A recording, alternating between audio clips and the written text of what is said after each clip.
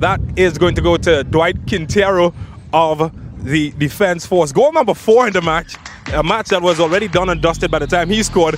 But have a look at this one, Colin Murray. You called it. But he made it completely safe for Defense Force with this one. I mean, he had the vision to spot Adrian Fonset off his line, and all he did was calmly chipped it over his head. It was a brilliant goal, and this is from a man who came on as a substitute. So he was a little bit cold, and he was now just getting into the game. And that goal was absolutely another brilliant goal. Yeah, Dwight Quintero gets our goal of the weekend. Both matches coming from a cracker on Friday last week right here in La Horquetta. And we look forward to another cracker as Cunupia comes up against Central Soccer World. Colin, we did a lot of talking with some of these teams as well. And, yeah. Well, I know, and you went to have an interview with the coach of Central Soccer World, Randolph Boyce, who, you know, I've looked at him over the time. He was with the school team. Now he's graduated to Central Soccer World, and he's really doing a fine job. Let's hear what he has to say. Coach Boyce, you're coming into this match in 7th place at the moment, but more importantly, you got to win in your last match. What is the feeling like? The feeling is great. There have been an upliftment in spirit amongst the guys. They see the hard work that they've been putting in. They see the reward with the victory of the last game.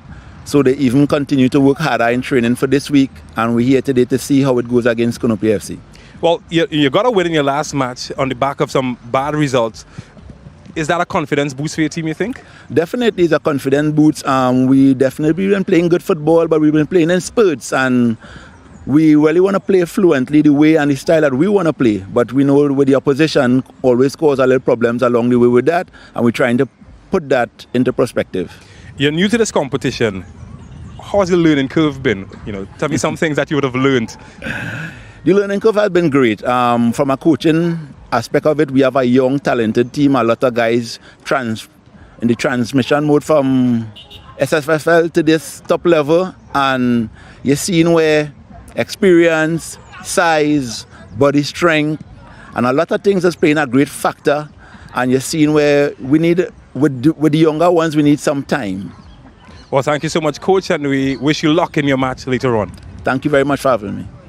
Well, it's going to be a test for Randolph Boyce with Central Soccer World. He's got the confidence. They're coming off a win. But of course, Cunupia, having drawn with Rangers, their confidence is sky high. Let's hear from the assistant coach. Is it David Wilshire? Coach Wilshire, 5th position in the league standings. You dropped a place from last week, but more importantly, you got a point against the league leaders. Bittersweet, I think. Yes, it was a great feeling. We came out to do something against Terminix, and we did it. We practiced it in the training, and we came out with a plan, and we executed the plan, and we were thankful for the point. But I've been doing some forensic into your squad, and I saw that there are a lot of changes this week. No Kevon Woodley for one. Of course, in midfield as well, some changes there as well. Tell me about those. Okay, well, Kevon Woodley is dealing with some serious issues right now, personal issues, and when he's ready, he will let us know.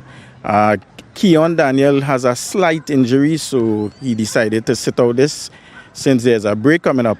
So he gets some time to heal himself, and he should be okay for the next rounds. Does the composition of your squad or the momentum of your squad change with all those changes happening? Well, actually, no. I think right now, everyone is buoyed to play these games. There are more excitement. There are more togetherness. Everybody wants to play. Keon and Maestro is not there, but they are showing and giving their experience to the players, and we are doing fine. Right now, they are coming out to have a win, and we should win today. Well, best of luck, Coach, and we look forward to seeing your match. Thank you very much. Some big changes in the squad, but we look forward to the action that's coming up on the other side of this break.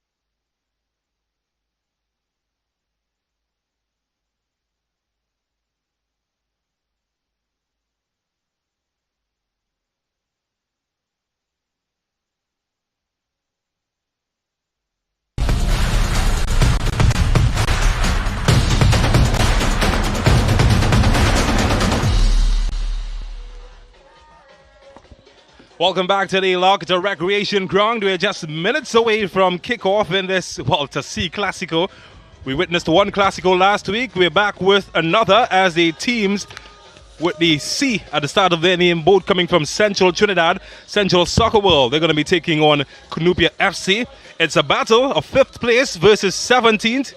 Cunupia FC, of course, dropping 1 point in the standings to 5th. They're on 13 points now. Central Soccer World, well, they have been climbing with a win last week that moves them into 7th position.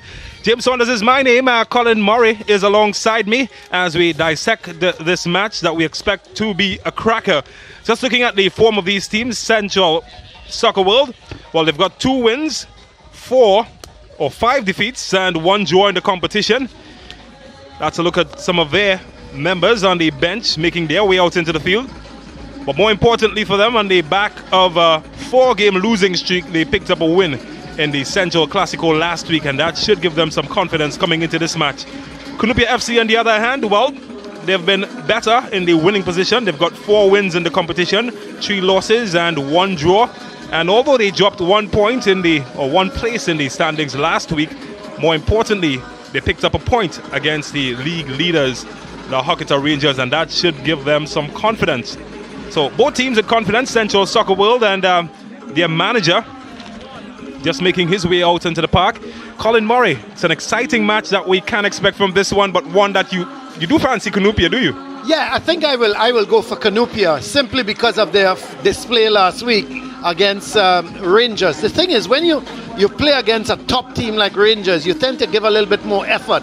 They're coming up against Central Soccer World, there's a little bit of complacency. They may feel that they can walk out on the field and just pass the ball around and the results will come like that. Central Soccer World coming up against a top team like Cunupia, they're going to be trying harder. So they're going to be pushing it, they're going to be giving extra effort. And coming off the win last week, they're going to be hoping to make it a back-to-back wins. So yeah, it's going to be an interesting game. If Cunupia don't give 100%, they can find themselves in problems. Well, let's talk about the big talking points, and in particular Cunupia. They're missing some big ones. Maestro Mensah, he continues to be out with injury. Yeah. Keon Daniel is out with injury. And more importantly, the league leading goal scorer, Kevon Showtime Woodley, he's missing. Is that a big blow? Well, I would expect it would be a big blow. The problem is, or the thing is, can they find the proper replacements? You know, who's going to put the ball in the back of the net for them? Woodley is missing. Now, he came on as a second-half substitute in the game before against Rangers. Didn't really impact the game. So they're going to be looking for somebody going forward to put the ball in the back of the net. Can they find that replacement? Well, tonight we'll see. And the other one is Keon Daniel in the midfield. I have a lot of time for him. He's such a cool, calm, calculated player. When he's on the ball, you expect him to play a decisive pass, whether it's a forward pass, whether it's a diagonal ball. He's such a good player and so calm and composed. So again, we're going to be looking at their midfield to see who is going to control things in the midfield. And we'll just have to wait and see how much a big miss are those guys. Well, Kwesi Allen, the goal scorer last week for Cunupia, he starts on the bench. Which is surprising, isn't it? Yeah. Because I thought he came on and had a great impact. You know, not only with heading of the ball, but his positional play was excellent, I thought. And he looked dangerous going forward. He was making some runs into the Rangers box. And, he could have had a double. It was easily, he could have scored more than 1 goal. Here are the officials coming out together with the teams. So we're getting set and ready for action. Central Soccer World coming up against Cunupia FC. And Central Soccer World, that's the team in the green. Their leading goal scorer is in fact a defender, Kemuel Rivers. Well, I've looked at their formation. They seem to play with 3 men up top, and then they've got an attacking midfielder, 2 holding midfielders, and then the 4 defenders. So they give me the impression that their wing backs are the ones they're going to bomb forward. They are the ones that are going to try and bomb forward and create the chances. So it's not surprising, based on their formation, that their leading goal scorer is the left back, because if he's going to fly up on the outside, and ball's going to come across, and he is coming on the blind side, he can very well score a couple goals. So the teams meeting each other, Nicholas Dillon, Jason Joseph, they will be the experienced men in attack for Central Soccer World. No Neil Benjamin Jr., he misses out today, and he's out of the squad. Cunupia FC without their talisman, Chavin Cesar, the former national attacker. He's expected to lead the line. And those guys, well, they're in charge of discipline. Had a good tournament so far. Graham will act as captain for Cunupia as he flips it up. As we take a look at the lineup, Ryan Frederick, he stands out together with Nicholas Dillon. They would be some of the potent attacking talent for them. Kenmuel Rivers, he's their leading goal scorer with 3 goals. He plays in the left back position. Jason Joseph adds some experience, while Leroy Wiley gets a pick in there. No Neil Benjamin Jr., as mentioned earlier, and they've got some talent with Devon Modest on the bench. Randolph Boyce will be the coach for Central Soccer World.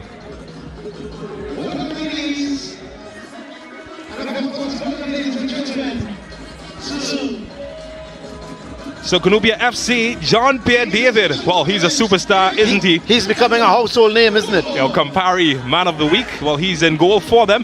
Kadeem Graham continues his good job and centre-back together with Stephen Julian. No Maestro Mensah. While their attack, Chavin Cesar will have to bear the burden of that. Quincy Allen is on the bench. No Showtime Woodley. No Keon Daniel. But they've certainly got some talent with Dominic Douglas in there. Michael Defoe, he sits on the bench for them. And Cunupia FC will be hoping to gather some confidence. That man in your picture, keep your eyes on him. Well, such a star in this tournament. He's been phenomenal in the past 2 matches. Diego Suarez on the other end. Well, he's got his work cut out. His team has broken their 4-game winless streak with a win last week, and he'd hope to continue with that. That man in the middle, certainly one that is full of experience, and he will be expected to lead the charge. He did see his colleague Caleb Wales appointed to the FIFA World Cup last week, and a good performance from him can continue the good work. So we've got kickoff here at the La Horquetta Recreation Ground.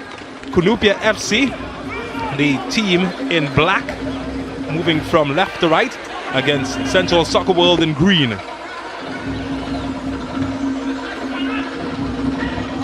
So it's the team from Central pushing forward early.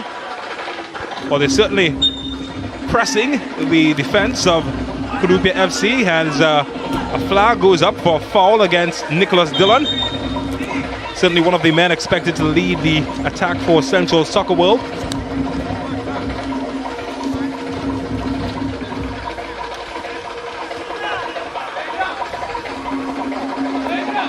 He's going to be coming up against that man, Jean-Pierre David.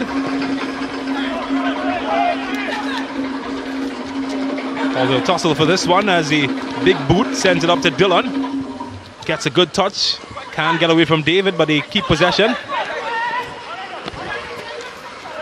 There's Jason Joseph. Lots of experience from him, and well, that's not even going to give him nightmares. Collects quite easily.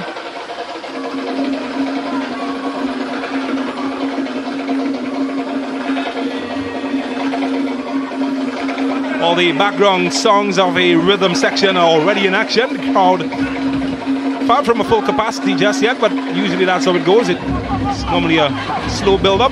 Expect to see the stands packed by the end of this match. Well, he lost it in a bad area, but he did well enough to win it back.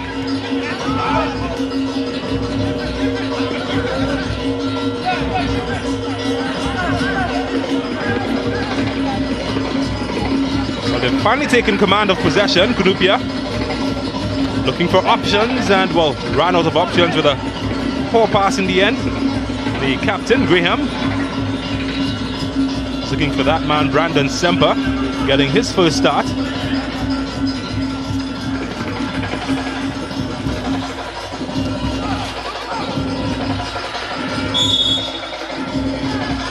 Illegal. Foul won by Central Soccer World. Coach did say it's a relatively young team.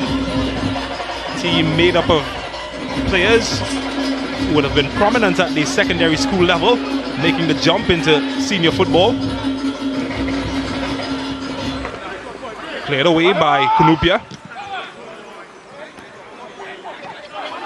Well, they've just given possession back cheaply. Jason Joseph will tussle for this one. Oh, that's clever to win it back for Cunupia.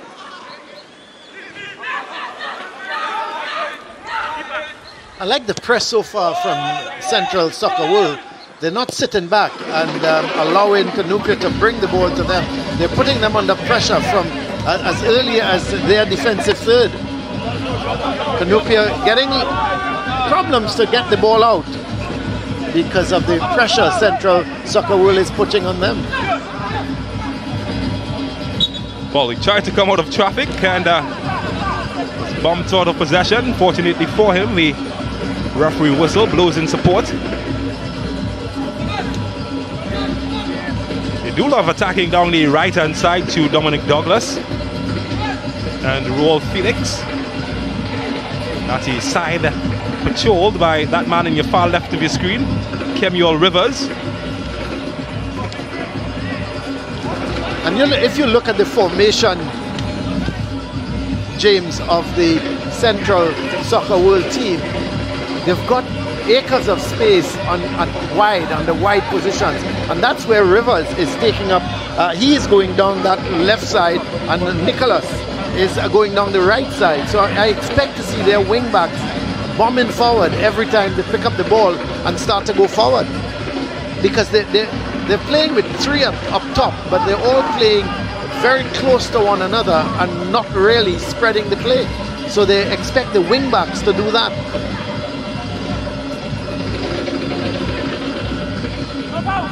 Well, they've got this one forward. Semper, is it? Keeps hold of possession as he looks for options. Well, a shot, the first of the match, and the one that Diego Suarez had fully under his control. I was Trevin Caesar. I thought he did very well because didn't get the placement he wanted, but it had some power behind it.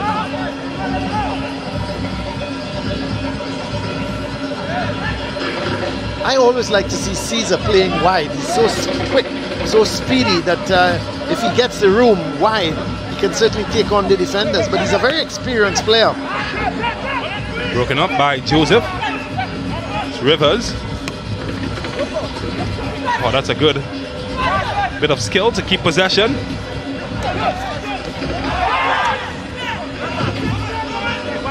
Stephen James. It's done well. He has Maloney. Douglas versus Rivers. That's a foul. That's a free kick in a dangerous position for Cunupia. But he's won a free kick, and he certainly hoped that he would have had his Tobagonian partner, Keon Daniel, on the field. He's very adept from these sort of positions. The responsibility instead will be passed on to Brandon Semper. Yeah. But that was a good play from, he was looking to play the 1-2. There we're looking at the replay. He was trying to play the 1-2 with Douglas, and he was hacked down from the back. So this is a free kick in a dangerous position. It could be the left foot of Semper trying to curl it over the wall into the top corner. He's got to put some power in it as well. But I would think he's going to look to go over the top of the wall and try and get into the left of the keeper into that top corner. There is Semper now. Semper into the head of Kemuel Rivers, and does get a throw from it. Actually, I think it's gone out for a corner. So they will have another opportunity to attack. It wasn't a good free kick. He never really got under the ball to get it over the wall. If you look at the free kick, he's not getting under it at all. He's hitting it. Now, once you hit it flat like that, you're going to hit it into the wall. Well, they pile some bodies forward to defend the corner as Maloney swings it into a dangerous area, and Suarez just plucks it off the head of Cowie. It's good keeping. Excellent keeping by Suarez. Well, he did well to keep it in, but he gave away possession in a bad area. And they push forward, but the whistle goes as the ball is adjudged, of course, the line earlier. The assistant referee saved him, because why would he want to play that ball back inside, and the only available player was a player from Central Soccer World? That was Maloney playing the ball back in, so the assistant referee saved him. I think you made a good point, because he played it back into a dangerous area. It's Jason Joseph. Well, he misread the option, and the pass was well intended. Couldn't find the target. One of the experienced players in the middle for Central Soccer World. It's a good competitive game so far. Neither team really dominating at the moment. I think there's Mr. Cool, the coach of Cunupia, Michael Defoe. They look like old buddies. Well, when your team is doing good, you tend to have a smile on your face and be good buddies with a lot of people. I like this, the Central Soccer World so far. They're hustling, they're not allowing Cunupia to settle at all. Well, this was well defended by Cowie, but the chance is still there. And well, when you're the Campari Player of the Week, that is bread and butter for you. Yeah, you're not going to beat David with that type of shot. But it's a bit scrappy. They're just trading possession at the moment, as Joseph tries another attempt to get it in a dangerous area. It's good defending from Stephen Julian. And well, finally they get it clear. Well, they are struggling with the bouncing balls in the area. They've been a very good pairing, Kadeem Graham and Stephen Julian, in this competition, in the absence of Mensah. But they have been tested quite frequently in the last 2 minutes.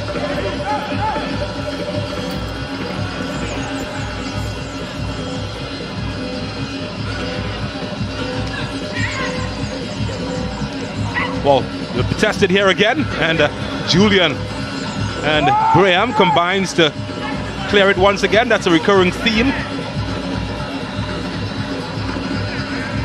They're a good centre-half pair in Graham and Julian. There's Dillon taking his man for a run, and that was well defended yet again. This time Felix getting in the way. Cunupia's turn to attack. It's good end-to-end stuff, isn't it? Well, Douglas, well, have a challenge from Jason Joseph. Yeah, I was saying, James, that the Julian and Graham are really good defensive pairing in the centre of the Cunupia's defence. They seem to understand one another. And there's Coach Randolph Boyce. I don't know why he's looking so worried, but I think his team has made a good start.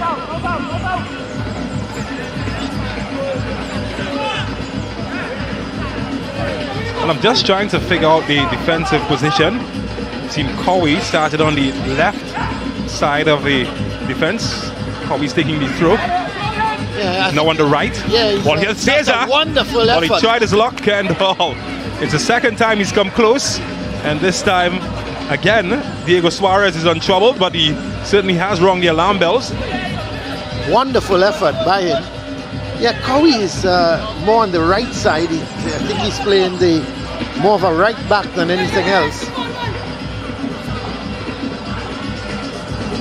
Seems to be almost 5 at the back for Cunupia. Yeah, because Felix is also, well, I think between Felix and Cowie, they're switching that right back role. Because you've got Graham and you've got Julian in the center of the defense, and they're joined at times by Cowie.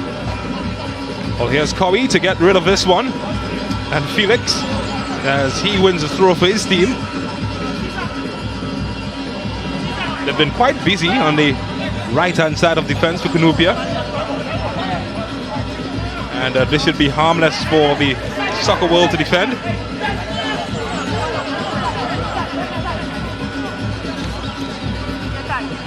They've made a really good start. They're just putting Cunupia, they're putting Cunupia out of their game plan as far as I'm concerned, because they're hustling them, and Cunupia just don't have the time to settle on the ball.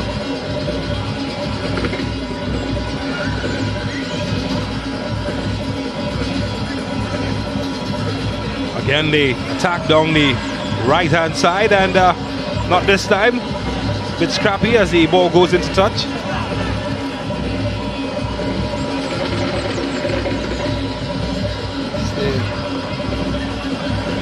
They're playing with those three men up top: Wiley, Frederick, and Brown. Sorry, and Bourne. Those are the three men on top of the Cunupia defense.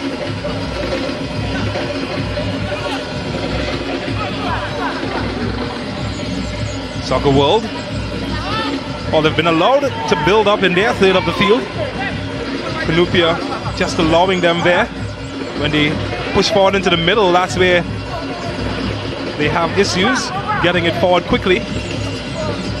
Heavily policed in the middle. And there's a nice looking ball in here, and Felix has scored on the wrong end, and his keeper comes to his rescue, but he's a bit fortunate. He was caught out as the attacker was allowed to get in on the inside of him. It was a good ball over the top, and this is the problem Cunupia is going to have, because they've got these three men on top, and they're going to be pumping these long balls towards them, and it's going to be a foot race 9 out of 10 times. There's that nice long ball, and is it Bourne? It was Bourne who was giving chase, and in the end Cunupia got a little lucky. The ball broke for the goalkeeper. Well, they're battling for this one here, looking for space to get a shot away. Gets it out wide. They've got options in the area. Can he find one of them? He does get one of them, and misses its mark, but he'd be a bit alarmed that he was allowed to get a free header in there, Brewster. It was a good ball. It was hanging in the air, and they couldn't meet it with the power that and the direction, of course, but it wasn't a bad cross. It is the cross ball coming in from Sandy, and the header just wide. Well, there was a gesture from the goalkeeper that a bit of handball might have been involved there. Certainly wasn't seen by the referee, so had that gone in the net, it would have been a totally different story. Acrobatic from Jason Joseph, and again they try to get it forward quickly, this time well read by Cowie. Felix got lots of space to exploit here, and well, it was aimed then at Cesar, who was prepped and ready for the spectacular, well cut out in the end. And it hustled to clear this one, only as far as Graham. Oh, he's lost it. Dangerous area, some space opening up behind him now. And the flag stays down only momentarily though, as well, the goalkeeper was prepared and ready, but Sastry on the far end had signaled that it was offside. It was a good ball from Frederick. Wiley just went a little too early, and because of that, he was in an offside position. Or was it Bourne? Bourne had gone a little too early, and he was in an offside position. He's been doing a lot of running. Is Bourne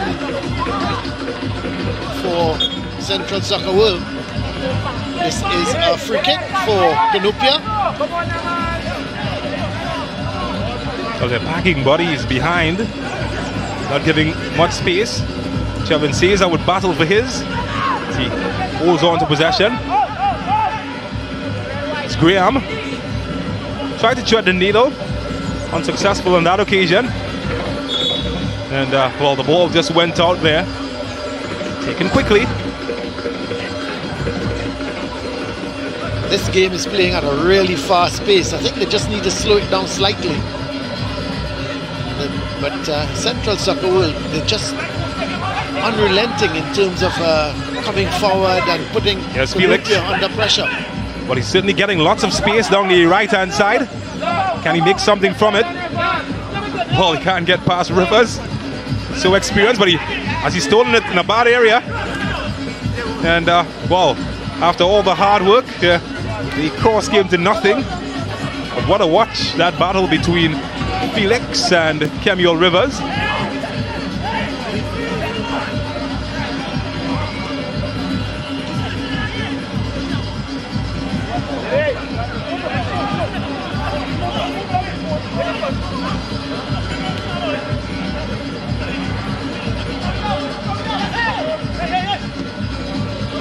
Again, they go over the top, and Stephen Julian has his eyes on it all the way to his goalkeeper.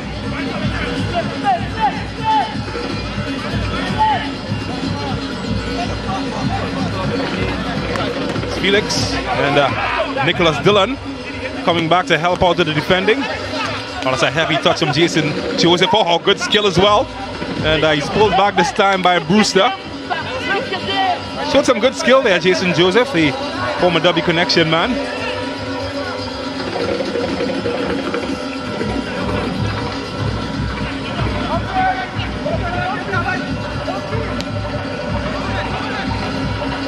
Away by Julian.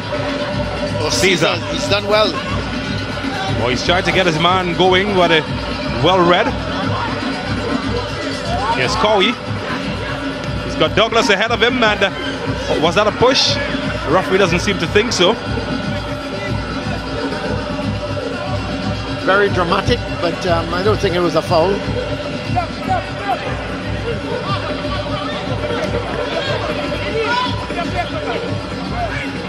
Well, they get some room now to push forward. And again, looking over the top. Flag stays down. Can he keep it in? Loses that foot race. So it's still goalless as we head into the 20th minute between Cunupia FC and Central Soccer World.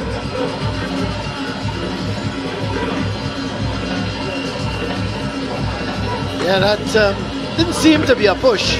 And of course, the Cunupia players would think differently. James, what's your thought on it? You thought he was a little nudge? Must have been a little bump, but nothing much. I think. I don't think it was enough for him to fall over. Yeah, to get a whistle.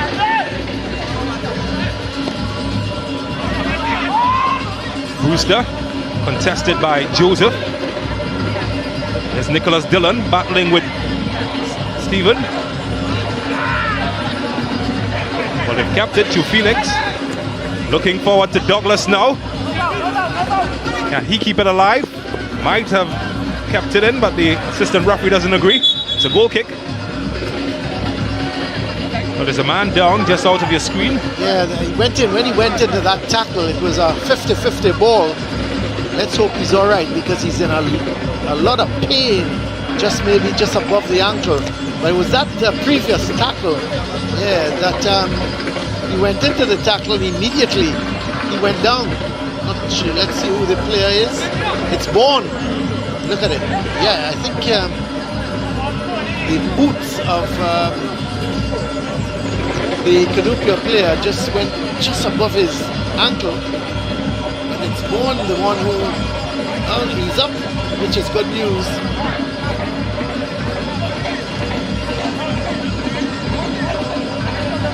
So that's a Chandler, the physio, working her magic. He doesn't seem concerned though. Randolph Boyce.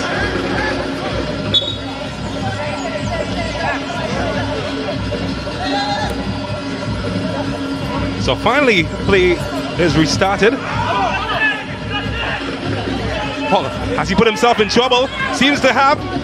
Chance opening up here, and Suarez in the end just muffling the chance, and well, he has his hand in his head and he knows that he could have done better. He should have done better, but I'll tell you what, Caesar had a great opportunity and unselfishly played that ball right across the face of the goal, and the chance was gone, but Caesar had the opportunity himself to score. Well, on the other end, Nicholas Dillon was in a really good position. Sent it to the Mars. Look at this. Caesar is away. He saw the angle was not good enough. Passed it across the Semper, and he should have put his laces through that. He tried to side foot it away from the keeper, so it had no power, it had no direction, and in the end it was an easy save for Suarez. But great play from Caesar, I thought, because he was away. But when he looked up, I think he saw the angle was against him, and he did the unselfish thing by playing in Semper. And what an opportunity Semper had. I think questions are going to be asked about the defending of Jason Joseph, though. He gave away possession in a really bad area. He's fortunate, he's a lucky boy. But they'll be forced to defend here.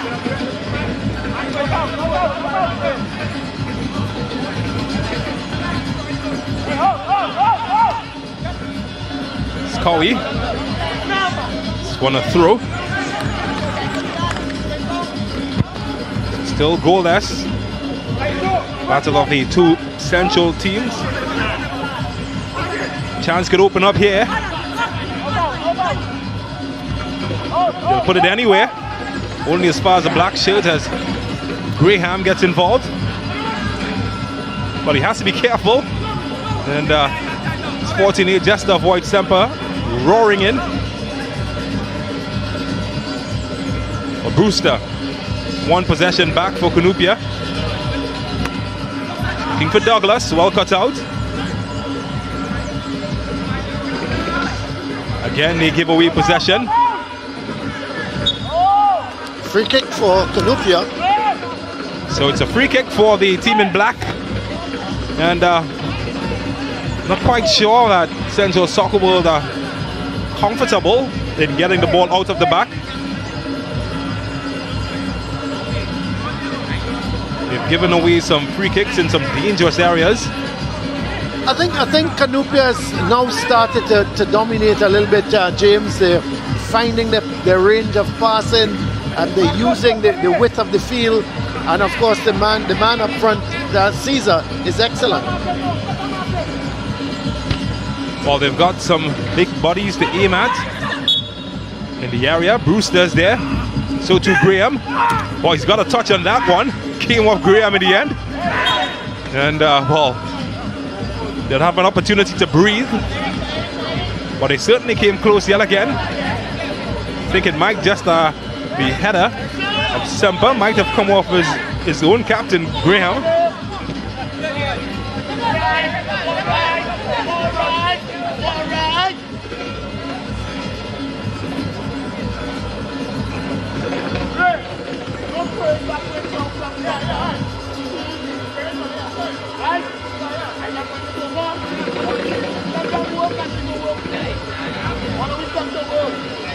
Well, they finally got a pause now after what has been end-to-end stuff.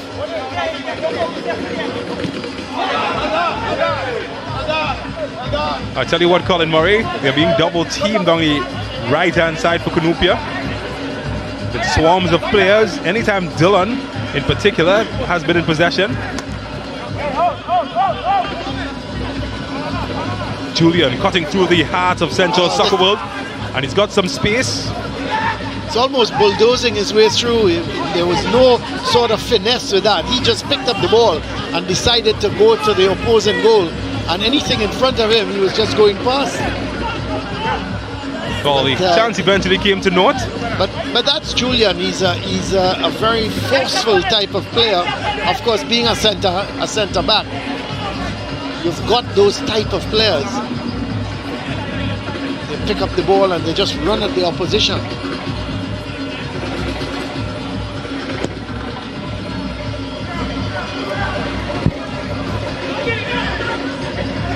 Well, Bourne will fight Cowie for this one, and he gets ahead of him. Should have been a regulation clearance, but it been kept alive to Kemuel Rivers.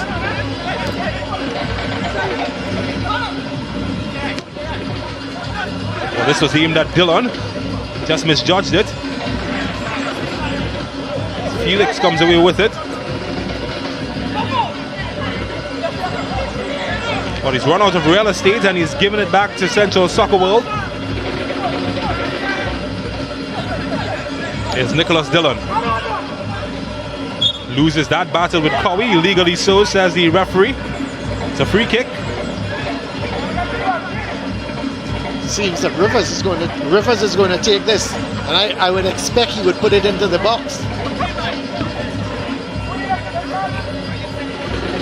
Jason Joseph is also giving some attention, and as the culprit gave away the free kick, Cowie.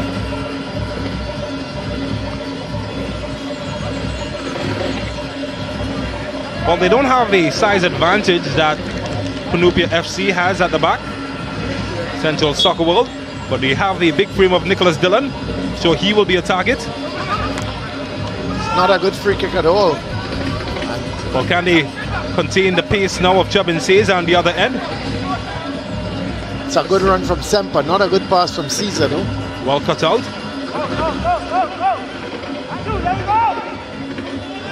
And the Graham ensures that the danger is averted. And Caesar. Just going to run at them, Chubbin Caesar. Ran himself into trouble. Giving away. Here's Maloney. Trying to find Bourne. It's a good ball from Julian. The shot now. And, well, Suarez had everything behind it. Good idea from Brewster. He had the room in front of him to take the shot. It's just that he didn't get the real power, or more, not so much the power, but the placement. Because it was, in the end, it was a little bit difficult for Suarez, but he got behind it, which was the important thing.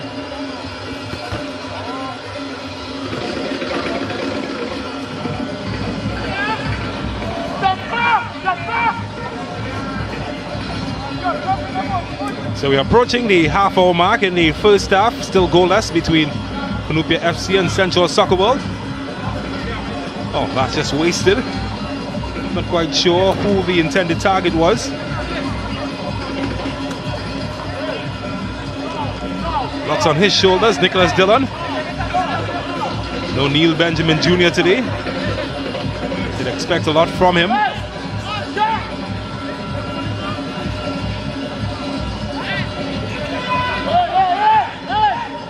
Hasn't had a lot of work to do. Jean-Pierre David. Used his feet more than his glove this evening. I'm not sure anybody in a Cunupia shirt would be disappointed by that. Here's Douglas. Booster. Deflected. Caesar tries to keep it alive unsuccessfully. Oh, he's gone well. Opening up some space for the green shirts, and his pass to Dillon is cut out.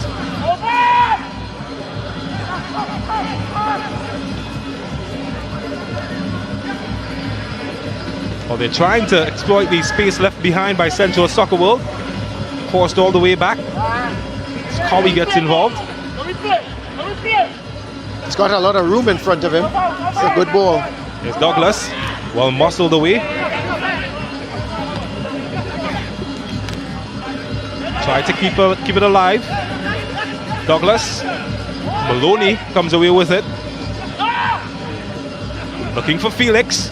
He's got lots of space here, Felix. Can he get a good service? Well, not what he intended.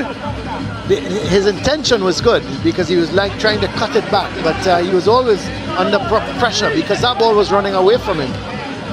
It's well intercepted by Graham there. Oh, Nicholas Dillon has been a tad underwhelming so far in this match. Shown more promise on the defensive end than in offense, which is his strength.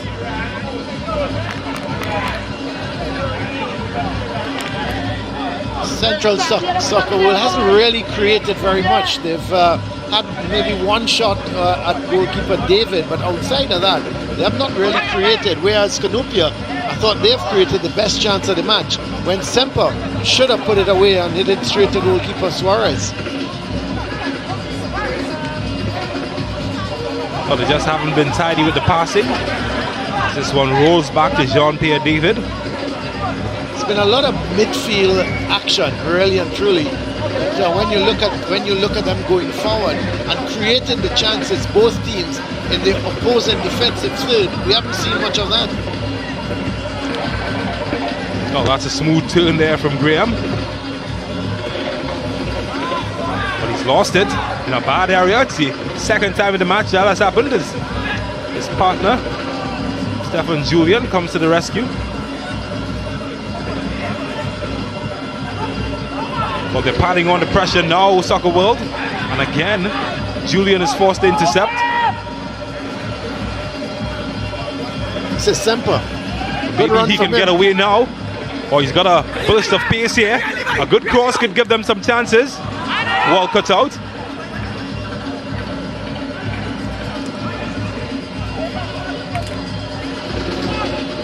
Oh, it's end-to-end stuff at the moment.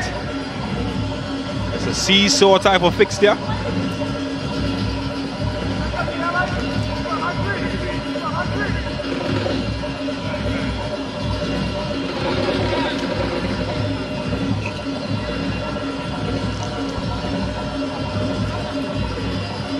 Well, this is cut out by Cowie. It's been very mobile along the back line. Well, he'll toss it with Julian here. And well, few attackers have won that battle. Yeah, the skipper Fredericks. The bench suddenly they got up with that ball played to Fredericks. They must have thought that something would have happened, but good defending again by Julian. He was just really shielding the ball away from Frederick. Bourne to battle with Felix. And well, sliding challenge from Brewster ensures that his team wins that battle, but they give possession back to Soccer World.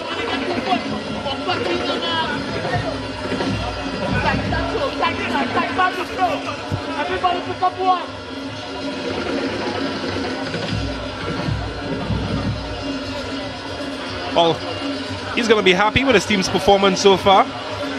Haven't offered up much chances in defense. I'm not sure. I mean, to be honest, if I was the coach of Cunupia, I would have been a little bit disappointed that they have not put Central Soccer World under more pressure.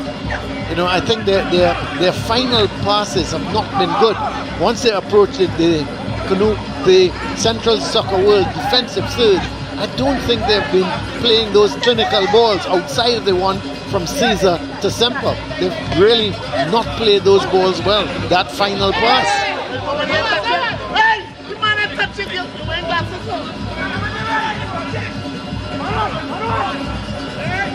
Well, there's a chance opening up for Bourne. And, well, David gets a touch. Can he get another? Well, the touch comes off his own player as it goes into the net, and it's a goal against Cunupia FC. And against the run of the play, well, I said he was underwhelming, but he came in when it mattered.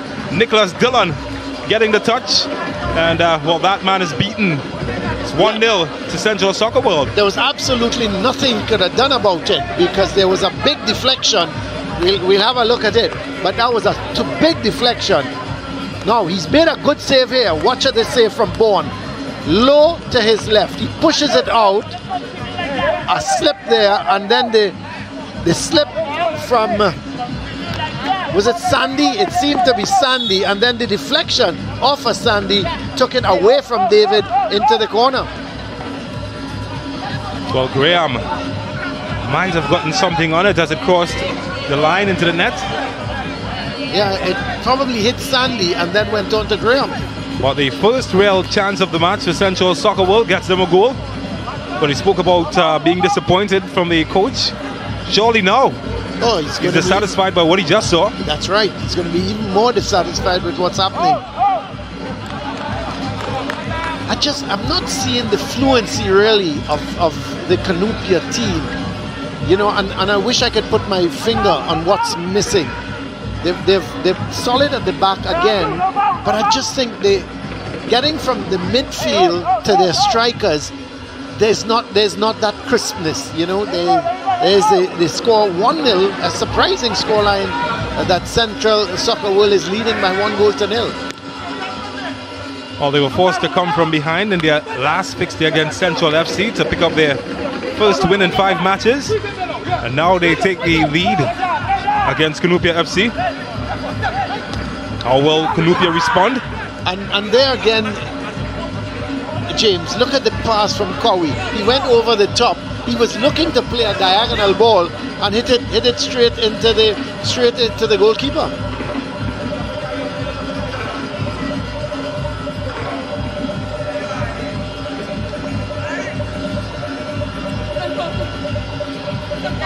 So Nicholas Dillon, in the 36th minute, he's going to be credited with a goal, but was a big deflection. Will there be a response from Cunupia FC?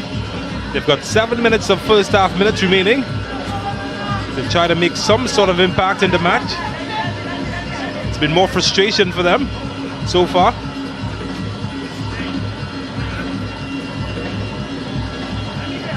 Well, disappointment for him. Usually very reliable. Not much he could have done from the goal conceded against him. Central Soccer World bench there. Look quite calm, look quite They're very controlled bench in terms of they seem to be happy with the lead they've taken. Cut out by Douglas. Well, he's run into some trouble, Booster, but he manages to keep it. Bit of a handball there as the whistle alerts to from Kemuel Rivers.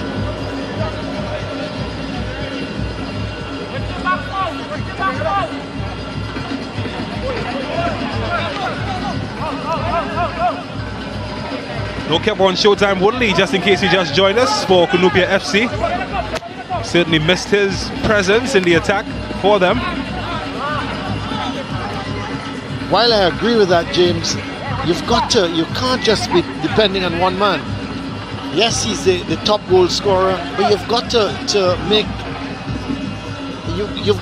look around and say, okay, Showtime is not here, who can do the job for us? And they've got to look around and get someone else to put the ball in the back of the net.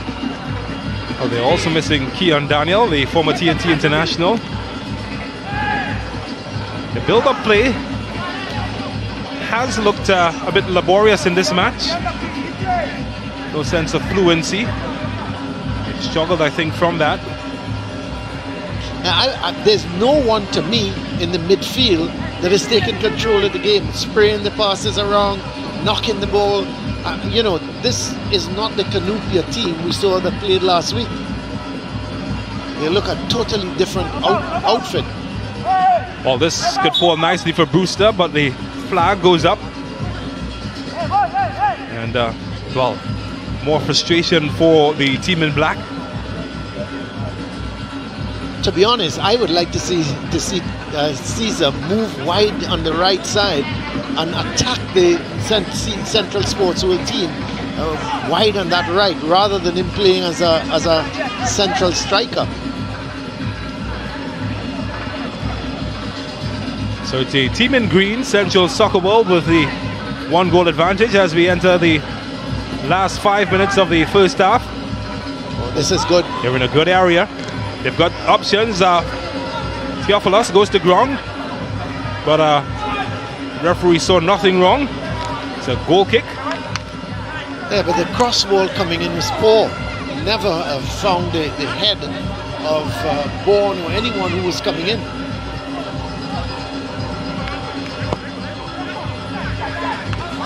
Here's Jason Joseph. Nicholas Dillon. Well, this is dangerous, and the flag comes to the rescue. Might have been a foul against the defender Graham. No flag from the assistant referee. Must have been something spotted there by Quincy Williams. Yeah, I think it was a foul. It's a push on the back, and referee Williams saw it. Looking for Douglas. Well, they've got lots of green shirts for company, but maybe here they can open the lock. And just overhit slightly, but they keep it alive. Can they get a good service here? Finds the head of Brewster, and here's Douglas. No space to shoot. And finally, they get a shot, and just wide. Suarez made sure that it was safe, but he had no idea as it flashed wide of his far post.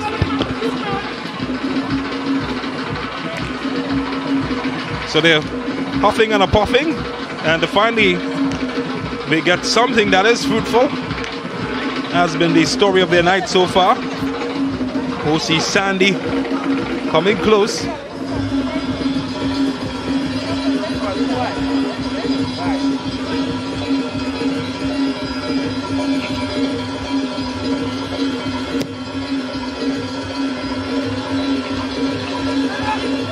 Graham. Caesar keeps it alive. Jovin Caesar gives it up to Jason Joseph. Here's Kemuel Rivers. Felix. Maloney.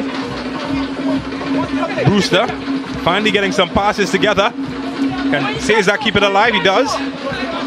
He has options in the area. He couldn't get past his man because it was an illegal challenge from him, but he does win a free kick.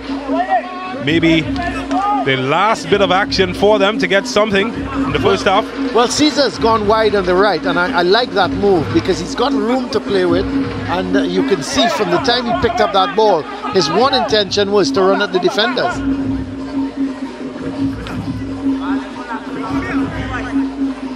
So they're going to push all the big men forward. Graham just might be the target. That's a good ball. Finds the head of Cowie. And, well, Graham, not used to being in such an advanced position. And it showed from his attempt at goal. But I thought Cowie should have done much better with the header. It was an excellent corner. And Cowie got up, never directed his header towards the goal, and I thought it was easier to hit the target than missing the goal, and he missed by a long way. Well, here's a foot race that Julian should win quite comfortably. So just 1 minute of regulation time in this first half. Central Soccer World lead by 1-0 against Cunupia FC. So they've just moved into 7th position, and a win here this evening might help them advance further in the standings. But just 1 minute of time to be added on as Quincy Williams looks at his watch. It's an interesting ball, but 9 out of 10 times the defenders are going to win it. This is Julian and one of his runs again, and I thought he might have been brought down. The referee has played advantage. Keeping it alive, well cut out. Can't find a way past the green wall in front of him. It's been the story of Cunupia's night. Gotta find answers. Maybe this is one of them. Heavily marshaled. No room in the inn.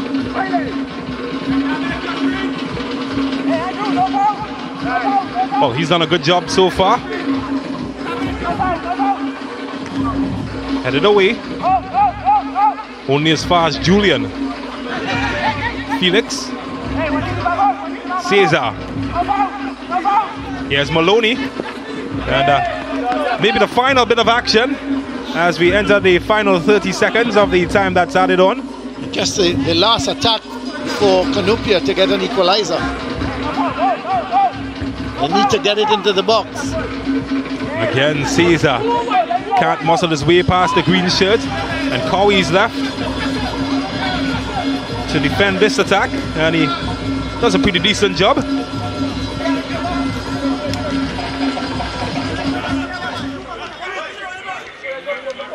So we should hear the whistle for the end of the first half at any time now. There it is. So Quincy Williams signals the end of a first half that has been frustrating for Cunupia FC and that man, John Pierre David.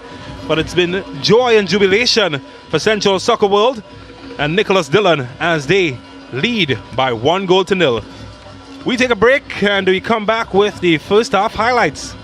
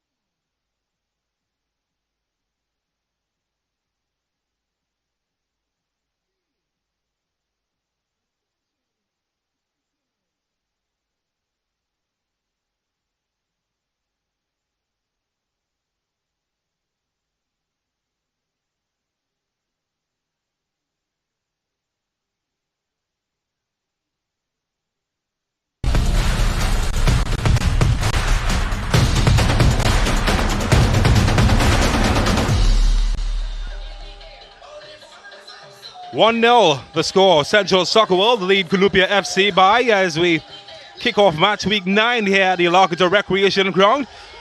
Let's see how that action unfolded in the first half. Cunupia FC, of course, in 5th position, facing up against the 7th place team, and Chevin Cesar would get his first look, getting funky with the acrobatic attempt. But on the opposite end, Jason Joseph a bad giveaway, and Cesar opening up the best chance of the match, one that Semper couldn't convert in the end. On the other side, Central Soccer World, they did have some attempts of their own, and Nicholas Dillon sent that one to the moon. He should have done better. Never got over the ball, did he? Julian and Brewster, well, they tried their luck again, and again Suarez proved to be a rock. And then this moment, Bourne with the initial shot, not well held by the goalkeeper, and nothing he could do about Nicholas Dillon's follow-up attempt, taking a deflection, 2 deflections in fact, and entering the net as Central Soccer World took a 1-0 lead against Cunupia FC. If you notice there, Graham in fact put his hand out, and that could, of course, if it didn't go in the goal, he would have been sent off. And then the last chance of the first half, flashing wide. 1-0 the score to Central Soccer World.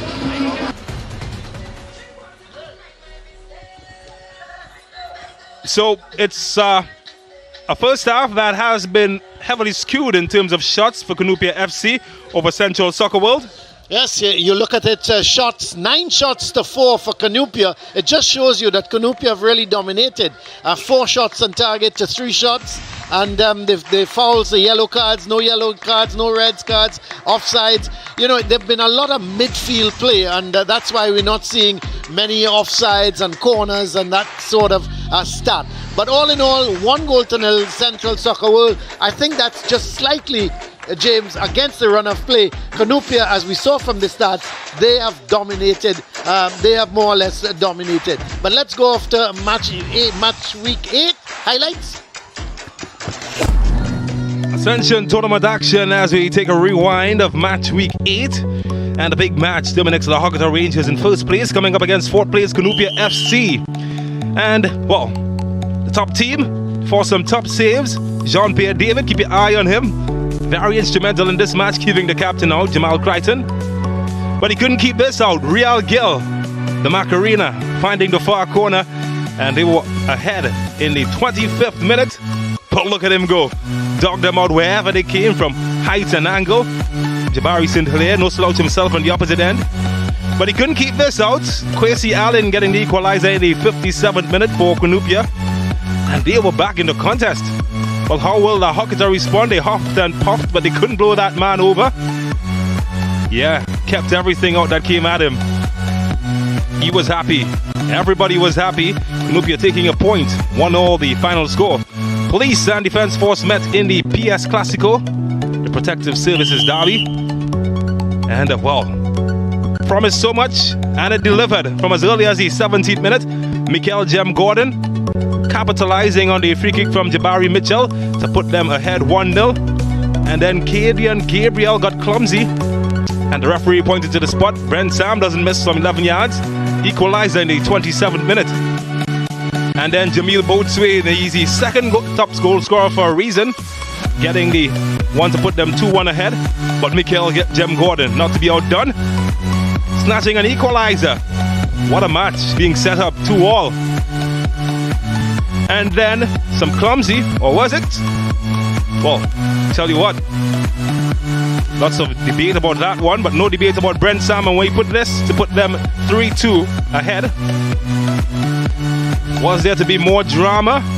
Well, bet your bottom dollar there was. The substitute Dwight Quintero, perhaps the best goal of the match, putting the contest away from Police as 4-2. This one finished. At the Arima Velodrome, Moruga FC took on AC Port of Spain.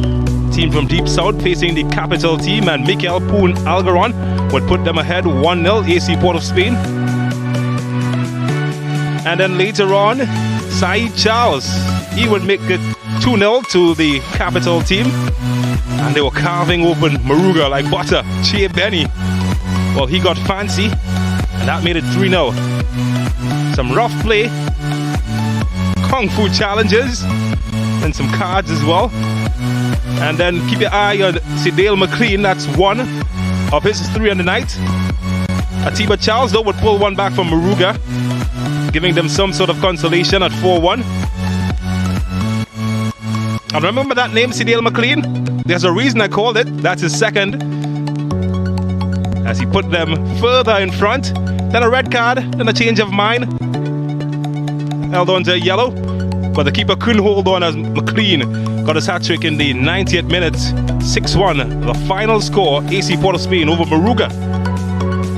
And then Deportivo Point Fortin took on Real Westford, team from the Western Peninsula, facing the team from the West, and Akinola Gregory would put the Southwestern team ahead 1-0. Make that 2, getting a second from the penalty spot. And then Houghton Hector did all the hard work, and Andre Pacheco took it right from him. Doesn't matter. Conks for Point Fortin, 3-0. And when Ramdeen went flying, the cards, they were coming. Gregory setting up Houghton Hector would finally get on the score sheet, and he made it 4-0 to Deportivo Point Fortin. And then there was a Central derby, Central FC taking on Central Soccer World. Lots of pleasantries being passed about. And it was the FC with Simeon Bailey getting on the score sheet in the 15th minute, as Central FC ran ahead. But that was short-lived because Soccer World, well, they equalized to Ryan Frederick in the 49th minute, and it was 1-1, all to play for in this Clasico until a slip, a bit of a blip, and there was no skip from the attacker as he went down, and Kemuel Rivers would score the winner 2-1 for Central Soccer World.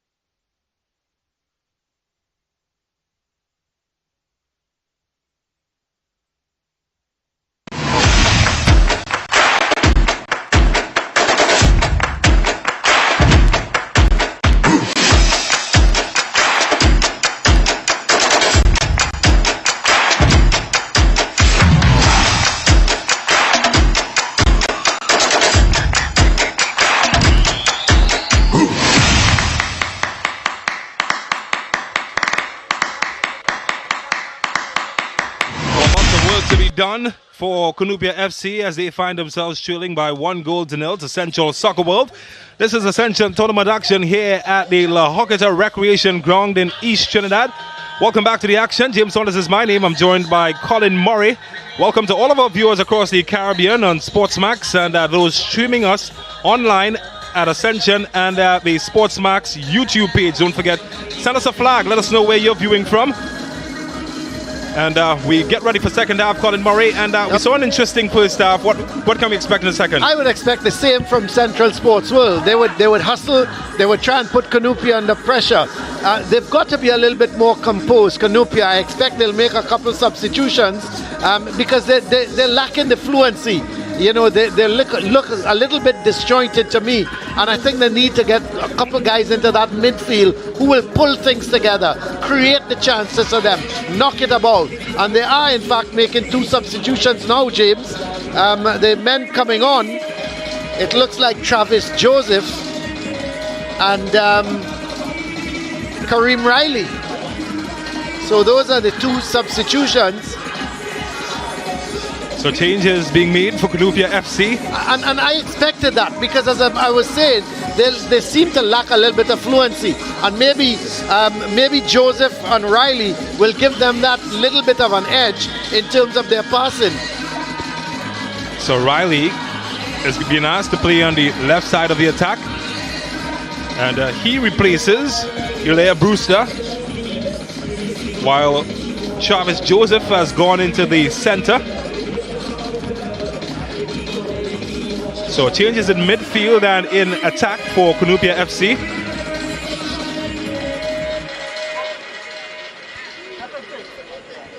So that's how it will line up for Cunupia FC in this second half as they trail by 1-0 to Central Soccer World. Well, the substitute gets involved in the act early, but it's given away to Soccer World, who try to go through Bone. Jason Joseph trying to find a way past his man here. Joseph, can he pick out some options? Well, the flag stays down, but maybe too much legs on that one as it goes into touch. Would be a Cunupia goal kick.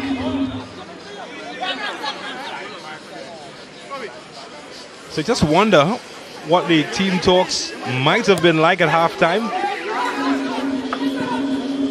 Well, I would have thought that Central Soccer World, as I said, the coaches would have said, listen, we're doing well, we're putting them under pressure, keep the pressure on, and just don't give them the room in which to knock the ball around, keep it tight, and stay organized at the back, and I think they would have been all right. And whereas the Cunupia, you could see the Cunupia, by making the 2 changes, they were not happy with their performance, even though I thought they had the slight edge in terms of shots, in terms of when they go forward, creating the better chances. And really and truly, Semper should have scored when Caesar played him in. So the team talk at halftime would have been totally different. One would have been stay as you are, keep it tight, stay organized, and the other one was let's push forward more, let's be a little bit more organized, let's pass a little crisper. And because of that, they've made the 2 changes. Riley, for example, he's gone forward in that wide position on the left, and then Joseph has come into the midfield. Well, that's a bad giveaway from Julian. Opens up some room, but it's quickly given back to Semper. But he runs into traffic, he bulldozes his way out of it, but it's too long in the end for Kareem Riley. And well, just a comedy of errors on both teams. Well, I was about to say that, James. Again, we see Cunupia giving the ball away, and that's their problem. There is Mr. Cool, not looking so cool now, because he must be a little upset with the way they're playing. This team has played nothing like they played last week against Rangers. Final ball might have come off the head of Cowie. Throw for Central Soccer World. They've got just about 43 minutes to hold on to their 1-0 advantage. Did get their first win in 5 matches last week against Central FC. Maybe another here as this one flies over the head of Bourne. But it's given away. Here goes Trevin Caesar. There's Douglas. Gets Douglas away. It's a foot race that he uses illegal motives to get past his man, and well spotted by Quincy Williams in the end. They're quick on the counter-attack, aren't they, Cunupia FC? It was a good run from Douglas. The pass was played, but he wanted it delivered in front of him for him to run onto the ball, but it was some good defending. Now the ball has been sent back to, and a card might have been issued as well. I'm not sure who got the card.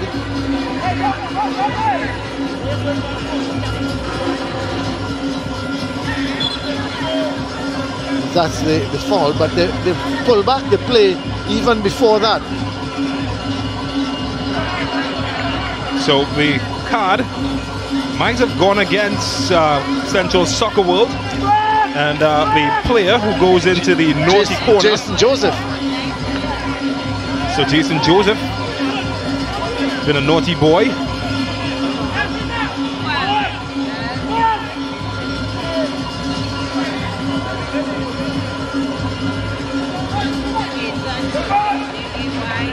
So Jason Joseph has confirmed the recipient of a reminder of his dirty deed. Howie. Well, this should be Douglas, and he tried a shot from distance, and Suarez went straight at him. That's not a bad effort, actually. He caught me by surprise. I didn't think he was going to go for goal from there, and he hit it one time. Just lacked a little bit of power. Well, Suarez looks really cool with the use of his feet. Well, the way he was moving the ball, you think Suarez, well, maybe family to Luis Suarez, because he was just playing around with the ball, wasn't he? You never did that, James, as a goalkeeper, did you? You got rid of it as quickly as you could. Well, my coaches might tell you a different story. Well, let's don't talk about it. I don't want to embarrass you on national television, do I? Goalkeepers do love to use their feet a lot these days. You do get, and you do have off days, don't you? Here comes the Soccer World, and well, Julian is bundled over.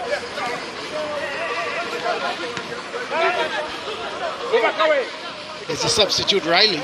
Well, they're going to be asked to build up in deeper areas because they have struggled finding space in the middle and the final third of the field. Penetration, though, has been lacking for all of their shots. They did get 9 shots in the first half, Cunupia FC. Failed to really trouble Diego Suarez with any of those.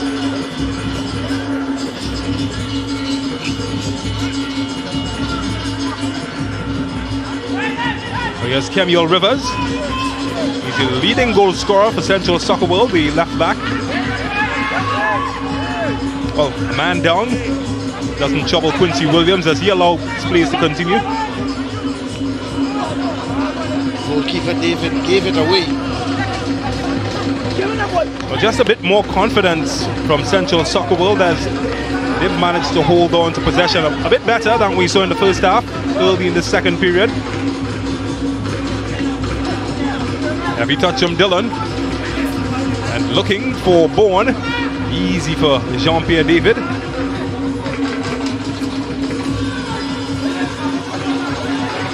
Chavin Cesar has been asked to come deeper, and they've lost it again as the build-up struggles continue. Maybe a chance for a shot here, and well, his intention was to find Dillon, but the touch too heavy in the end for the big man. That was Wiley. He took it down very good indeed. Took it down, and he was just looking to lay it off. But I think his control, first-time control, was excellent. Well, Maloney goes to ground under the heavy challenge of Nicholas Dillon. Gives Cunupia an opportunity to try to break forward.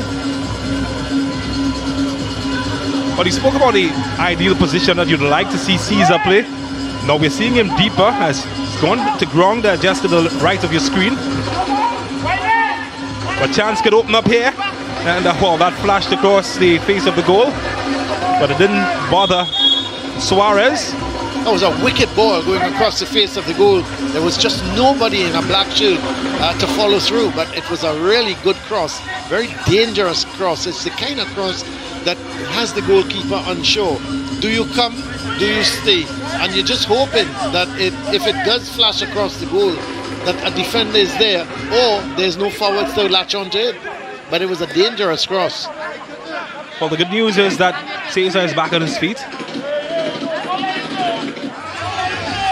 Yes, and he's picking up that position. He's going wide on the right. Position I would like to see him. There he is. Trevin Caesar.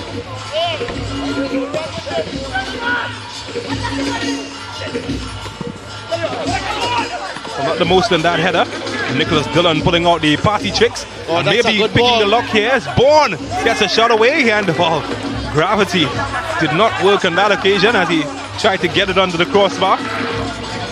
Yeah, he knows he could have done better. Of course he could have done better. He never got over the ball.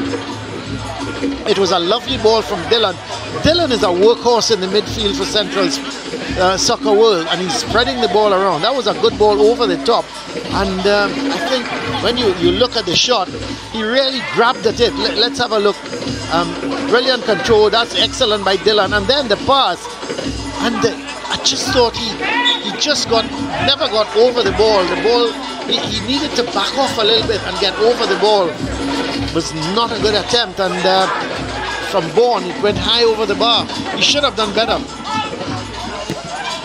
Again, another Cunupia attack comes to note as Graham is forced to defend. Dillon has done well. Julian comes to his rescue. Forces him back with Dillon. Well, I think Julian has looked really solid in central defense. He's the only player for Cunupia FC that has played all across the back line. He started in left back, moved to right back, and with the injury of Mensah, has been forced to go into a centre back position, one that he has certainly lived up to the high billing and the shoes. Yeah, he's adapted well, hasn't he? Certainly has.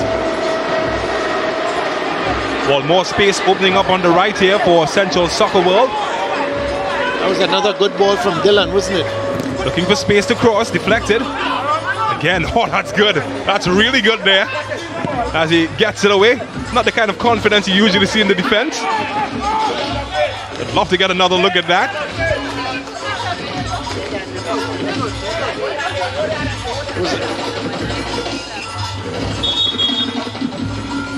Well, changes are being made as attacking change is coming on. Josiah Daniel, the player coming on, and Chevin Cesar has been replaced for Cunupia FC.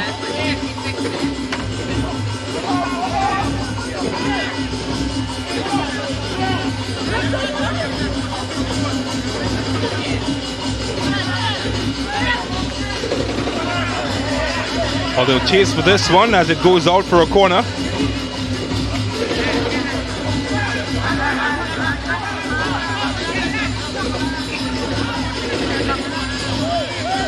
So it's a corner.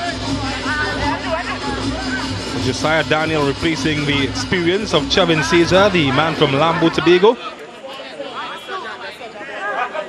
But it just tells you the intent of the coach, Michael Defoe. Colin Murray. Oh yeah, for sure. Maloney looking for a black shirt. The Greens get it away. Kept alive. Oh, he's gone into trouble, hasn't he? Totally ignored Maloney in a wide area, and Bourne could break on the other end. He's against Julian. Oh, Julian's lost it. Excellent. Chance opening up here. Deflected, and what a save by Jean-Pierre David. Another excellent save. That deflection nearly caught him going the wrong way. Just seems to get his body in all sorts of areas, but chances opening up on the other end. Deflected. What a save from Suarez. It's gone in. And Cunupia FC, wow, the flag is up. Offside. The flag will deny his joy. But against the run of play, Cunupia FC thought they got the equalizer, but it all came to naught. Semper was in an offside position. He got the deflection as well, but it wouldn't count. Well, I haven't seen Dominic Toretto for this match, but it's been fast and furious, the action. Yeah, good end-to-end stuff, isn't it? It's a much better second half than we've had so far than the first half. There's Jason Joseph.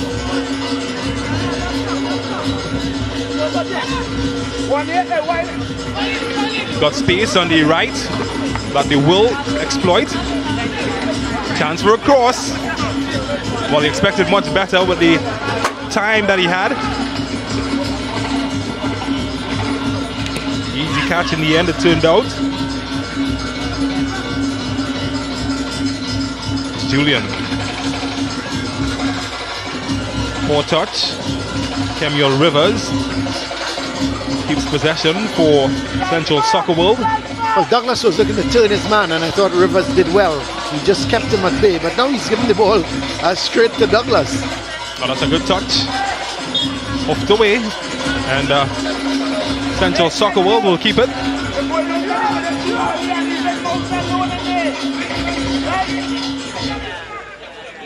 Well, it's a match many neutrals might have expected that Cunupia FC might have had the edge.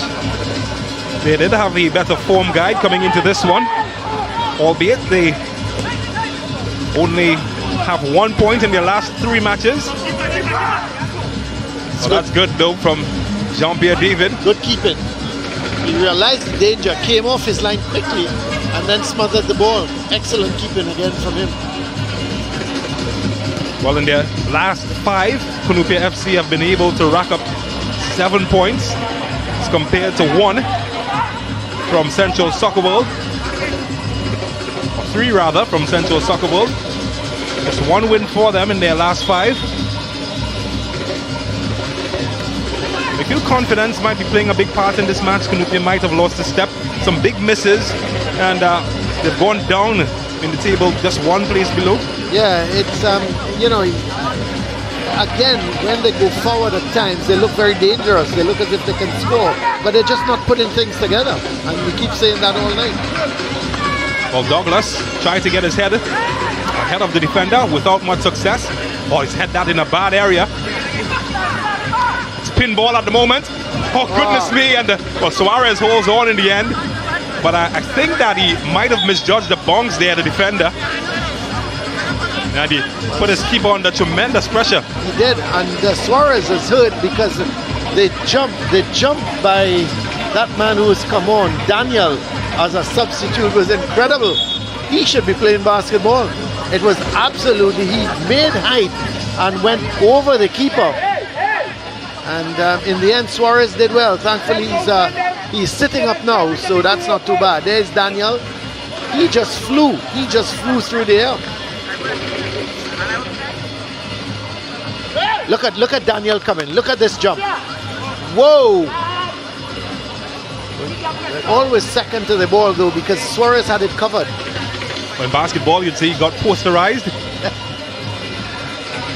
But the good thing is, both players they look healthy, back on their feet, including that man, Diego Suarez.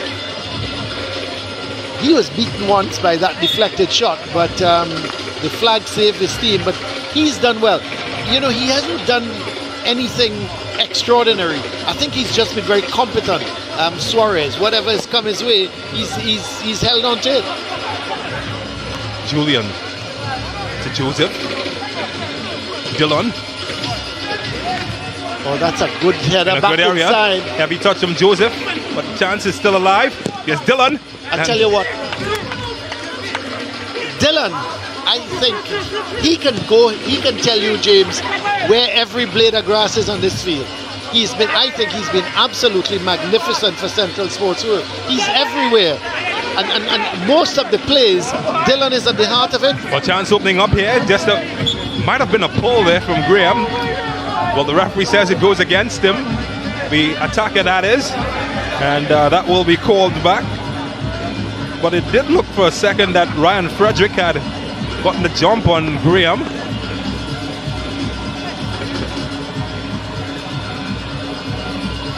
This is what I was talking about here. Yeah, it looked as if Graham had even tugged at him, didn't it? But in the end, Graham was getting the better of Frederick. But this is what I mean, where they put pressure on the Cunupia defense. And they force them into errors. Now, Cunupia did start this match with what appeared to be a back five. A bit conservative from them. And, well, they've really struggled to keep possession. They've been allowed to build up inside their third of the field, but outside of that, they've really struggled to hold on to ball possession, and it has hurt them. That's very, very, very true. They've struggled to hold on to that possession. And, you look at Central Sports World, I like how they're set up. And they're just not giving Cunupia the chance to breathe. You know, when they pick up the ball, as any of the Cunupia players pick up the ball, they attack them and keep them under pressure. So we've crossed into over the hour mark in this match. Central Soccer World in green, they lead Cunupia FC by 1-0. And the longer Central Sport, the scoreline stays as this, it's the more determined you think Central Soccer World will stay. They're a very determined team. And as we heard from Coach Boyce, when he said that they've got the confidence, things are building, they're improving all the time, and you can see it. Because I will still maintain that I think Cunupia is a good team, and Cunupia is a top 4 team. But it's easy to say that.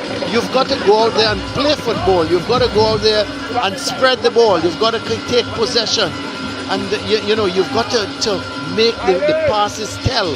And of course, you've got to finish. And so far, we've not seen that from Cunupia. Well, they do have a chance to move into 6th position. Central Soccer World, if they get their 3 points in this fixture, temporarily at least. AC Port of Spain currently occupied that position. They come up against the league leaders, La Horquetta Rangers, in our 2nd fixture at 8 p.m. right here in La Horquetta. So it's a chance to progress. They've already jumped 1 place up the standings after their win last week. So they'll be hoping to hold on to all 3, which will take them into 10 points, just ahead of AC Port of Spain in 9.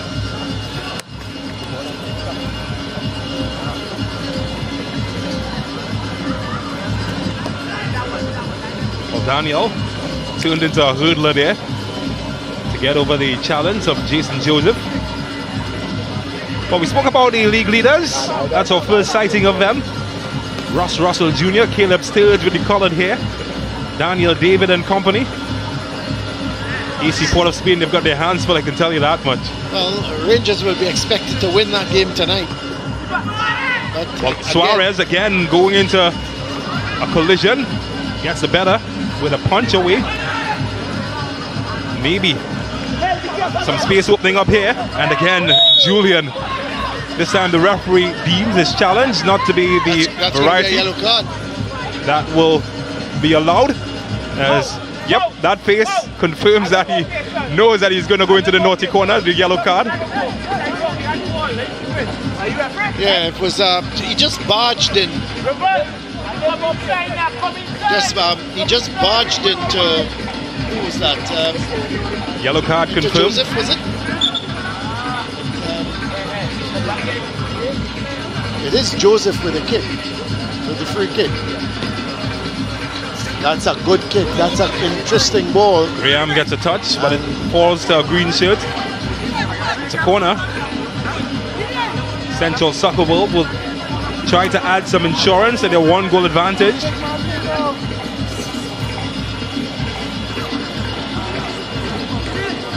Haven't threatened much on corner kicks. Central Soccer World don't have the height that Cunupia possesses, but maybe now, maybe here, something different can happen. They've got Nicholas Dillon though. He's the biggest man in the area, the number 19.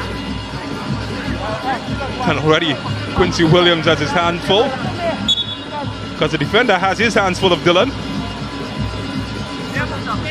Joseph with the corner. And again, David called into act, cleared away, only as far as Rivers. It's a trouble. Well, that is sent the Ascension girls scampering in the stands. So just to confirm, Stephen Julian picking up the caution. He joins Jason Joseph in the books of Quincy Williams. That's going to be a card as well. And there we go, and this time it goes to Graham, I believe. So Graham also joins that company.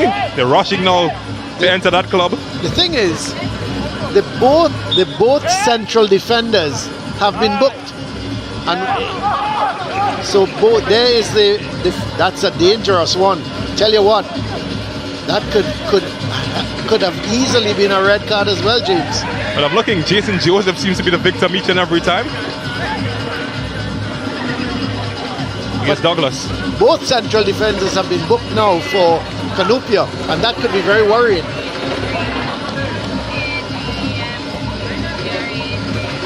Well, it hasn't been his best game though, Kadeem Graham. His first name is usually Rock, surname Gibraltar. Well, chance here, and oh, what a save that was from David, and it's a second bite at it. And wow, who's Gibraltar now? David certainly has taken that title. Injured himself in the process. Was an excellent ball though, played through. Was it to Dillon? Yeah, Nicholas Dillon was involved on the follow-up attempt. The first attempt though did fall to Leroy Wiley. So Leroy Wiley with the, or Bourne rather, with the first attempt. He showed too much of the ball to David. And then Nicholas Dillon at the follow-up. Yep. He was just a little too late, but look at the ball. Beautiful ball. And there is, was it Wiley? No, Bourne making the run, and he showed too much of the ball to the keeper. Well, he's back on his feet. The usual magic of H2O. It's a healing potion sometimes. Once again, David keeping them in the game, and this is AC POS Spain. Yeah, that's a team that will be coming up against the league leaders. They're in 5th position. Central Soccer World, if this result holds, could leapfrog them into 6th position. Nicholas Dillon, he's done his job so far. He's been the difference maker in this match. His goal, see them lead by 1-0. Not only with the goal, I think he's been the real engine of this team. He's been non-stop running. He's created the chances. He's been a real thorn when he's moved forward. He's playing almost like an attacking midfielder. Here's Wiley looking for space. Oh, that's a good ball. Can't pick out a teammate as Maloney helps out in defending. Daniel looking for options here, and heavy ball. Still keeps it alive though. Daniel looking for some support, and he gets it. Backward support. Howie. Well, his intentions was to find Douglas. Might still get him. It's well defended. It's a Cunupia throw. Just about 20 minutes left, James, for Cunupia to get back into the game. Well, we might see some changes as lots of action happening on the bench. Devon Modest is the man coming in. So they've opted for a striker, former national youth player, Club Sando player, Devon Modest coming in. And also coming in will be the number 21.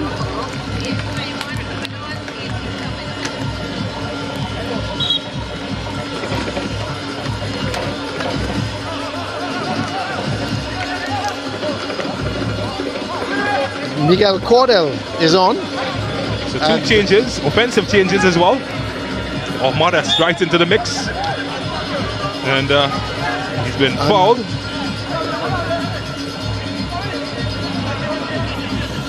So Keelan Burnett.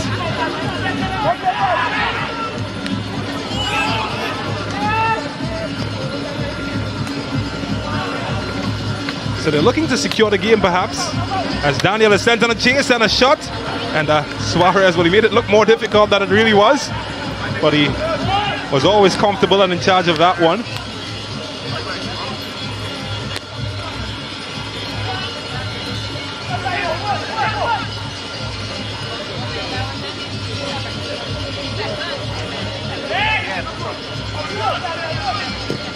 "17 minutes remaining in this fixture.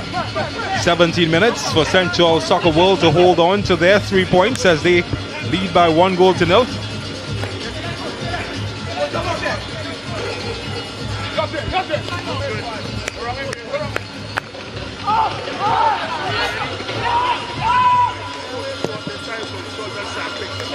Cowie forced to chase this one.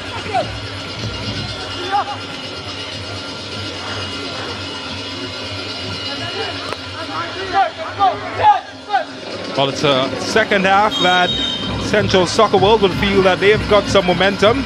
Just confirmation of the changes though. Leroy Wiley has been replaced and Theophilus Bourne by Keelan Burnett. And Kosi McLean, the other player coming in. Jason Joseph as well has come out. And he has been replaced by former Napoli man Anthony Paris. And Cunupia FC have made another change of their own. They have just brought in Matthew Sarant, so he makes his first appearance, that man. And he will replace Felix, the right back. Well, here's the substitute, McLean. So they're rolling the dice at the moment, hoping to make something happen.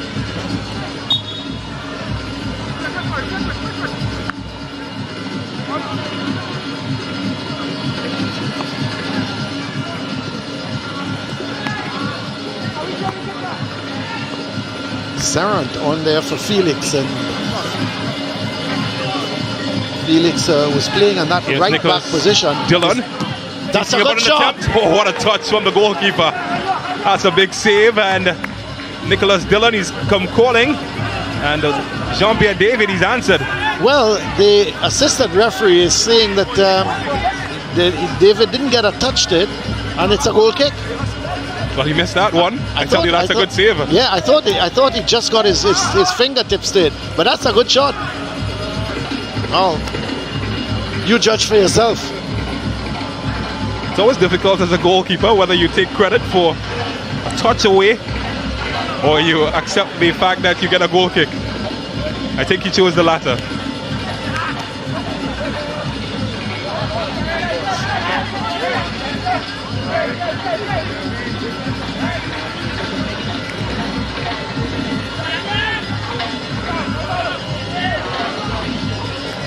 So just a correction, Kevon Williams is the man wearing the 21 shirt. He's swapped it.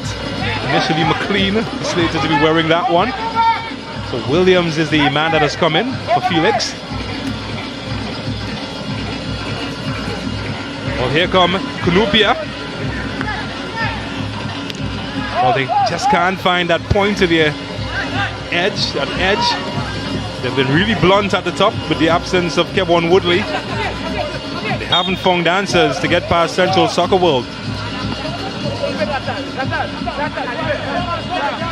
Speaking of Soccer World, Anthony Paris will be tasked to take this free kick, pushing them forward. It's good to see him back. He's old secondary school star, Anthony Paris. One of the top young players coming out of the SSFL. Williams doing too much, holding on to that ball. He should have laid it off. He's put his team under pressure, but that's good defending. Excellent defending there on the part of Cador.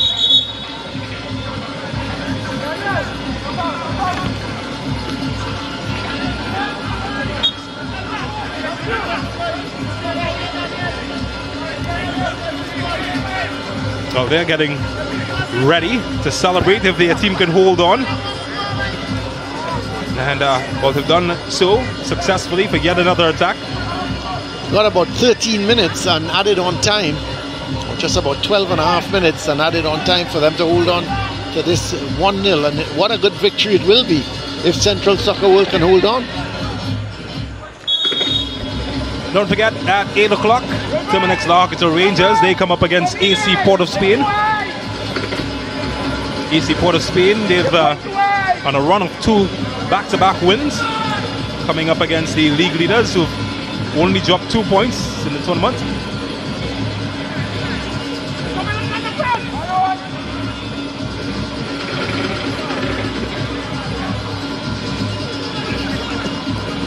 There's Dylan. Well, they're tussling he's here. fighting for it, isn't he? Such a tough player is Nicholas Dylan. But he's looking for a foul right in front of Quincy Williams, not given. Here comes Cunupia. Can they find that edge that they've been searching for? Maybe not this time. He's kept it in. Well, nope. He hasn't. It's been the story of their evening so far. Things just haven't rolled in their favor, literally and figuratively.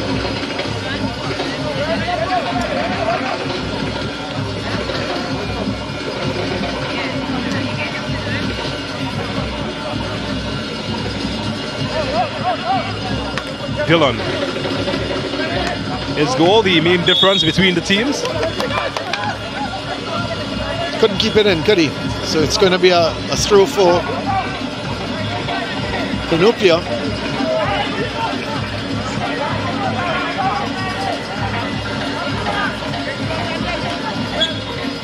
Oh, that's a foul. Well, they're certainly just taking the steam out of the match at the moment. Central Soccer World shutting down any momentum for Cunupia.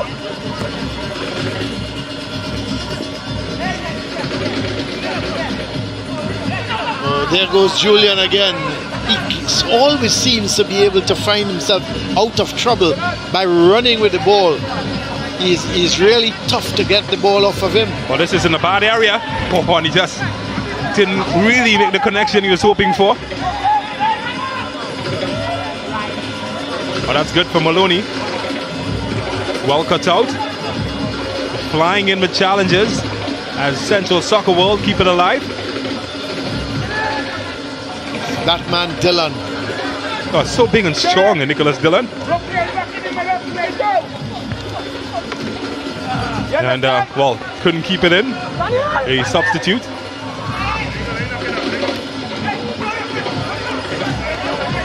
Well, we're inside the final 10 minutes of the match. A match that Central Soccer World continues to hold on to.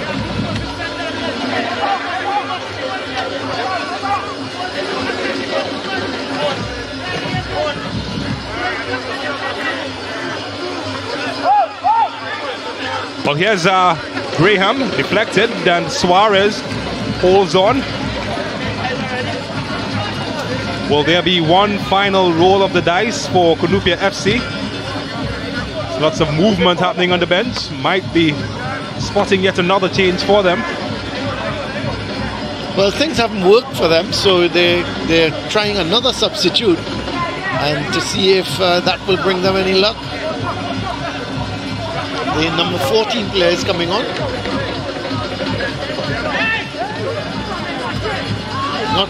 Not too sure who is coming on for. We'll just have to wait. Fight for this one. So they're going to be making attacking substitution, James. And well, this one goes into touch. Well,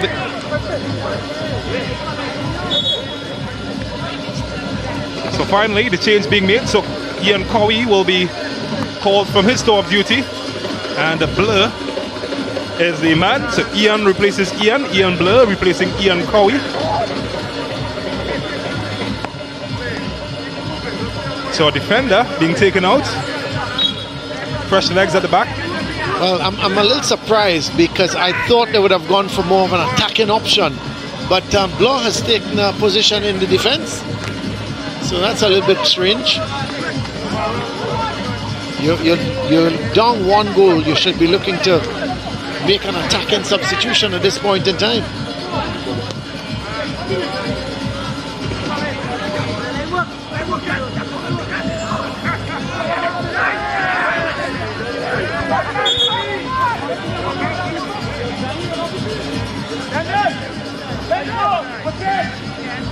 Well, players just been paused for a sec because another change is set to be made. It's a good time to check out our Sportsmax app moment.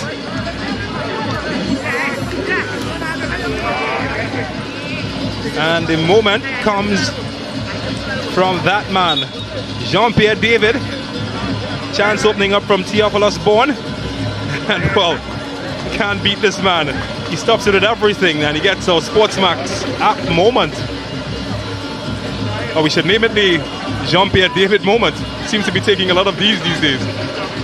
Oh, chance opening up here. Soccer World. Oh, what a save again. Or maybe this app moment came too early. That might have been one of them. How often have he kept Cunupia FC alive? And when you think about it, the goal today that beat him was a deflection. So he continues he's having such a wonderful tournament.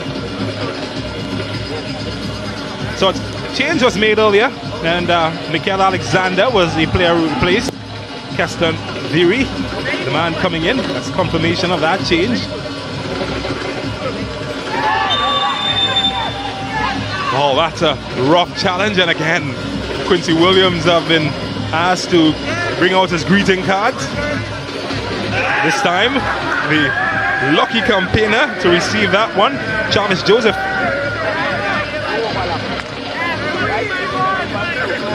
It's a second half that has seen lots of greeting cards, and Travis Joseph the latest to receive one of them, yellow in color.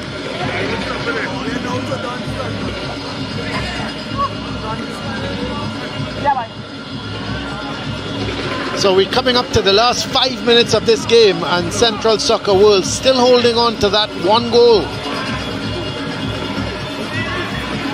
Oh, that's a foul, and it gives away a free kick in a bad area. And James, they've defended stoutly in this second half, haven't they? They've really defended stoutly. I think as a team, in general, Central Soccer World have defended really well. And when you look back, how many saves of Suarez, really difficult saves he's had to make? Not very many. As a matter of fact, Central Soccer World had the better chances. Camille Rivers will line this one up as they will be allowed to be continued. Well, Quincy Williams is looking across to the sideline as a change is set to be made, and Moses Jaikaran. You don't usually see many changes being made in set pieces. I'm not sure the coach might be too pleased that it's happening. In fact, he's waved it off. He's allowed play to continue. This one is floated into the back door, and well, it got past everybody, didn't it? As it goes harmlessly out for a throw, and it will open up the opportunity now for the change finally to be made. So Moses Jaikaran, former Carpe Chima man, is the player set to come in. And well, the referee has not allowed it to continue. In fact, Nicholas Dillon is being asked to walk off the far end of the field. That's surprising to me, Nicholas Dillon. He to me has played such a wonderful game. He is the player of the match as far as I'm concerned. So Jaikaran replaces Nicholas Dillon. He's done his job. His goal as Central Soccer World in the driver's seat in this match. Or maybe Cunupia might have something to say. So Suarez certainly denied that, and he puts up the glove with the number 1 in it. Says, I'm number 1 here, my team is at the number 1 position.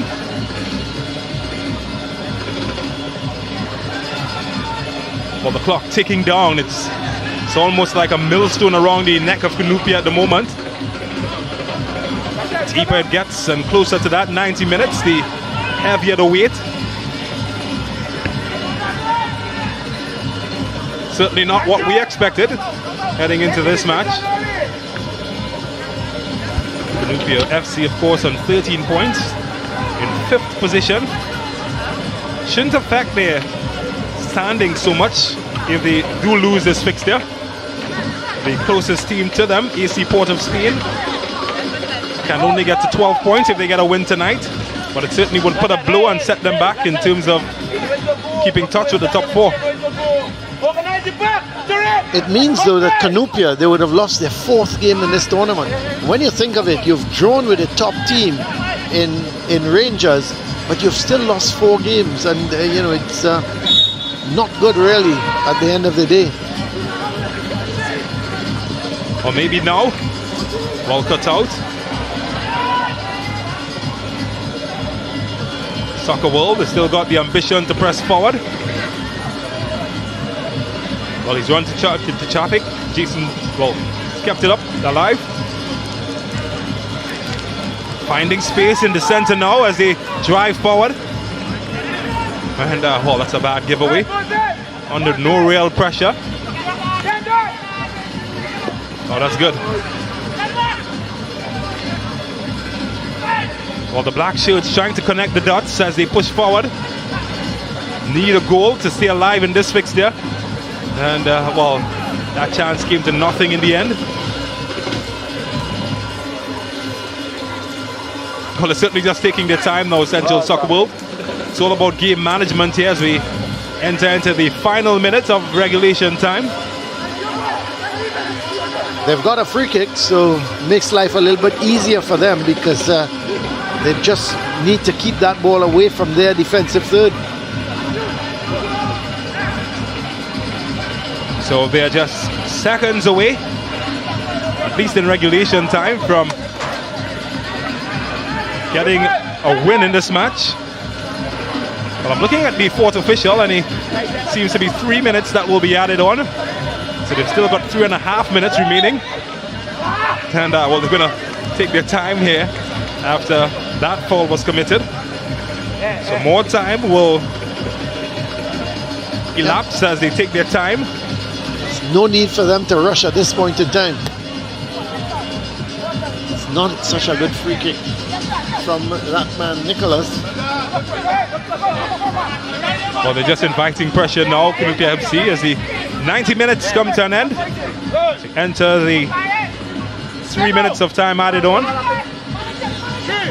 A Nicholas Dillon goal gives Central Soccer World a 1-0 advantage. Just a reminder to all our viewers that from 8 p.m. we will have the premier fixture here at the La Horquetta Recreation Ground. Home team Terminix La Horquetta Rangers. They will face up against AC Port of Spain.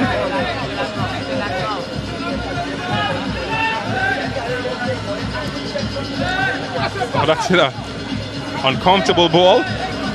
Bit of a shot from Julian. He's lucky to get away. Not spotted by the referee. Graham has to be careful. That's a good tackle. That's a very good tackle. And yeah, just frustration bubbling over at the moment. And another second half yellow card. This time to Daniel. He's been really busy this second half, Quincy Williams, dishing out yellow cards. Well, they've just got 2 minutes to hold on. Central Soccer World. There's Coach Boyce. Could be a famous victory for his team. Definitely. If they can hold on. They only got 2 wins in the 9 rounds that we've played so far in this competition. This could be win number 3 for them.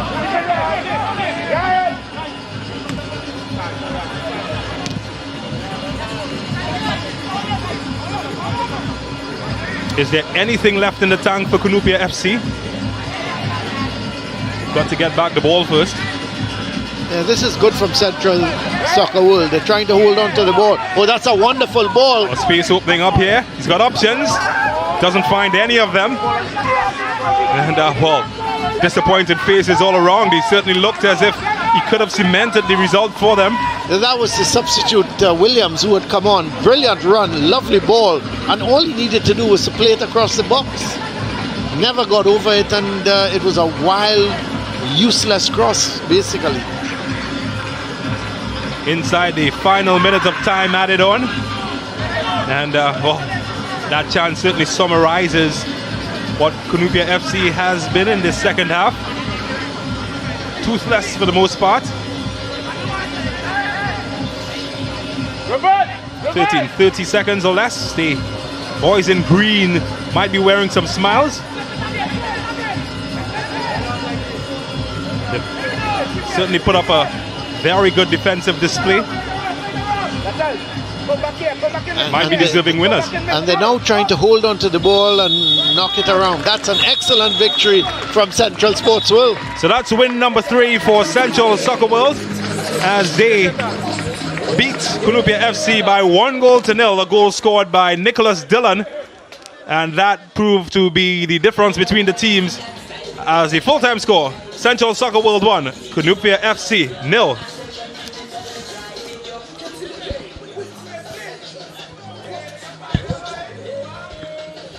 Yeah, so 1-0. Central Soccer World coming out victorious here. And the man scoring the goal, the winner, Nicholas Dillon. It was a deflected shot and beat goalkeeper Jean-Pierre David. And that's all Central Soccer World needed for victory here this evening. Here we see the referee having a word with the man from Central Sports World, that's Jason Joseph. But a good victory, the officials making their way off. And there is the match winner, Nicholas Dillon. So let's have a look at the highlights. With a long throw with Ian Cowie and then Travin Caesar with a very acrobatic type of shot, and that just eluded the. This is Caesar again. This was on a platter for Semper, and he should have done better. Tried to side-foot it past the keeper, but he should have gone with his laces, hit through the ball. And this is a wayward shot, high over the bar. And that was Dillon. He had the opportunity again to put it in the back of the net, never got over the ball. A long-range shot there coming from Brewster. And then this is the deflection. This is Dillon with the shot. It was deflected in the top corner, and that's all Central Soccer World needed to get the winner. And Nicholas Dillon did extremely well with the shot, and there was a deflection, but who cares? At the end of the day, he was able to put it into the back of the net. And this is Cunupia again with another effort that just wide of goalkeeper Suarez. He was stretching to his left, and luckily it just beat the post. And this, a nice ball through to Bourne. And let's see, he goes past his man, and still Bourne. He now has the shot, and that's a great save from David. A lovely bit of footwork from Bourne. He had the shot, and David was equal to it. Shot coming there, and that was in the back of the net, but in the end was Semper was judged offside, and so it didn't count. And this is another chance. Bourne trying to go wrong David, and David did extremely well. Dillon on the follow through. This is a shot again from Dillon, just wide, and here comes the final chance for the man who came on as a substitute, Williams, and he put it wide. But let's go down to James now. So yes, we have the stats before we go to James. Let's just quickly run through the stats. 13 shots for Cunupia, 12 for Central Soccer World, so pretty equal there. 8 shots to 9, again in terms of shots on target, so you can see just how even this game was.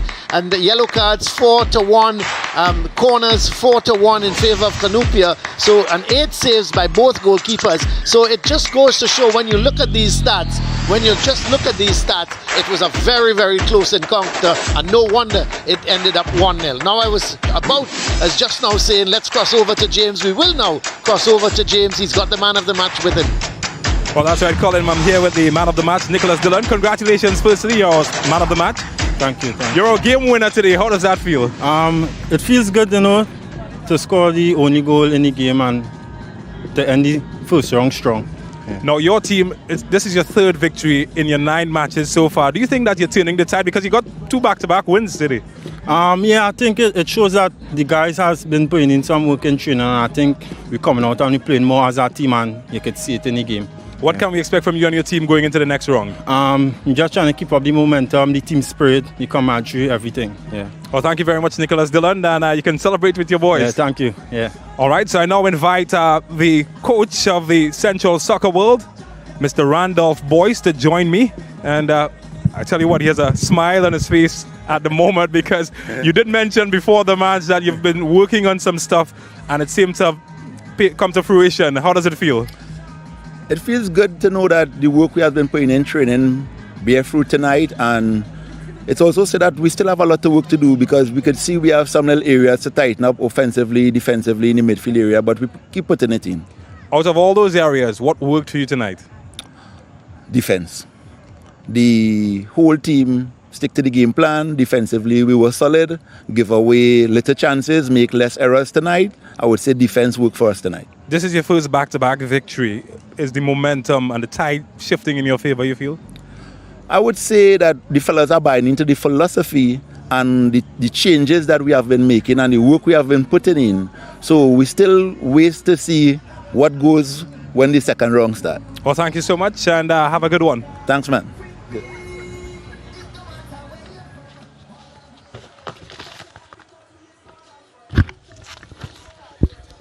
Okay, well, let's have a look at the Campari Player of the Week. And let's just...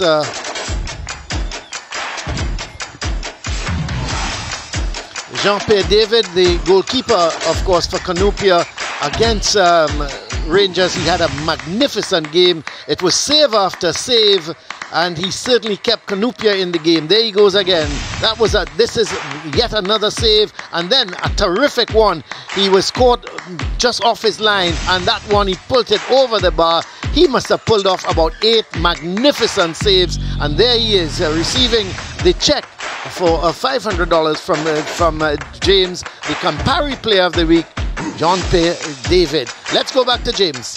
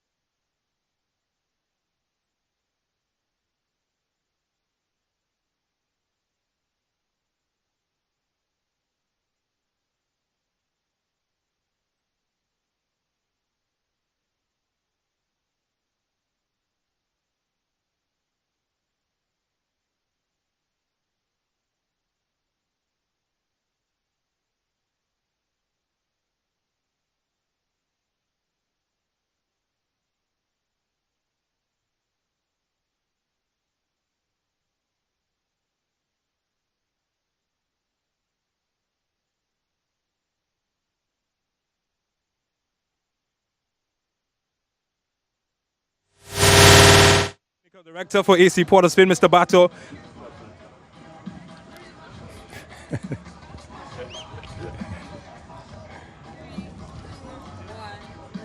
I'm here with the technical director for AC POS, Mr. Bato. Your team, you've been making moves. 2 back-to-back wins for your team. Do you feel like the momentum is shifting in your favor? Actually, we would like to make it 3 back-to-back games after today.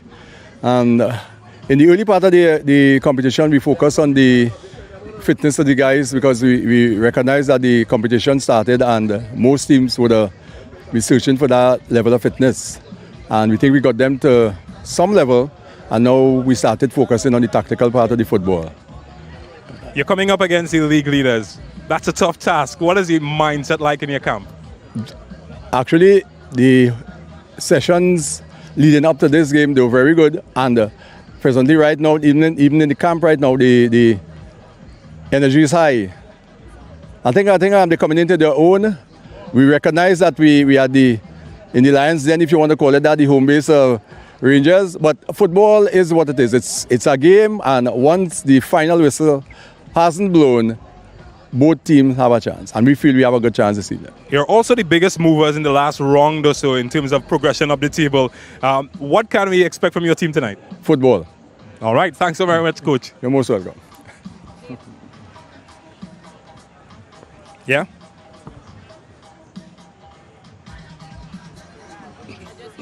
Thank you.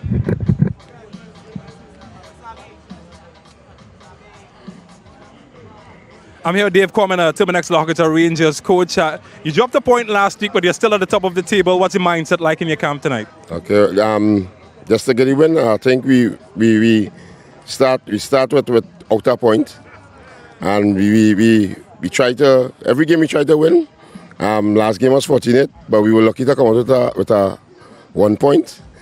But both teams, I think, come into and win tonight, and we try to be victorious tonight. Well, the gap has been closed. Army, they're level on points with you at the moment. Does that put any pressure on your team, you think? Not really. I think it's still early days in the tournament. I think we're still in the first rounds. The table is very close from 1 to, you could say, the 4th team or the 5th team. There's a lot of games to go still, and we'll try to we'll take every game by game until the end of the season. Well, thank you very much, and have a good game this evening. Okay, welcome. Thanks.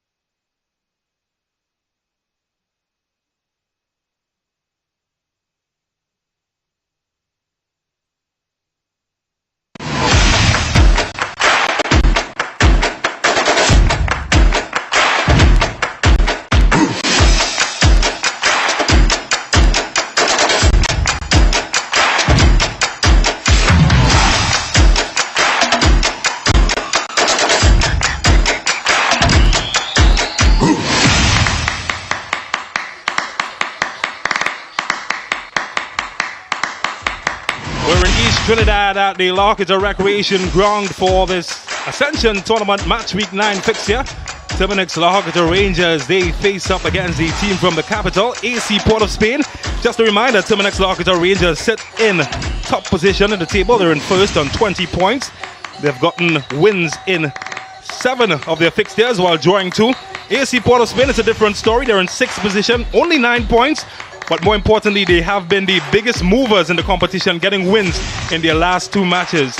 Well, James Saunders is my name, and I'm joined by Colin Murray for what an exciting fixture as we welcome our viewers on CCN TV6 in Trinidad and Tobago and those around the region at Sportsmax. It's a big fixture, one with a team that is in good form and getting some momentum coming up against a team that are yet to be beaten in this competition.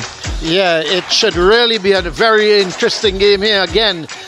You're talking about a team that they've got the home support, they're playing well, they're top of the league against a team now that has suddenly found their feet, found the form, has got some wins behind them, and they've got some confidence. So, you know, it's not a situation where Rangers can just walk out here and think that they're going to take this game. It's far from it.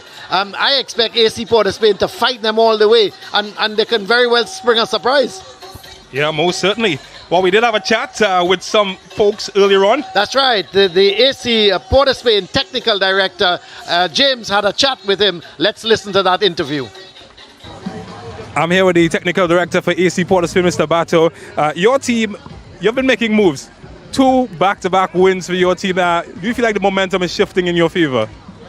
Actually, we would like to make it 3 back-to-back games after today. And in the early part of the competition, we focus on the fitness of the guys because we recognize that the competition started and most teams would be searching for that level of fitness. And we think we got them to some level, and now we started focusing on the tactical part of the football. You're coming up against the league leaders. That's a tough task. What is the mindset like in your camp? Actually, the sessions leading up to this game, they were very good. And presently right now, even in the camp right now, the energy is high. I think they're coming into their own. We recognize that we had in the Lions Den, if you want to call it that, the home base of Rangers. But football is what it is. It's a game, and once the final whistle hasn't blown, both teams have a chance, and we feel we have a good chance this evening. You're also the biggest movers in the last round or so in terms of progression up the table. What can we expect from your team tonight? Football. All right, thanks so very much, Coach. You're most welcome. I'm here with Dave Corman, Terminix Horquetta Rangers coach. You dropped a point last week, but you're still at the top of the table. What's your mindset like in your camp tonight? Okay, just to get a win, I think we start with outer point, and we try to every game we try to win. Last game was fortunate, but we were lucky.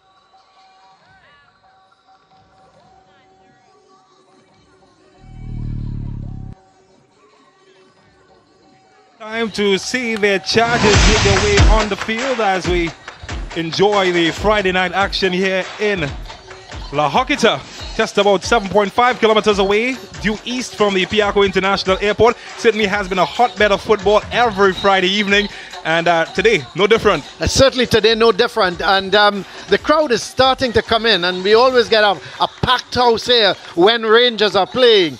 And I expect the crowd to build in the next few minutes. So far, it's not a very big crowd, but here comes the officials together with the players, and Rangers starting as hot favorite. They should really, in red, they should really come out here and put on a good display. And I expect them actually to win the game. But having said that, AC POS Spain, they are going to fight tooth and nail to get a result. Well, lots of experience in the referee's cast coming out this evening. Jassy McLean in there, and Caleb Wells to the far right. He's the man recently appointed to serve at the FIFA World Cup later this year as the man to the right of your screen. So Caleb Wales, Jassy McDonald, and Cox will be the men in charge of this fixture. Tyrone Charles will wear the captain's armband for Terminix Horquetta Rangers. He's to the far left of your screen. He replaces Jamal Crichton, who has been rested for the first time in this tournament, and that's a big surprise. Real Gill, of course, his contribution to this team has been very good. So they've had some changes. Leslie Russell will be out. Jesus Perez, the former T&T Youth International, will be in there. So lots of changes in the Terminix Horquetta Rangers camp as they come up against an AC POS Spain team looking to continue on their good form. Yeah, it's going to be a tough one for Rangers. You know, when you're at the top, you only got one way to go. But look at the skippers, just taking the toss, and so just a word with the captains as we take a look at the lineups, beginning with the team from the capital. Jadel Poon Lewis, he's been one of the top performers, the goalkeeper in goal for them. They've got Malik Mirez, he's been decent. Maurice Ford has T&T Youth International experience. Mikel Poon Angaran played in Argentina with Banfield, and his experience would be required in the middle of the field, while Che Benny is expected to spearhead the attack for them. Walt Noriega is the coach of the team. And on the opposite end for Terminix Horquetta Rangers as well, they've shuffled more than a schoolyard bingo. Russ Russell Jr. keeps his place together with Javon Morris, Caleb Sturge. They would look to spearhead the defense with Jesus Perez, T&T Youth International. Daniel David and the man from Maruga, Maurice Dick, will man the middle, while Real Gill, Tyrone Charles, and Isaiah Raymond will spearhead the attack for them. Look at that bench, it's a packed bench, and they're coached, of course, by Dave Commoner. Isn't that a strong bench indeed? You can pick any of those to come on, and they can make a difference to this game. So it's going to be really tough for AC Port of Spain, but we thought it would have been tough for Cunupia last week, and they held on for a draw, so anything is possible. So the teams are raring and ready for action in this fixture. Real Gill, what impact will he have today? He scored the lone goal for Terminix Horquetta Rangers last week, and he's hands down been one of the best players in the tournament. 18 years old, expected to spearhead this attack. So referee Cox looks at his whistle and decides that it's time for action here at the Horquetta Recreation Ground. Terminix Horquetta Rangers in red against AC Port of Spain in yellow. Well, almost immediately, Gill gets in the action, and expect to see a lot from him. And the attack that includes Tyrone Charles and that man, Russ Russell Jr., the left fullback, just loves scoring goals. He's among the top scoring defenders so far in the tournament. Well, a chance could open up here. Easy in the end for the goalkeeper.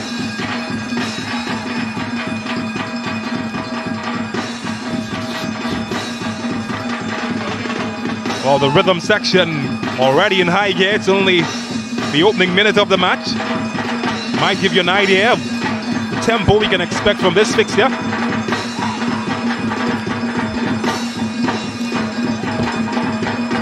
Well, it's a tussle for this one. One that's won in the end by Miresh. And Caleb Sturge has a chase on his hands that he wins.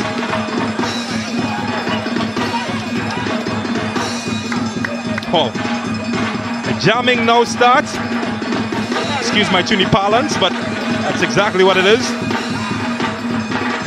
And the crowd is starting to build as well. So we expect the drums to get even louder as the crowds come in. Well, that's a man who will have a lot on his shoulders, Punangaran.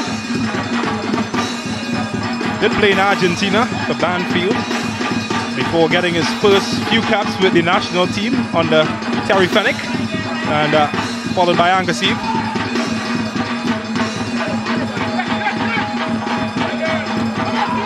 Yes, Che Benny, Tangaron linking up well, and already in a good position here. Chance opening up, and well, Javon Morris was solid as he kept that out.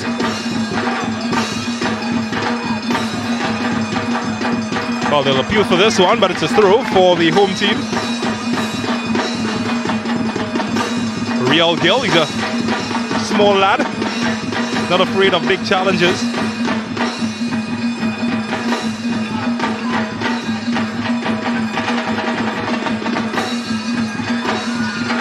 Well cut out. Daniel David, Maurice Dick goes against him though. It's a free kick to AC Port of Spain.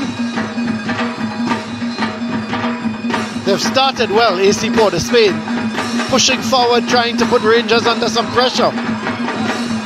Well won as they push forward here with Isaiah. Looking for room, and it sends Junior Asun on a sprint. Oh, that's a good looking service. Is anybody at the back door? Tyrone Charles just missed it. Real Gill opening up to Daniel David.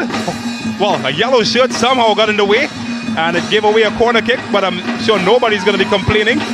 Yes, the thing is, you can't give away the ball in the middle of the field, and once they give away the ball, it's real problems.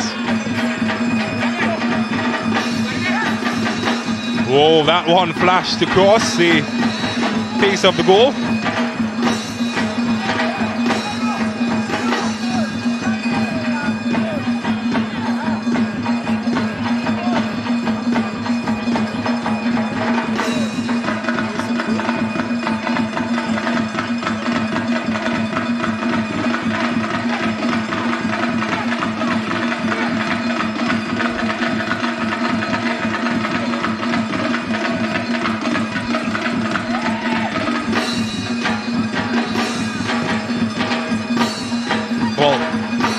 just sense the high energy egged on by the rhythm section.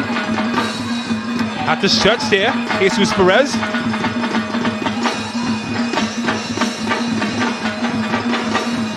Chance could open up here.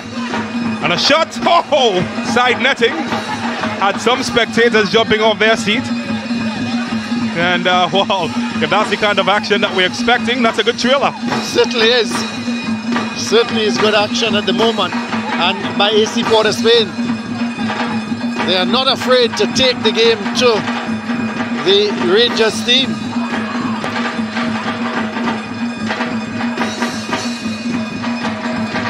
It was a difficult angle. He had to get it right, and he had to maybe go for the far post.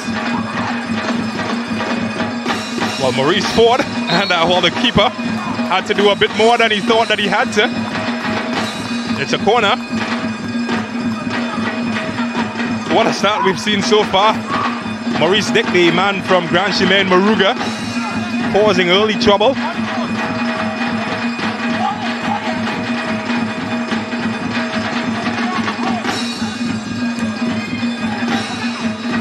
It was dipping under the bar, and the keeper had to make sure and get a touch.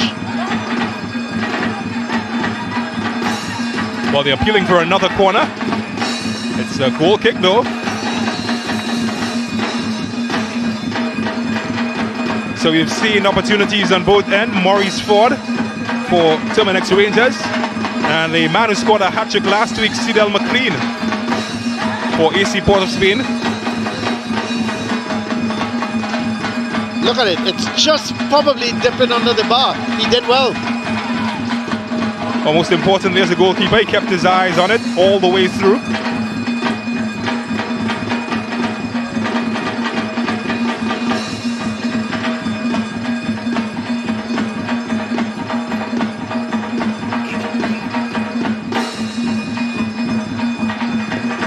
Well, what a 7 minutes we've witnessed so far.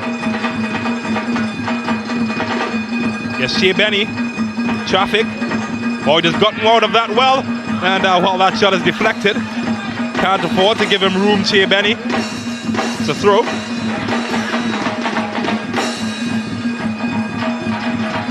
Well, Caleb Sturge to Benny.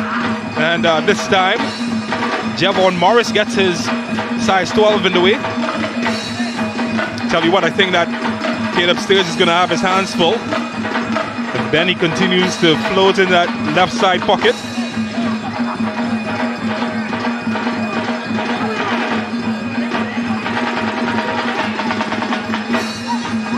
But he has to hurry. Does well, keeps it alive. Eastman wins the throw.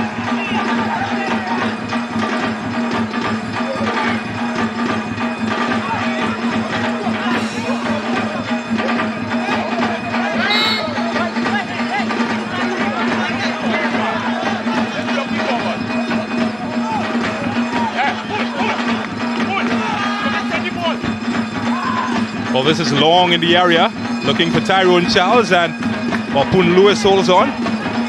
Well, they've got a family connection in goal for AC Port of Spain. You might have seen his younger brother in earlier matches in goal. This is the older brother, Jadel Poon Lewis.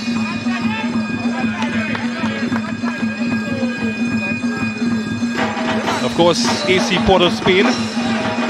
They're a club that has replaced Northeast Stars in the competition.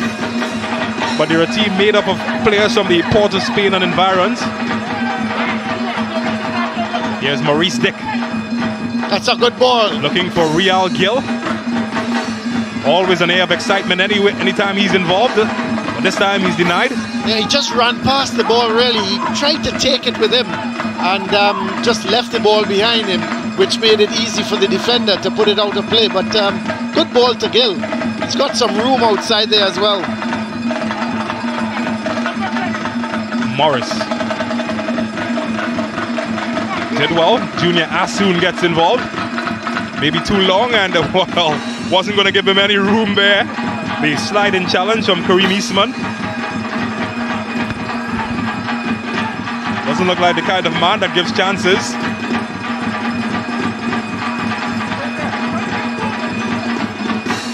Here's Junior Asun, the former Shiva Boys man. Dick looking for Charles, well cut out.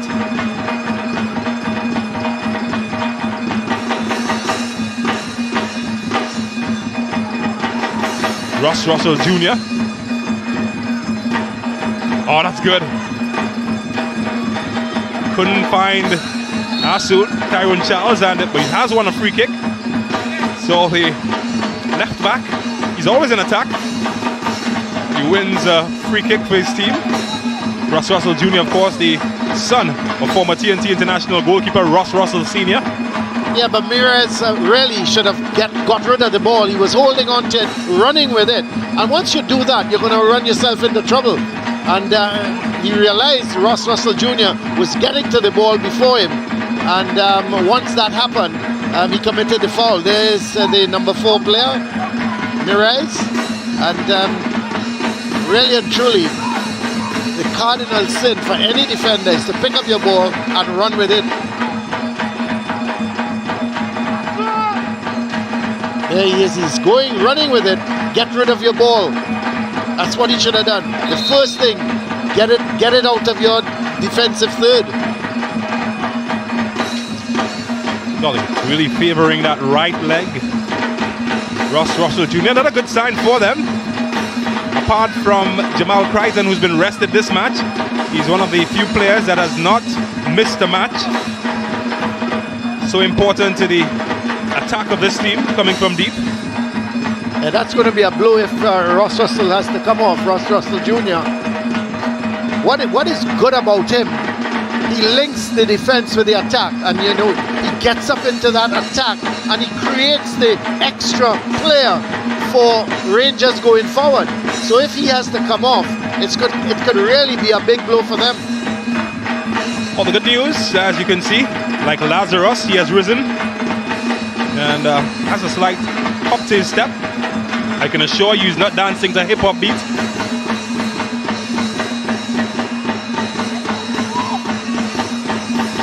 So Daniel David will stand over this free kick. He's got lots of options. 5 red shirts in the area. And he goes at goal. Oh, didn't quite get the coordinates right. Never did. Never really threatened the keeper. Let's have a look at that. He pushed it too far ahead of him, and Ross Russell Jr. took a real knock there, but thankfully he's going to be coming back onto the field. Well, that's what you call in football a dead leg. Yeah. It's when you get that knee into your thigh, that hamstring area. It's very painful, but usually you can walk it off. But Mirez tried to run with the ball. He got possession and he pushed it, but he pushed it a little too far ahead of him. There's Mirez this time doing the correct thing.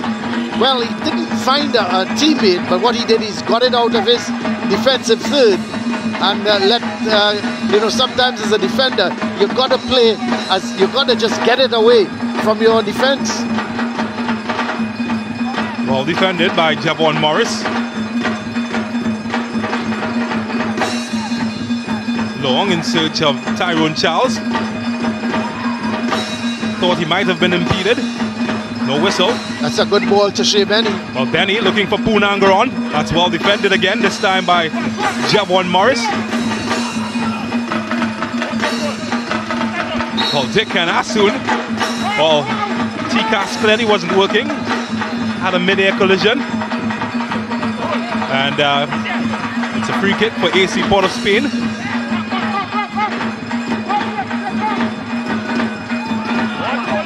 Well, must have had his signal scrambled.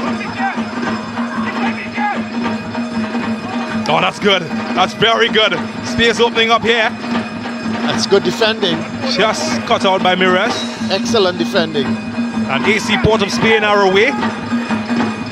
It's a foot race, and well, I tell you what, don't look at the size of Javon Morris. He can keep up when he needs to, as was just proven.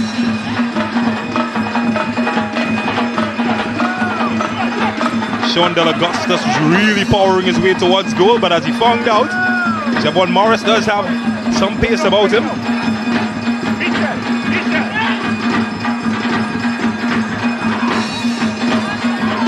Caleb Sturge finds Daniel David in some space.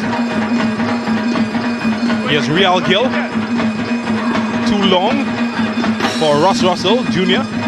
Aimless ball in the end, was it? That's a good distribution from Poon Lewis. Well, he's 1v1 here. He's got some space to make something happen. Oh, that's very good. Can he find a yellow shirt? He does, but he didn't make clean connection. And, well, that's the best chance that he got. He didn't cash in his ticket, though. Well, I think the defense, give the defender credit. He held him up. Sturge was the one. Made life uncomfortable for Augustus. It was a good cross ball. Let's face facts, a lovely cross ball. But Sturge just got enough to put Augustus off.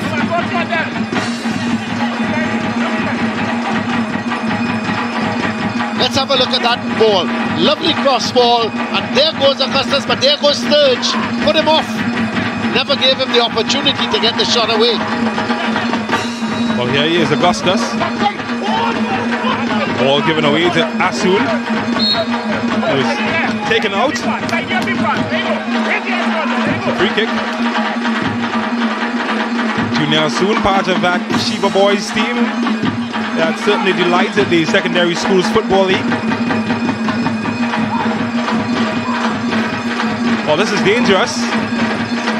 But they somehow get it away. Only partially though. Daniel David measures his mark and only finds the goalkeeper.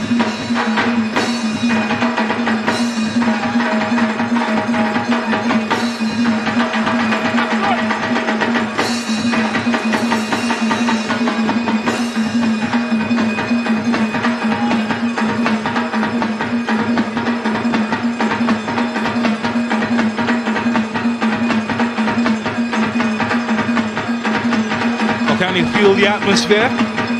It's tense at the moment.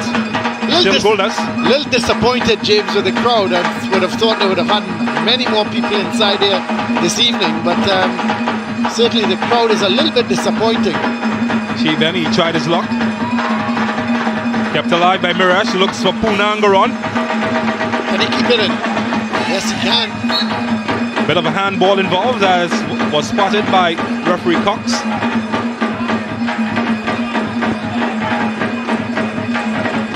Jabari Sinclair. Starting this match, he did come off in the last match injured. Has been rotated with Jabari Bryce for much of this tournament.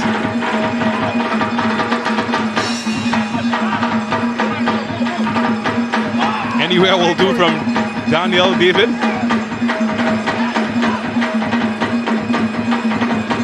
Oh, that's confident for Mirash.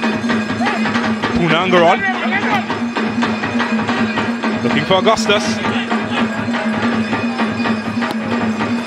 Morris does well in the end, just saving it from going out for a corner. Well, if it's one thing, they don't look one bit intimidated, AC Port of Spain. No, they certainly don't, and they're taking the game to Rangers. They won a corner. Well, I think the referee said it's a goal kick. Well, Caleb Sturge was certainly protesting for that, as the ball has been taken to the corner flag.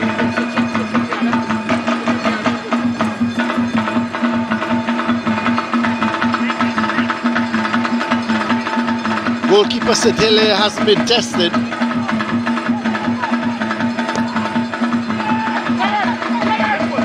Aimed in at Tyrone Charles. Does get ahead, couldn't find the red shirt.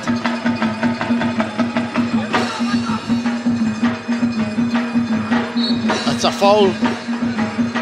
Benny certainly hasn't really been involved much in the attack for AC Port of Spain. Well, he hasn't got the ball, has he? He's really touched the ball here this evening. Even Punangaron, he's now getting possession and sends it to Benny. Benny tries to thread the needle. Couldn't get past Ross Russell Jr.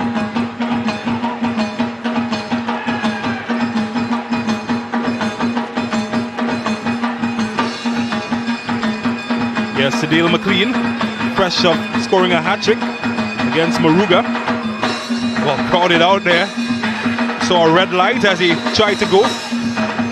It's away by Asun.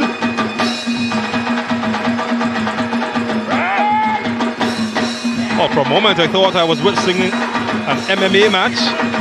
Please continue. Oh, that's sloppy. And Raymond is away. Outnumbered.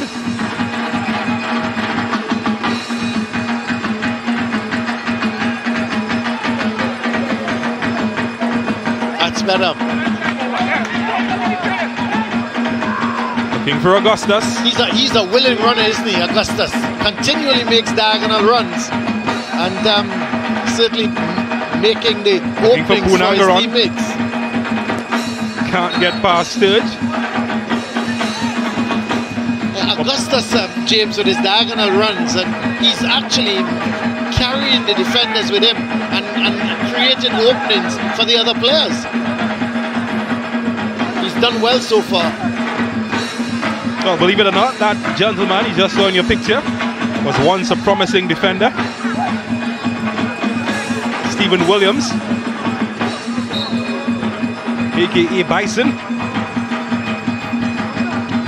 Well, here's a chance from a set piece that is headed away by the centre forward Tyrone Charles. It's well defended. McLean's pass is cut out.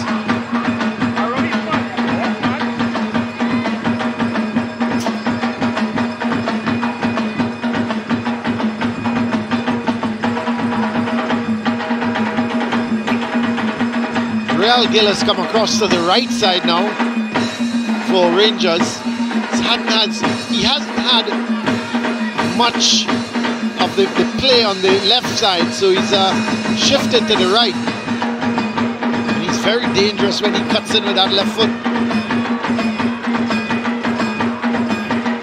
Well, lots of space here for Che Benny to exploit, but his pass is well cut out. He's looking for Augustus. Here's Asun. Well, if it's one thing about both teams, they've both got the legs and the youthfulness to run at each other. Well, he's lost that one, hasn't he? Maurice Dick, Punangaron, pushing forward, Augustus. They're piling numbers forward. Sitting deep, Terminix Rangers, inviting pressure. Angaron. A yard of space maybe. Well cut out.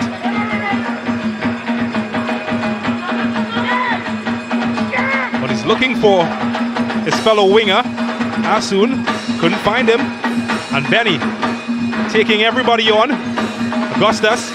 A yard of space maybe. And easy for Sintele in the end. That was not a bad effort because Augustus was making room for himself.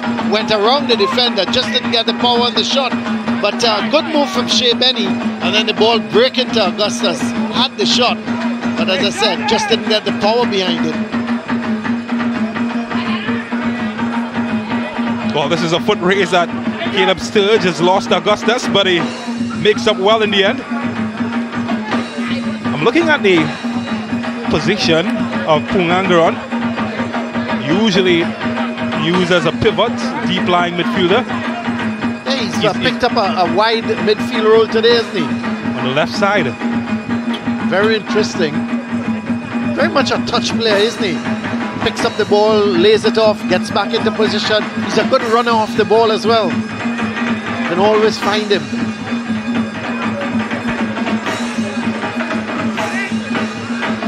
Stevens.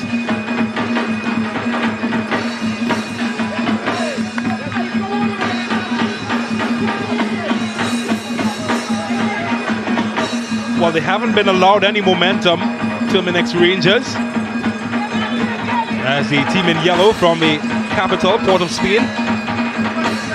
They've been the ones that have created moments like this. Chance here. Oh, wow. Not a bad effort. Well, that's not a bad effort at all by McLean. I'm sure I heard some wind coming out of the pants of the goalkeeper Sintele as he looked at that, passing his far post. Well, I'm not sure if it's just wind, because that went mightily close. It was a good cross, and look at this from McLean. He hit it one time, and that could have easily nestled into the corner of the net. That was an excellent attempt by McLean. Excellent. I tell you, this team has started to play very well. AC Port of Spain. They're not afraid to attack Rangers. They're using the width of the field, and they're getting the crosses in. Well, here's Gill trying to take on two. Loses that mathematics equation. Raymond will hustle and doesn't get it. It's a goal kick. The thing is, when you get the chance, James, against a team like Rangers, you've got to take your chance, because they are such a quality team. When they get the opportunity, they're going to make you pay.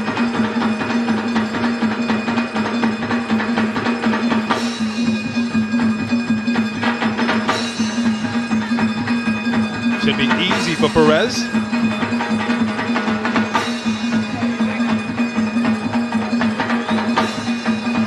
Daniel David has his hands full in the middle as Charles looks for Raymond.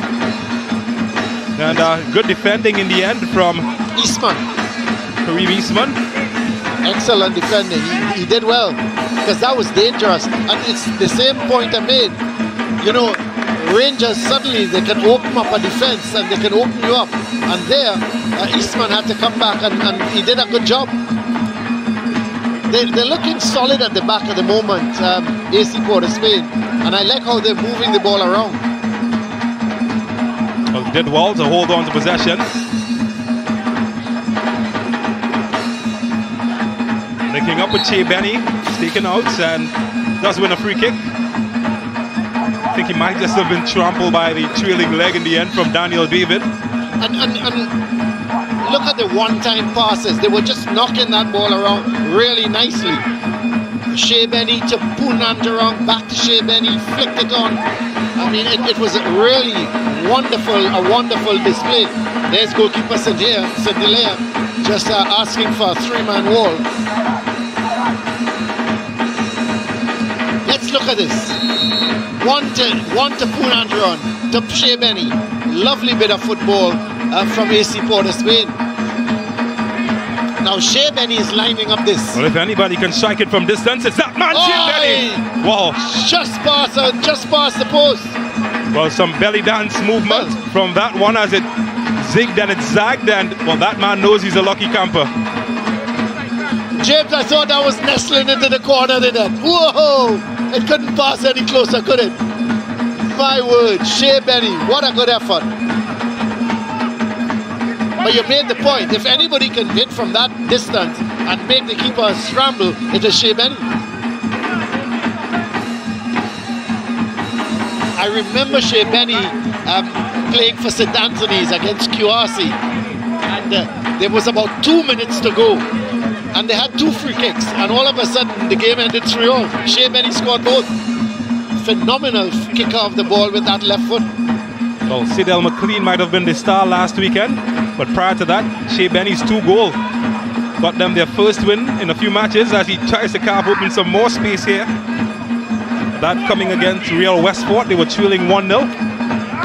His 2 goals pulled them back in the contest, and that broke a 2-game losing streak for them. They will do well to keep an eye on Shea Benny, Rangers, if they give him room. If they give him room, I tell you, he's going to make them pay. Well, they've got to do some defending though, as it's a deep throw. Asun's touch is heavy, but he keeps it alive. Looking for Charles. And well, again, that man Eastman comes to the rescue. But they're allowing the ball to drop in some dangerous areas, AC Port of Spain. Got to be careful.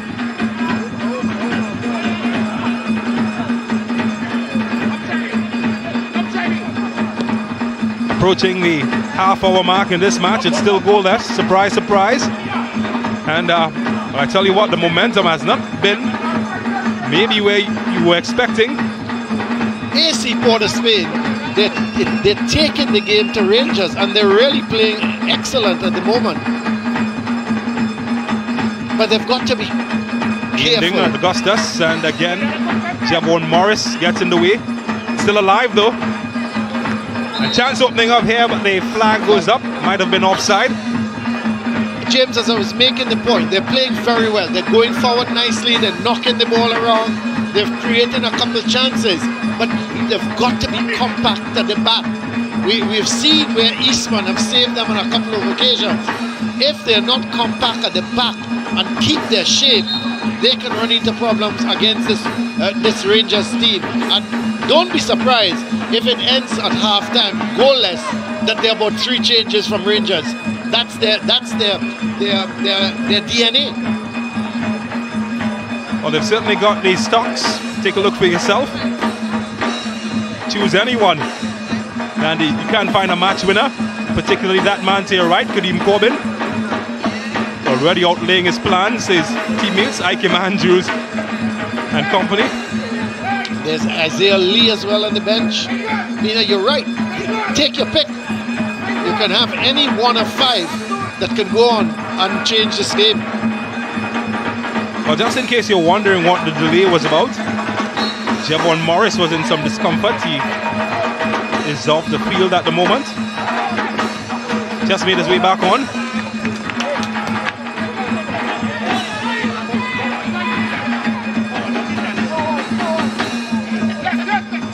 Punanga on.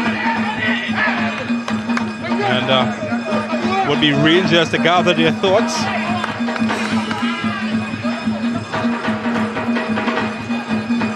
Well, they've certainly scouted far and wide, Terminix Lockett Rangers. Well, this is dangerous looking. Tyrone Charles hustles them almost out of possession. And well, try to get it anywhere, but only put it as far as McLean. He's got Augustus ahead of him. Punangaron in, couldn't find any of them as his pass is cut out.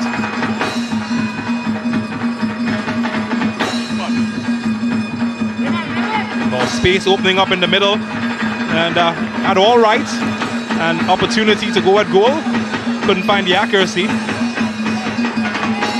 I was making the point that Rangers, they've scouted far and wide. They're a team in East Trinidad, just about 4.5 kilometers away from the borough of Arima. But they've got players from all across the country. Gasparillo, Maruga, West Trinidad, Central. Oh, that was brilliant by Gill. And they've got the homeboy Gill. The control by Gill was excellent. That was a difficult ball to bring under control.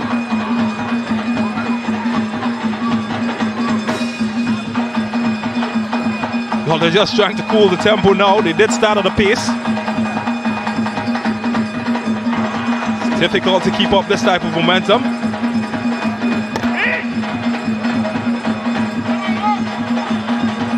Now, Real Gill is off the field at the moment, receiving treatment. So they're short a man at the moment as Shea Benny looks to open up some room. Here's McLean. Benny and Junior Asun pulling his hatchet. To tell you, James, how AC POS have been putting Rangers under pressure. How many times in the last, say, 10 minutes have you seen Ross Russell going forward? Ross Russell has not been going forward at all. And we don't see that. It's another foul on Shea Benny. Well, we saw him score from this angle. Oh, he scored from this angle in the pass. Can he do it again? Not this time.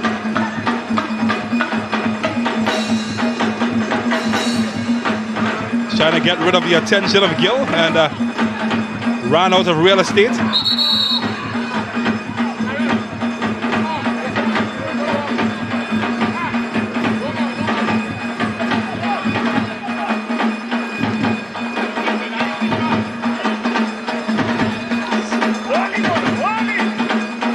Shot from distance. That was ambitious. Kept his eyes on it as it flew overhead. And well, Mirash, he's just part of everything, whether defending or having Hail Marys. It had some power, but just lacked. It didn't come down in time. Very ambitious.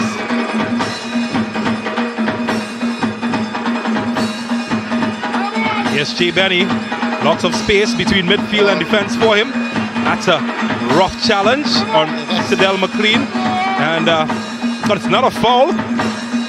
Yeah, it is a foul. I thought it deserved a card as well. But I'm looking McLean, I tell you what, McLean was away. I'm looking at the geography of it because he pointed to the corner flag, and it's inside the area. And that's why I was asking the question. Well, I'm surprised if that is a corner, not a foul. Let's have a look. McLean was ahead of him.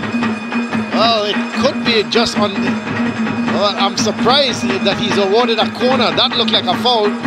And maybe, just maybe, he got most of the ball. I don't know what you make of it, James. If you thought he got most of the ball, I thought he got the man. He came from behind McLean. Let's have a look. You tell me he got the ball there, James. You tell me he got the ball. Okay. Well, that's why. That's right. Why they don't hire me in the hour booth. I don't know. Cox seems to think otherwise.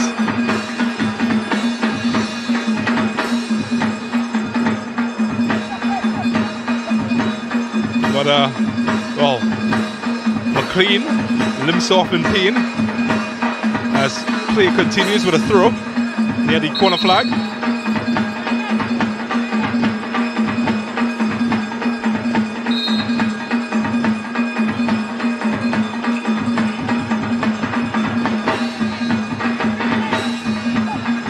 Maybe more danger could be had from this one. Comfortable.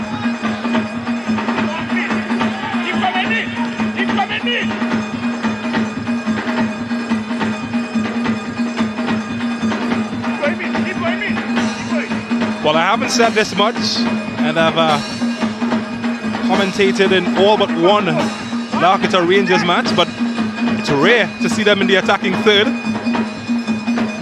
That's not something you say every day. But not much time spent there either.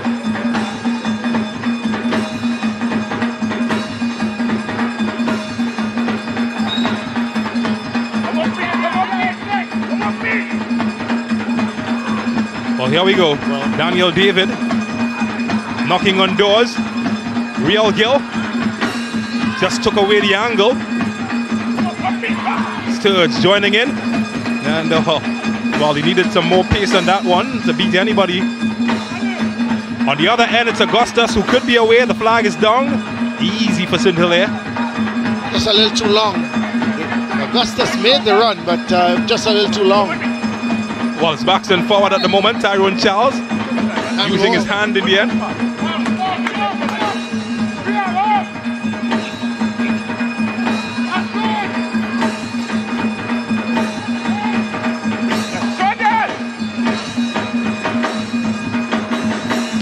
Seven minutes of regulation time remaining in the first half.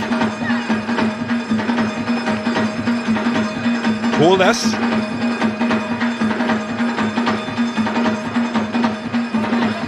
AC Port of Spain playing in the bright lights of La Horquetta and certainly performing. They're starting to look very confident, aren't they? They're knocking the ball around. You know, they have really dominated this first half. Rangers have, not that Rangers does not have the moments, they've had the moments, but in general, this AC Port of Spain team, really, they belie their position. They're looking a much better team than where they are in the standings. Well, they are high in confidence. Won their last two matches. Prior to that, they lost their last three. So they have found some form, just at the right time, you might add.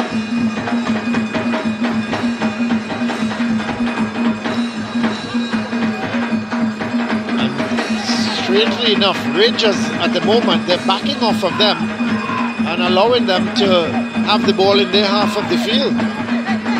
It's interesting. They're not putting them under pressure at all. Look at them. They're just knocking the ball at the back. And the Rangers team is just standing up and looking at them and going from side to side. And AC POS Spain just continue to keep possession. Sturge As well. Dick helps out and Morris sends it into the pavilion. That's not a good clearance from Morris. Big man at the back.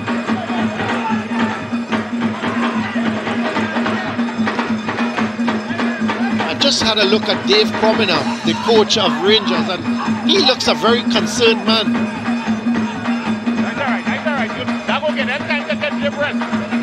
But he did say prior to the match that he's not concerned.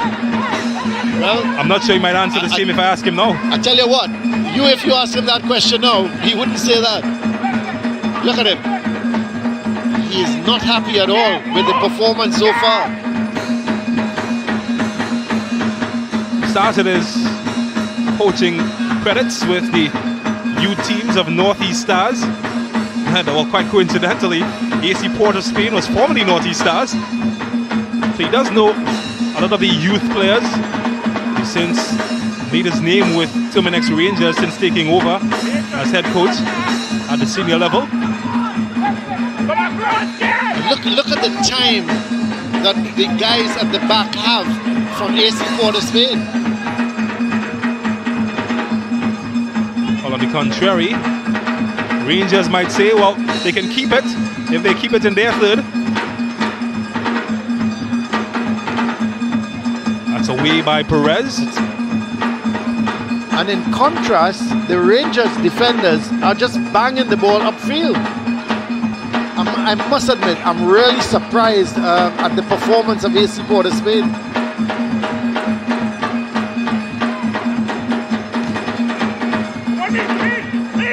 I think Ross Russell Jr. in particular, he's entered the Rangers half in the last 20 minutes about 2 times. It's really amazing what is happening here. Well, it's like a chess match with that man. And at the moment, he feels confident. Here's Raymond to Gill. Well, unconventional, but it did the trick. As Benny is cute and he finds McLean, who's in a foot race against Ross Jr. This could be his offside. And the flag brings his joy to an end. But that was a warning shot. What a ball from Shea Benny though. I think, and McLean he couldn't get control of it to play it off to Augustus, who had made the run. And he had to hold on a little while. And in the meantime, Augustus did not check his run. And so by the time the ball was played to him, he was offside. That's another good ball from Punancharon. Let's have a look at it. He looked up. That is when he should have played the ball. He looked up and he saw Augustus. He held on too long. It should have been, as he picked up the ball, he turned with it. It should have been a one-time ball to Augustus. He held on, he ran with it, and the chance was lost.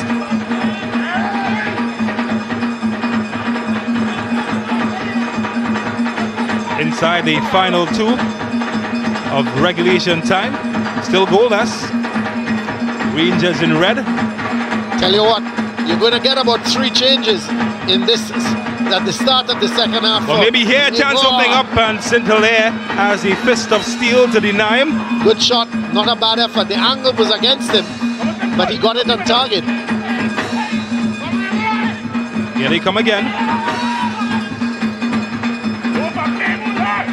Here's Real Gill, looking for Tyrone Charles, the skipper this evening. Oh, that's good from Miresh. He's so confident coming out of the back, the number 4. But he's lost it, and well, there's space left by his positioning. As Tyrone Charles take a run at them.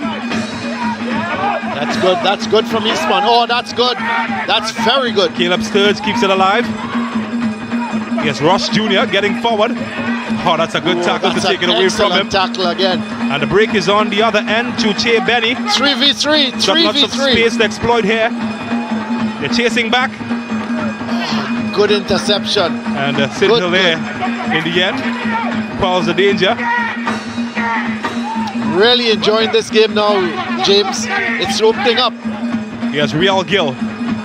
Chances opening up as we wind down to 45 minutes, and he's gone for the far post. And for last week we saw him put that in the far corner. Well, this week, gravity not really on his side. That's the danger man, Real Gill.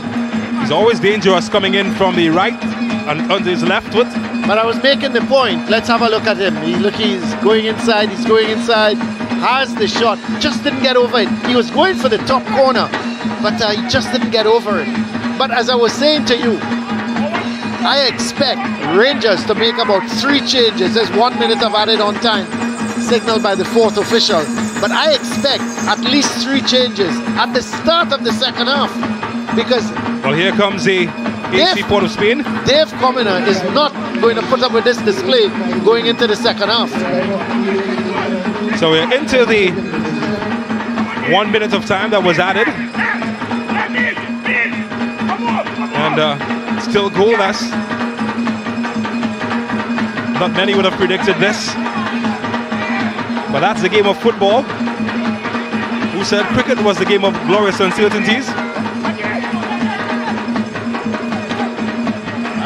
Is there one last bit of action in the first half?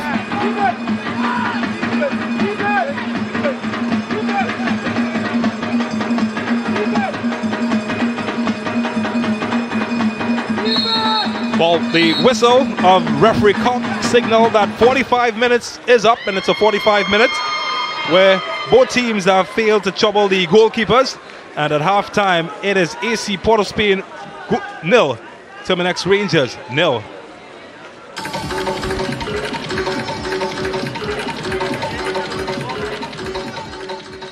So there it is, halftime. It's goalless at the moment between Terminix La Horquetta Rangers and AC Port of Spain. A goalless half, but a half full of action, and a half that was really dominated by AC Port of Spain. Surprisingly enough, they've taken the game to the league leaders, and they had a couple chances to put the ball into the back of the net. They did not take it, and who knows, they could very much pay for that. When you don't take your chances against a team of the quality of Rangers, you're sometimes made to pay.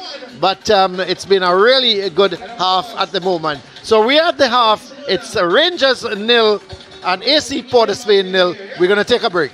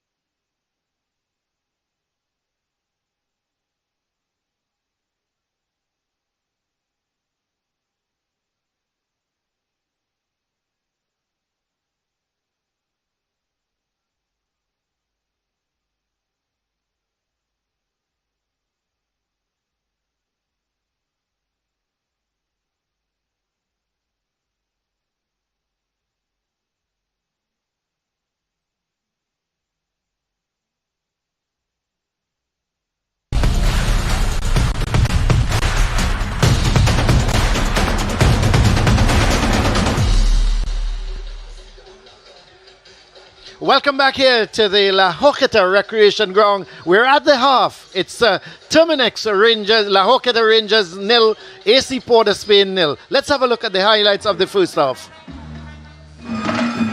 Well, it started well for Terminix Rangers because they put the AC Port of Spain team under some pressure, and the shot here was blocked off, and eventually it was a corner. But after that, AC Port of Spain really took control of this game, and the shot was just on the side netting by McLean, and then Rangers, they had a chance as that ball was played infield. The header was a looping one, and goalkeeper Poon Lois just had to push it over the bar. Then AC Port of Spain, McLean to Shea Benny. There is Shea Benny. He's trying to get around the defense, sent it over. The chance came to Augustus, but that was great, good defending, and just stopped him there. And then the shot is saved by Poon Lois. Ball coming across, and there was the shot, just missing by McLean. It just missed the far post. That could so easily have nestled in. And then Benny with a shot, that also, oh boy, that could have so easily nestled into the corner of the net. Two real opportunities there. And here goes Benny again. Good balls through.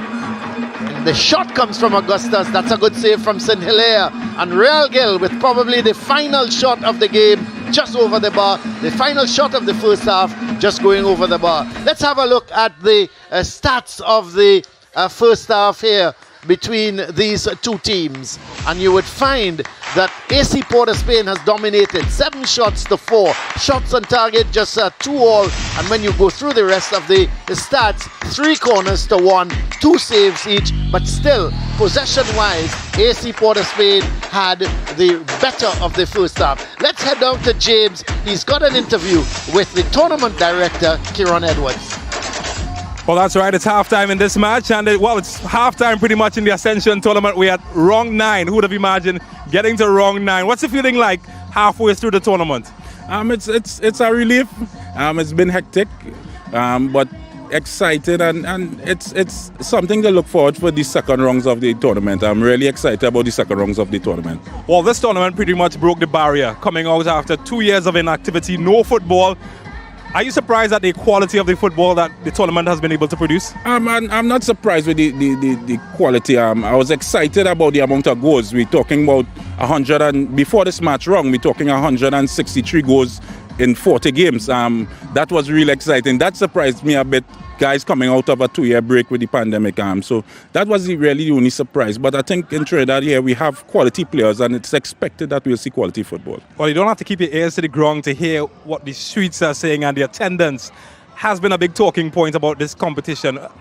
Is that a surprise for you as well? No, that's something we really get to do in terms of mixing entertainment with sport. We know football is a business and it's entertainment. So we really wanted to showcase the entertainment, the local culture, the dancers, the cheerleaders, the artists, rhythm section. So it was expected that numbers would come out after the pandemic to really entertain themselves and really being engaged with the football and the package that we put forward. I'm hearing talk about money, teams receiving some money. You want to share some of that information, what's going on there? That's the hot topic right now. We gave $250,000 to all the teams in terms of appearance fee. In the first tournament, we did $190,000 thereabout in terms of appearance fee. We upped it a bit. It wasn't carded to be given in this tournament because we would have put out more in terms of the production and getting it on television, having all the games aired. But the overwhelming support by the supporters and persons coming to the games, we would have received some hefty gate. You would have seen it. Upwards of 3,000 persons coming to some of the games, and we really passed on that with the teams in terms of giving them an appearance fee, and it was so much that we would have been able to up from the first year. So we gave 25,000 to each team, and we're hoping to even do more in the future. And I'm sure the obvious question now is, what can we expect moving forward with the Ascension tournament? Is this going to be expanded? What's going to be happening next? Well, the initial framework of the Ascension tournament was supposed to be played with over 92 teams, a first division and a third division, with a second division, with all the zones. So next year we are hoping to have that kick off in that kind of manner. We're also hoping to bring in the international teams, regional teams, the winners from Jamaica, from Barbados, from St. Vincent, bringing them down here to play maybe the top 3 teams from the tournament and have that kind of round robin. So we'll really get a champion of the Caribbean. So you'll have that bragging rights in terms of the Ascension tournament in the future. Well, you got it right here, exclusive, and I know you're a busy man, so we thank you for taking your time to chat with us. Always a pleasure chatting with Sportsmax and TV6, the viewers on TV6 as well. I think it's a very good job all the guys are doing in terms of airing the games and the quality of production from the Sportsmax team. I must commend the team for doing that, and it's a pleasure. We hope to grow in the future. Thank you very much, Mr. Edwards.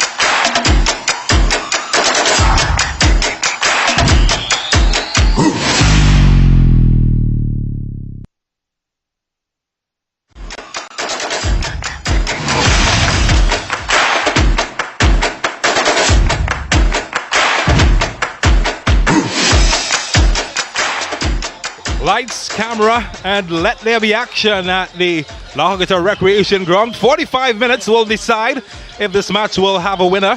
At the moment, Terminix La Horquetta Rangers, they are goalless against AC Port of Spain. Welcome back to the action. James Waters is my name, Colin Murray alongside me as we summarize the first half action. It's a first half that has ebbed, that has flowed, and quite surprisingly to many, AC Port of Spain have been the dominant team. Definitely the dominant team. Look at them, full of confidence, they're bouncing, they can't wait for second half action. Now, we have to wait and see, James. I made the point that the coach of Rangers would not tolerate what happened in that first half and is going to make changes. I want to see just how many changes he's made. Look, I'm seeing one already. Kadeem, number 9. Kadeem Corbin, that's one. Jamal Crichton, the captain. That's 2. Isaiah Lee. That's 3. So it's so predictable.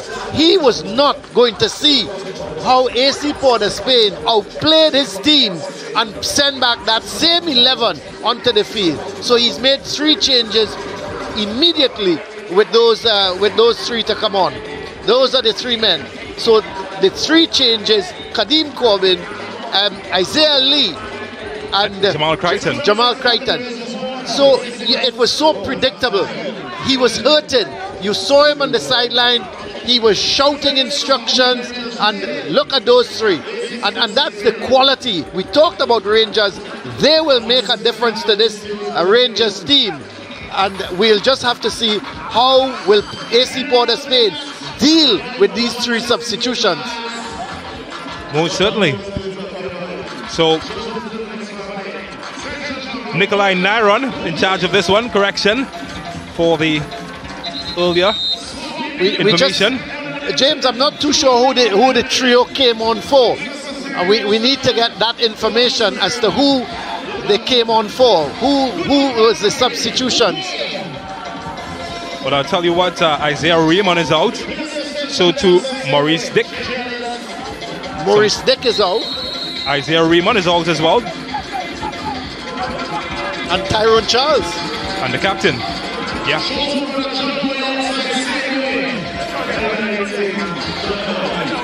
Well, Jesus Perez has his hands full early on. I really like Augustus up front. He's a real hustler, isn't he? Yes, Gill gets out of trouble. Crichton certainly missed his presence in the first half. It's the first match that he's been rested, and well, they had to call him in 45 minutes later. Shea Benny going for goal again. Sturge high into the night sky. The battle for this finally away, only as far as AC Port of Spain. Goes in search of Augustus, finds him. That's a good touch. Excellent. Yes, Cedile McLean. Shaquille Edwards. Well, it's more of the same at the start of the second half. They look assured and confident in possession, looking for space and opportunity to hurt the team in red.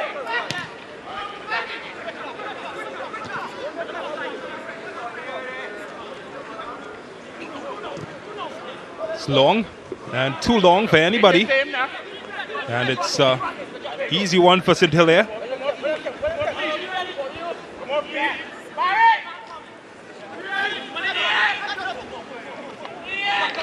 Kadeem Corbin goes to ground. Nothing wrong spotted by Nikolai Nyron.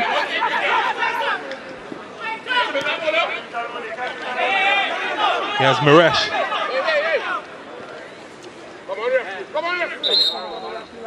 Well, Kadeem Corbin is still on the ground as we have confirmation of the changes. Isaiah Raymond making way for his namesake Isaiah Lee. Maurice Dick comes out as Jamal Crichton, the skipper, is inserted, and the Tyrone Charles, the captain, well, he has been replaced by Kadeem Corbin.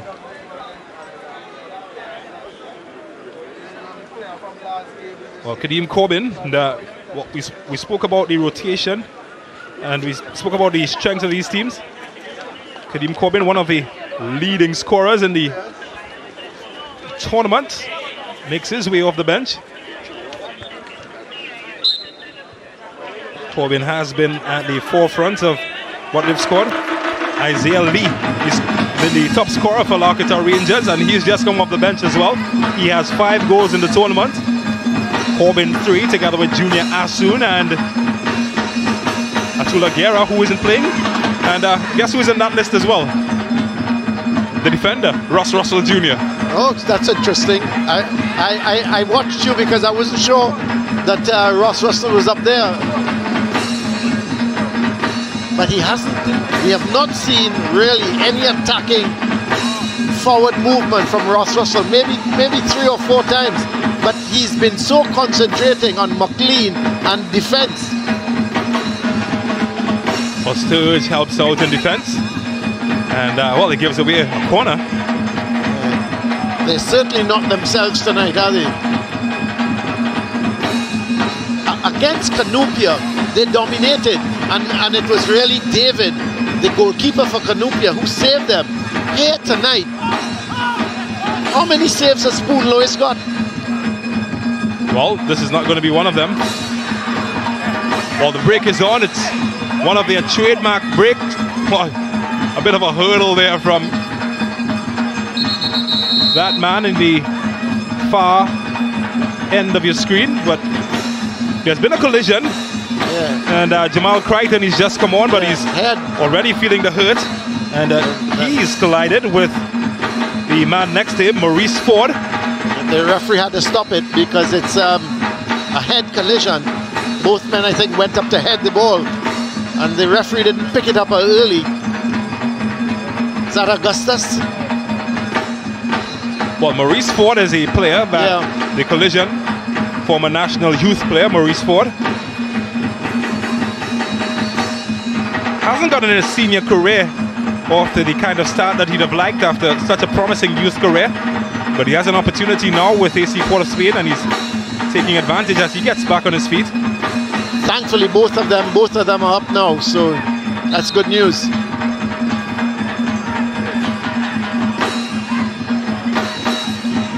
Well, it happened so quickly. Yeah.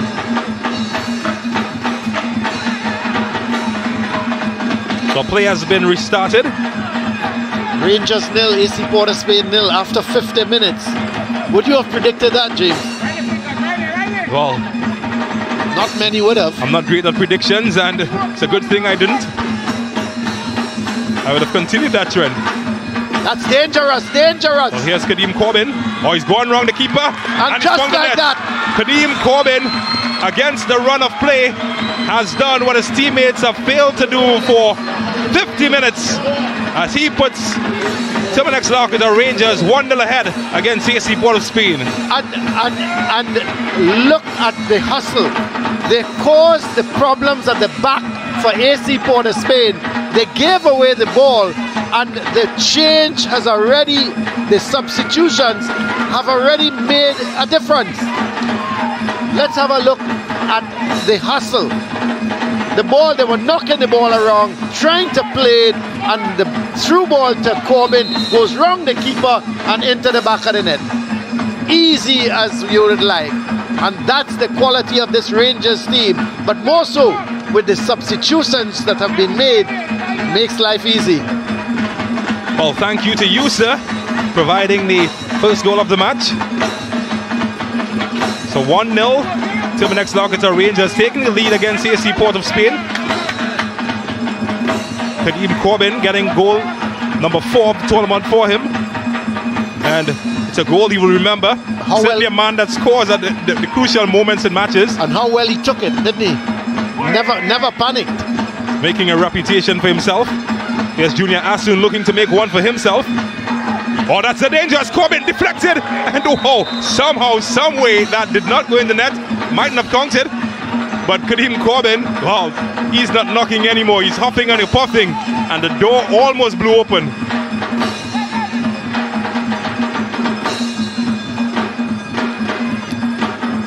AC Port of Spain, I think they're not too sure what hit them. There's Asun with the cross ball, and the shot just, don't think there was a deflection, went straight over, did it? Yeah. I think what saved them is the fact that might have been offside. Yeah, that as well. I thought the flag went up.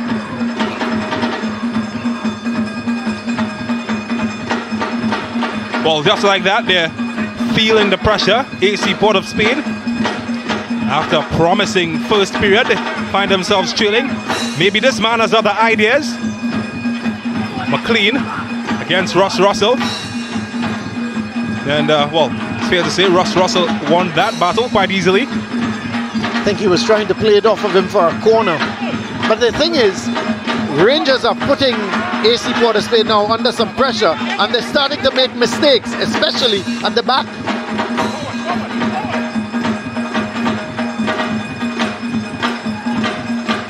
Real Gill. Oh, it's a party. Oh, goodness me. I tell you what, it's not Independence Day, but the oohs and ahs are oozing from the pavilion. Sportsmax that moment, maybe? I don't know.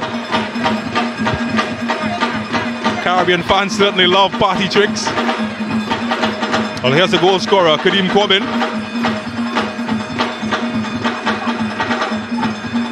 Morez has a handful trying to keep him. Open! Oh, but he didn't make the contact that he tried. But the contact has been made. That's it! And they've gone for Daniel David to do the job. And he's done it. 2-0.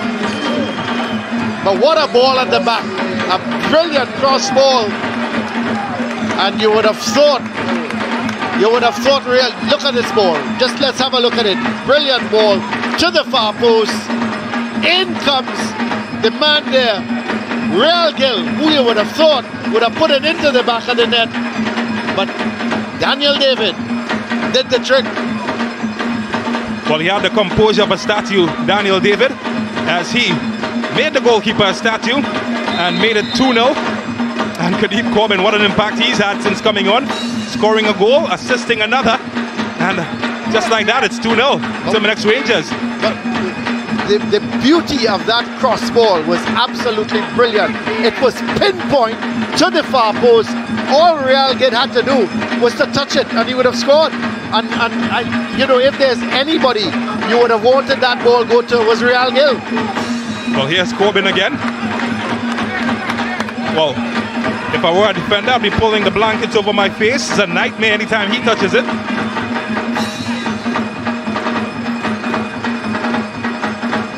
But James, just look at the difference these substitutes have made to this Rangers team. It's like, I mean, it's chalk and cheese, isn't it? And just to think that Atula Guerra is not in the squad. Ike Manjus is on the bench. Leslie Russell is on the bench. Oh. Well, I think they're going to make 2 more substitutions, no doubt. But these players are players that can start on almost any team. They've got the treasure chest. Terminix Rangers. But I think AC Port of Spain at the moment, they're shell-shocked. They're not too sure what's happening. Look at Corbin, look at Corbin. My word, he's just playing, he's toying with him. Oh, wonderful. And then the cross with his weaker foot. And look at Real Gill. At the far post, you could not, James, you would have scored that. It was, I mean, you could not have asked for a pinpoint cross. It was excellent. Well, that's the kind of service that you normally tip if you're in a restaurant. And, well, he's delivered with excellence.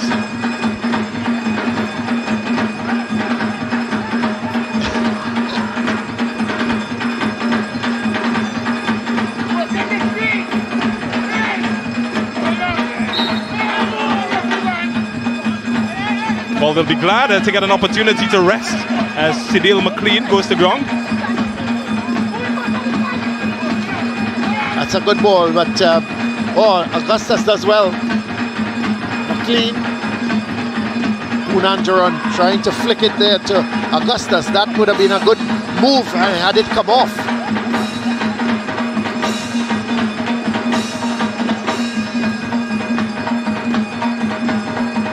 Well, just like that, as quickly as the northeast trade winds. There they go again. This is Isaiah Lee. And Lee, well, I tell you what, he's joined the party, pulling out tricks of his own. And what about Crichton? Almost joined the goal scoring club as well.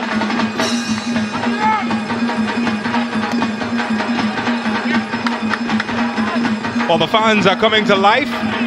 The players, they've turned on the ignition. Well, they're driving a different car. They have moved from your car, James, to a Mercedes-Benz. I mean, it's incredible, the difference. Buckle up. The action is getting quicker and quicker. Or our producer, he drives a Tita. You know what I mean? Our director drives a Tida, and the Rangers have moved to a Mercedes-Benz.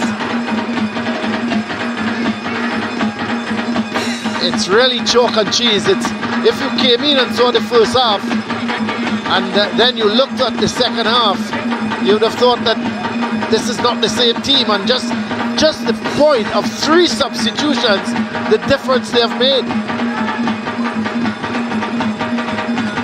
If anybody can make a difference in the yellow shirt, it's Che Benny. Yeah, you got to think they need to pull a goal back within the next 10 minutes to stand a chance. But the way it's going, they could fall behind, which at 3-0, they will have absolutely no chance. Well, here's McLean. Well, he's not going to add to his goal scoring streak with shots like that. Scored a hat-trick last week. They'd need him to get that amount again if they are to get back in contention for 3 points in this match. There goes Corbin. God, he's so quick. He's got the moves like Jagger. Not this time.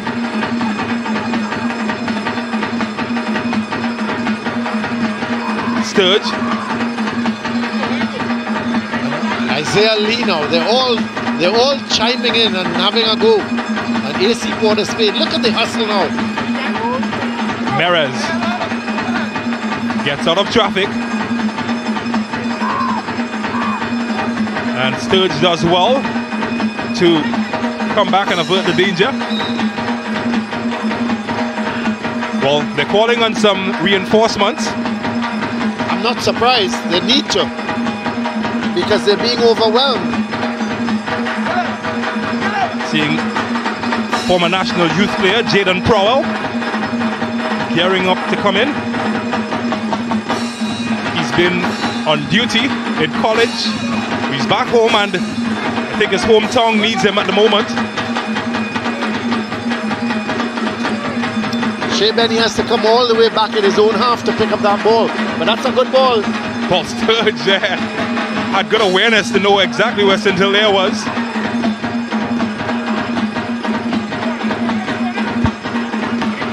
Oh, that's a heavy touch from Gill, and gives away a throw to AC POS Spain. And maybe a chance to make some changes as Jaden Prowell is set to come in.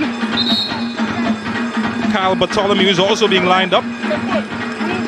Jaden Prowell spent his last 2 seasons in college in the US. He's been a late addition to this team, and if anybody can help score goals, he can. So he's out, and Augustus will be the man that is being replaced. And Bartholomew will come in for Anthony Charles. So the 2 changes made by AC POS Spain. And the message is clear. They want goals. They have to. They've got to get goals. That's the only way. That's the only way they'll have a chance. They've got to score, and they've got to pull one back, as I said, very quickly.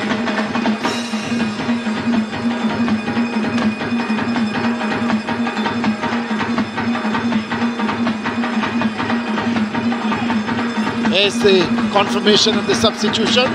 Well, he's only been with the team for just about 3 matches, and he's already gotten 1 goal, Jaden Prowell. But don't look away. He can score goals. He's a big, tall man, isn't he, as well? He's got a lot of height. And he can certainly push the defenders around. Here's Jamal Crichton. Kadeem Corbin loses to Merez. Oh, they've given it away in a bad area. Maybe a bit of handball, and well spotted in the end. The referee saw it. And you could see Corbin a little upset with himself that because he knew they were away.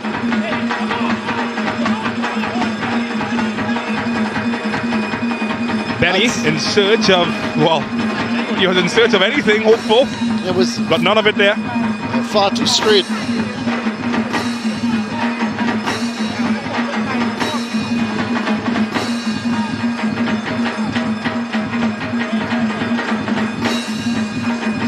Well, he's had a tough night, but he didn't get goals, and unfortunately reinforcements have been added.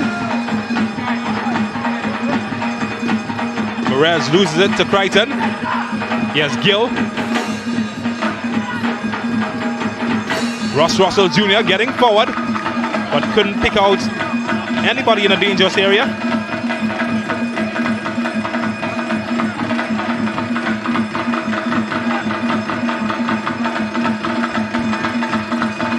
I wonder what team they're supporting. Maybe the jersey just gave it away.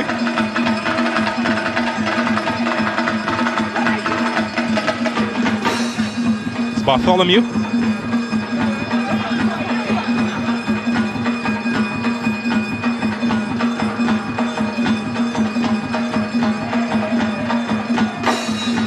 Looking for Benny. Oh, that's a bad giveaway, but he wins back possession, loses it to Crichton. And they're just piling numbers forward. Foul against Crichton.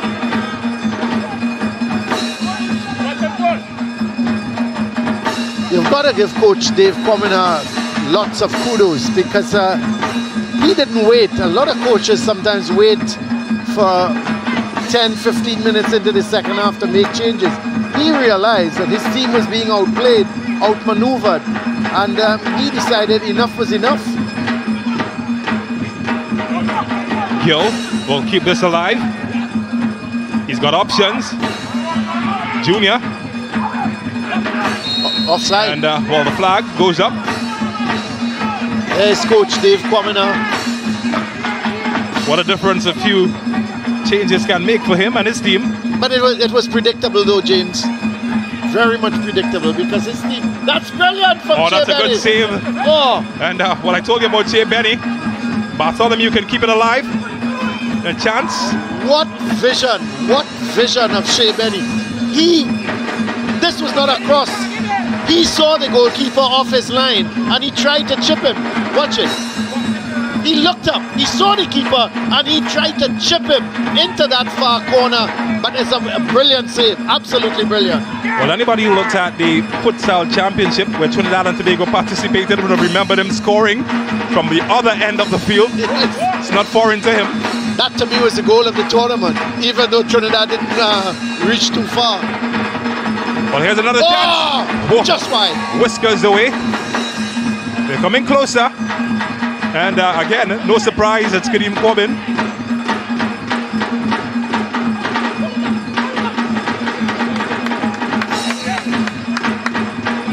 It's real end-to-end action here. It's been a good game, hasn't it? Been a very good game. Certainly has been. Here's Benny. He's got help.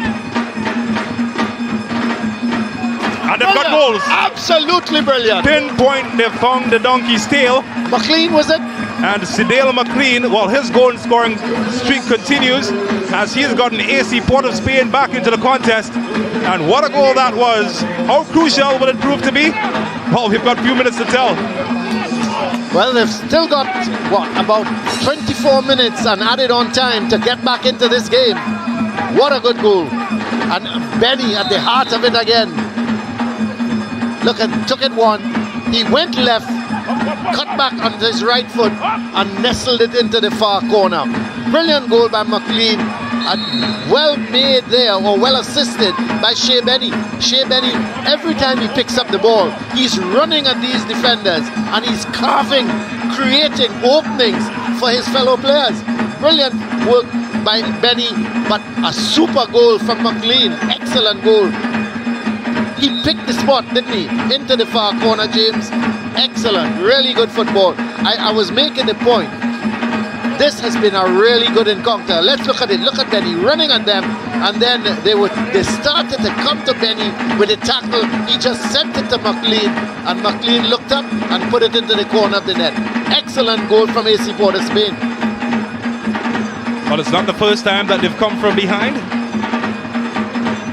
Certainly started there. They broke their losing streak, their 3-game losing streak with a come from behind 2-1 victory 2 match weeks ago. And well, They're in a position to do the same if they can get another.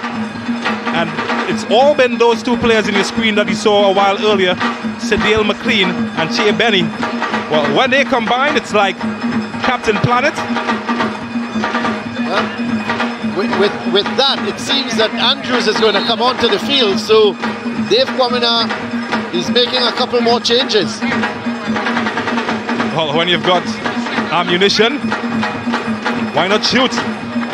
Ike Andrews, Jamal Francois are the players set to come in. Both of them with national youth pedigree. Both of them having represented Trinidad and Tobago at youth level. So Sturge, a defender, will come off. And that man, Junior Asun, he will say goodbye to everyone to be replaced by Ike Andrews. Well, they're called Rangers, but they're bringing out the Arsenal at the moment.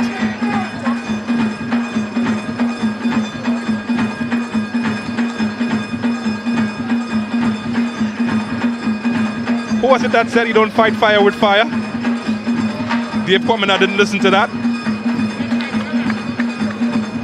So Caleb Sturge will make his way off the wing back, and Ike Andrews. He's a Caribbean Cup winner with Trinidad and Tobago under 20, and his quality has been summoned. Yes, Gil, a man who's been called to Trinidad and Tobago, Daniel David, and easy in the end, Papoon Lewis.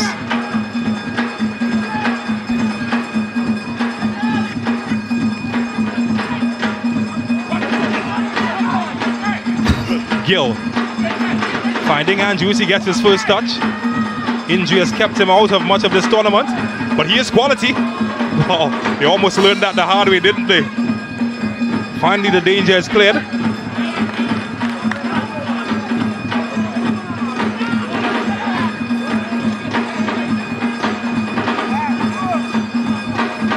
But Bartholomew Ruiz just come on, has his work cut out for him. So too that man, Francois, barely a minute on the field.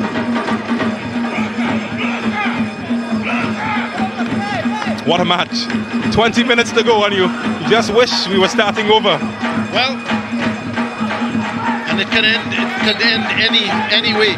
It could be Rangers, AC POS Spain, a draw. This is the quality of this game. Poon Angeron has gone back into the midfield, so he's trying to create stuff. He's moved from that left wing position. He occupied the left-sided midfield position, and he's now gone into the heart of the midfield, trying to create problems for Rangers. Andrews linking up well with Corbin, and that one is cut out. Daniel David trying to push forward. Yes, Poon Angeron, T&T Senior International. He's got to show his quality now, you feel? This is good. This is good from AC POS Spain. They keep in possession at the moment. Marez gets it wide. Bartholomew. Clever.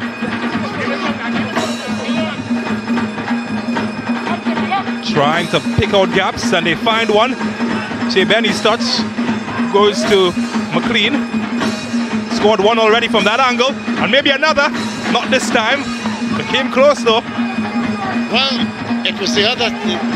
This time McLean was trying to give the assist to Che Benny, and Che Benny, the header was just wide. But McLean has gone over to that left side, and he's creating havoc. AC POS Spain slowly but surely getting back into this game.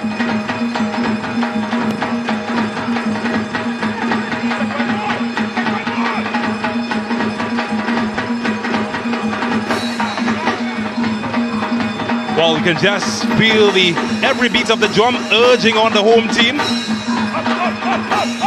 They're wearing red and they want blood. That's right. That's in for Francois. Corbin will do well to keep it up, and Francois was shot. Well, he had the right idea, the wrong execution.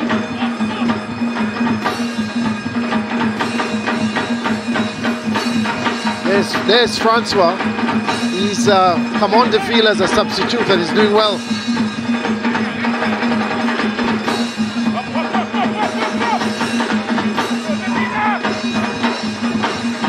Porrell ran out of space. He was pleading for a foul on that occasion. Won't get it.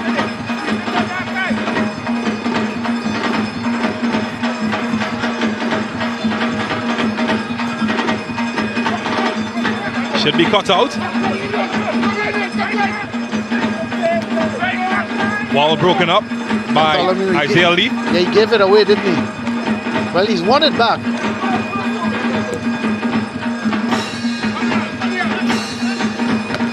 Ross Jr. Daniel David. He's a player that I like, Daniel David.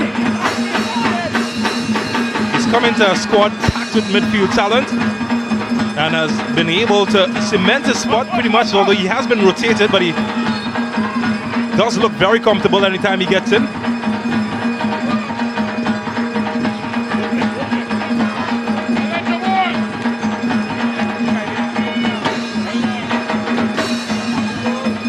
Javon Morris away. Only as far as IK Manjus. He's won a throw.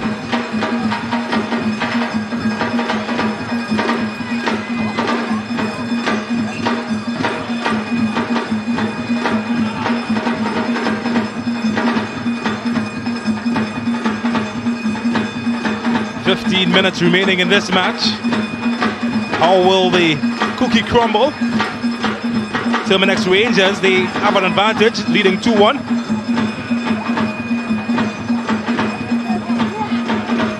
And here's Gill, maybe to add to that. Ball in the area. Oh, goodness me. How did that right leg reach out there? I guess you've got to ask the man that got there. He doesn't know the answer. He thought he had another one.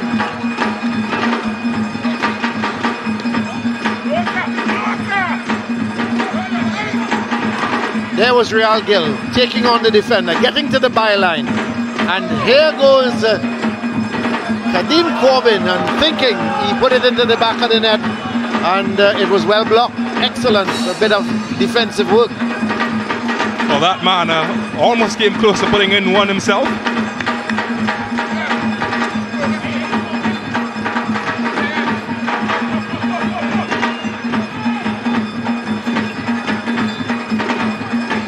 Punanjaron to Prowell. Well, the return was not of high quality as Crichton comes away with it. Daniel David. IK Manjus. He suffered at hamstring troubles, but it doesn't seem to affect him right now. Wow. Fortune favors the brave, and well, he almost got some of that fortune.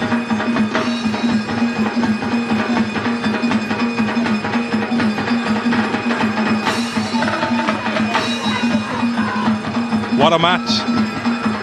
What an atmosphere. The only what we can't answer, what will be the final result?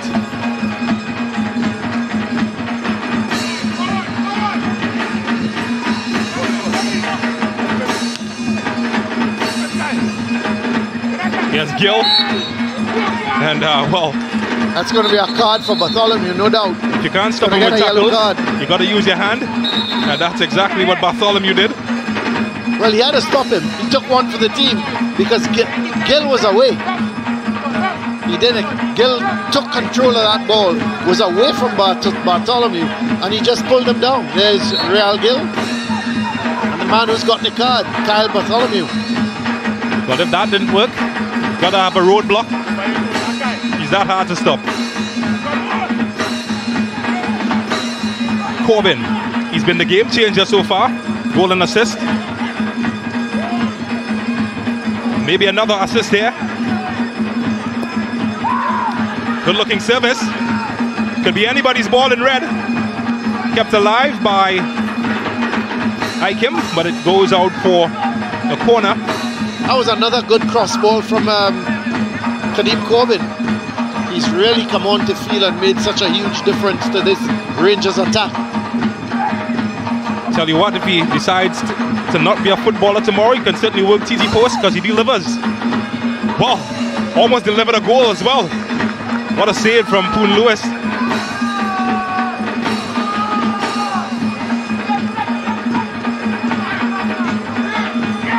Maybe more.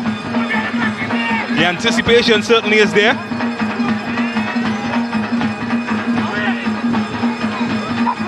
And well, Bartholomew's boot gets it away.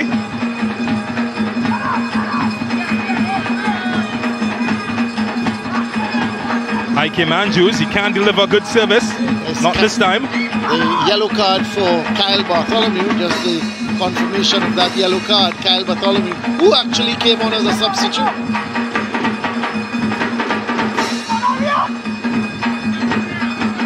Well, we are approaching the final 10 minutes of the match. This 10 minutes is going to feel like a test match innings, I tell you that. It's going to be a tense one.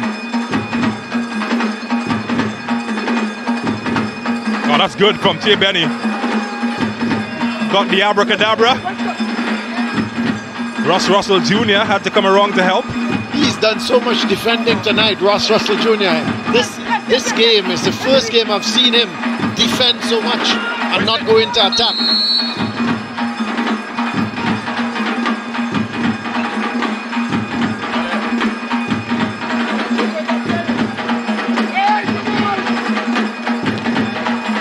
Looking for Benny.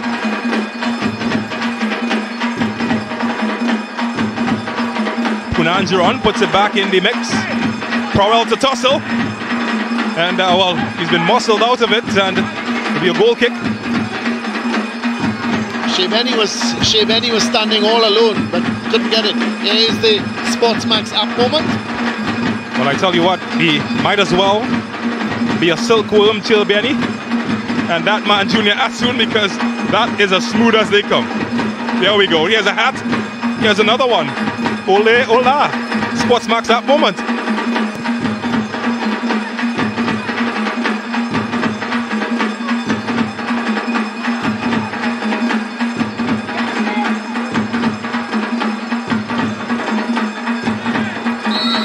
Corbin. Offside. Well, he turned the keeper into Superman. Well, the flag came up late, but he let the man know what he can do, and he didn't disappoint Poon Lewis. That's the nature of this match, nobody taking chances. Benny, they need some more from him. He's given a lot, but they want more. Here's Merez.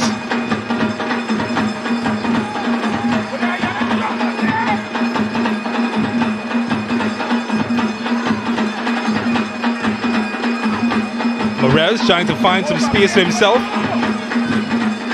Keeps it alive. Yeah, he did well. He was under a lot of pressure. Looking for Porrell. Here's Ross Jr. They're charging forward in numbers. He's got Real Gill to the outside of him. He's got options. Here's Daniel David. Ike Manjus. On. Wow. That was as close as they come. They're lucky. Just nobody was able to get onto the end of it. But really a good cross there. And Poon Lewis couldn't do very much because it was hit with power in front of him. He couldn't get out to save it. And luckily no forward came in to put it into the back of the net. Well, I'll tell you something about Ike Manjus for those unfamiliar with him. That's the man in possession at the moment. In that under-20 team that won the Caribbean Cup in 2014, he was in fact the star player. He was the star of the team until one Levi Garcia took over. So that's the quality of the man, Ike Manjus. So he's certainly not a player short of quality. Has gotten a couple of caps at the senior level, yet to cement his place. Now, speaking of caps, that's a man who has 4 under-20 caps, played at the under-20 championship in 2018. Jaden Prowell, he scored 1 goal in that championship. So lots of quality on the field at the moment.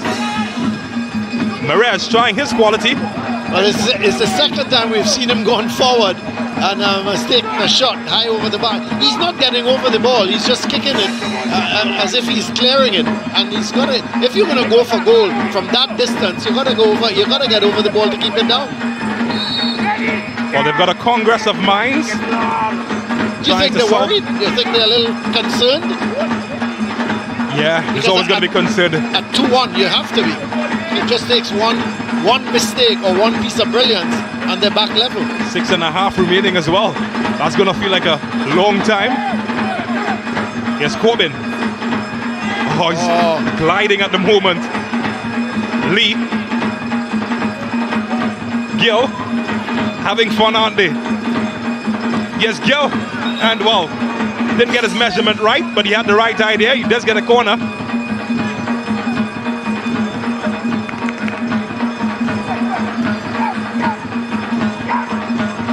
Has 5 goals in the competition. The joint leading scorer for the Horquetta Rangers with 5. Tyrone Charles, the other player. Looking for a red shirt. Finds one. And, well, his shot couldn't pass the yellow. Porrell to chase. Should win the split race with Jesus Perez. He's got to look up. That's the ball. That's the ball. Yes, Cedil McLean. Oh, that's a good save from I'm not sure if that was a poor touch or a good save, but nonetheless, it didn't go into goal. That was excellent football again on the part of AC Port of Spain. Andrews. Well, look at him go. And look at that pass. The flag is down. It comes up now, though. And well, I tell you, somebody's heart stopped for a moment. And it wasn't somebody in red.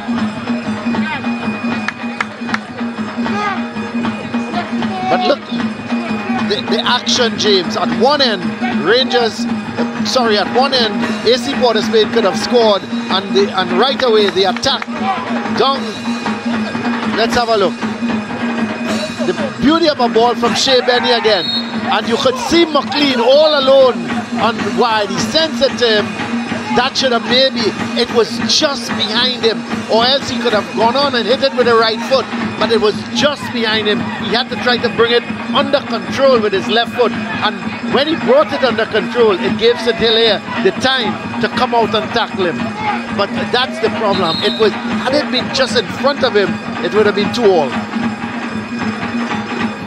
Look, offside, but there goes Corbin, and he receives the ball.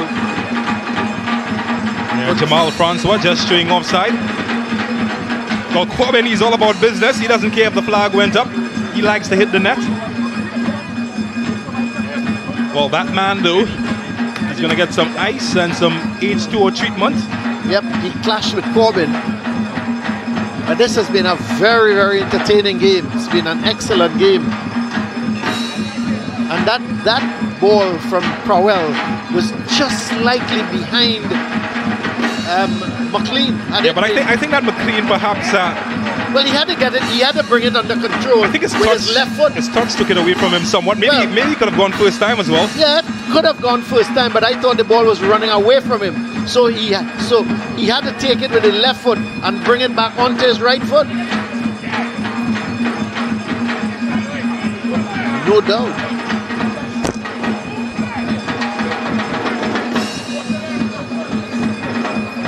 Well, they say chances give you an opportunity to win.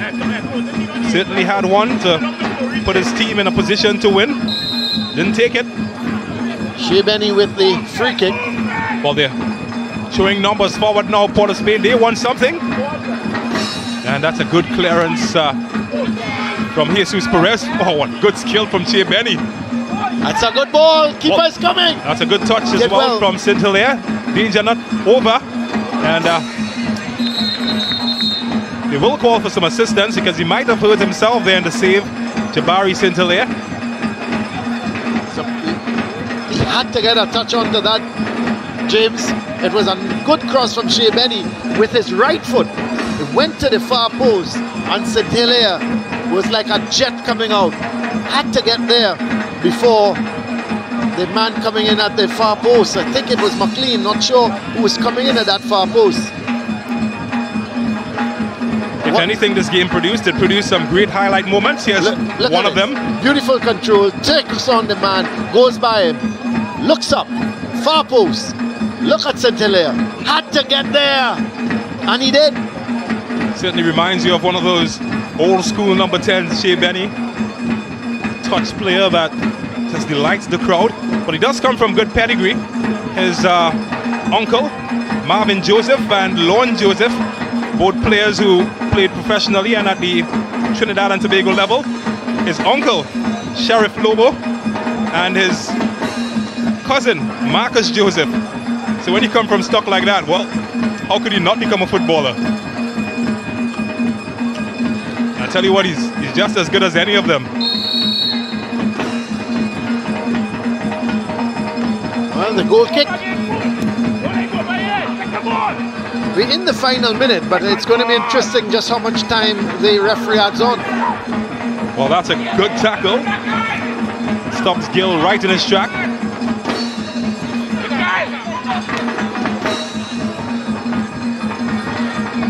Well, Colin, I do feel that as we approach the last few seconds of the match, that we will have quite a few minutes of time added on. There were lots of stoppages. That's right. There was a few injuries as well. I estimate about 5 minutes, maybe. I would think so.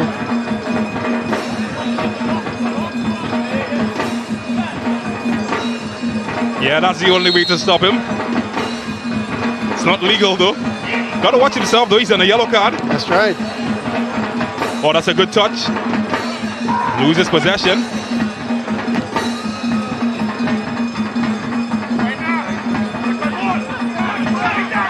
Well, are you Paul the Octopus? Because you predicted right, Colin Murray, 5 minutes.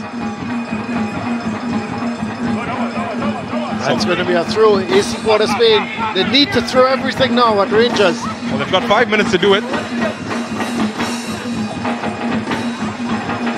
Can Poon Angeron help his team conjure up something? Handball, maybe. Caleb Wales doesn't think so. Who's going to argue with a referee that will be in the FIFA World Cup? Certainly not me.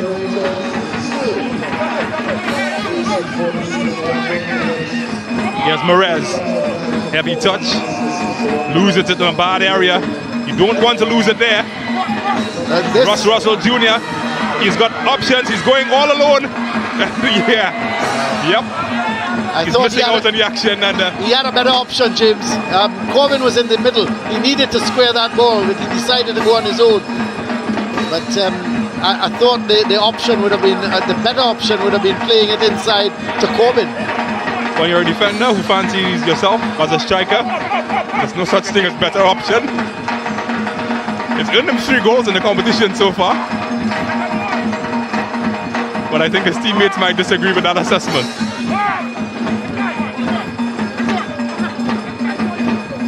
It's all about running down the clock now for Terminix Rangers, but nope, they want more. Gill is such a clever player. Only 18 years old as well. What a player.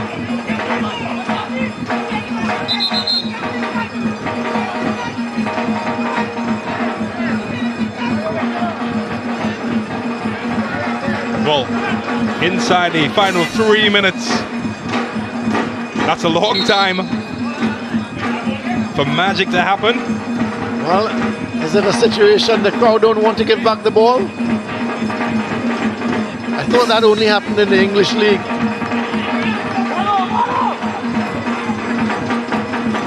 Here's Corbin. He's been really good since he's come on. Crichton looking for Ikem. Oh, what a touch. And a corner. Well, he couldn't take a chance. Wasn't sure what was behind him. Yeah, since Corbin has come on, you sometimes wonder, had he started this game, you know, what would have happened? Because this man has been super. Well, they have an opportunity here from a corner to trouble that man. Gill couldn't find anybody. And it's a goal kick. You just feel the weight of the clock now, don't you? Still in the balance at 2-1. Still a very much open contest.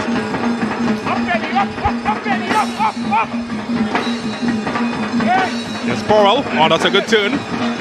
Left Ross Russell Jr. out of position. Flag remains down and it's a corner.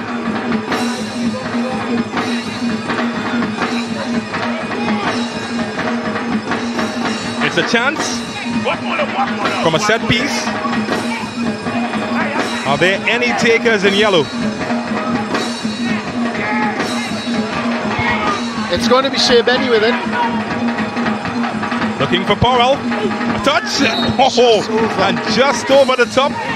Well, it took a deflection, didn't it? Yeah, it came close and he has won another chance. They'd want to be alert. Jaden Prowell and company. They're knocking, they're huffing and puffing. Nickel Stevens might have been the man to get the last touch before the deflection. 10 players are forward. And, well, he doesn't find any of them. Maybe now. Sporrell. All of his experience is needed in a moment like this. That's a good touch. And a chance. And a save. Oh. What a match. Well, I thought it came up. I thought it was a save, but Caleb Wales has said differently. Goal kick, yes. Well, here goes Rangers now. Andrews couldn't find any of his relatives in red. We're in the last minute of the match. Maybe something here to close things off. Oh, what a save that was! What a save from Poon Lewis. It's end-to-end stuff here at La Horquetta ground. What a game we've had on our hands. Even in the dying moments, the embers are burning hot. Game. Maybe now, last chance, last roll of the dice.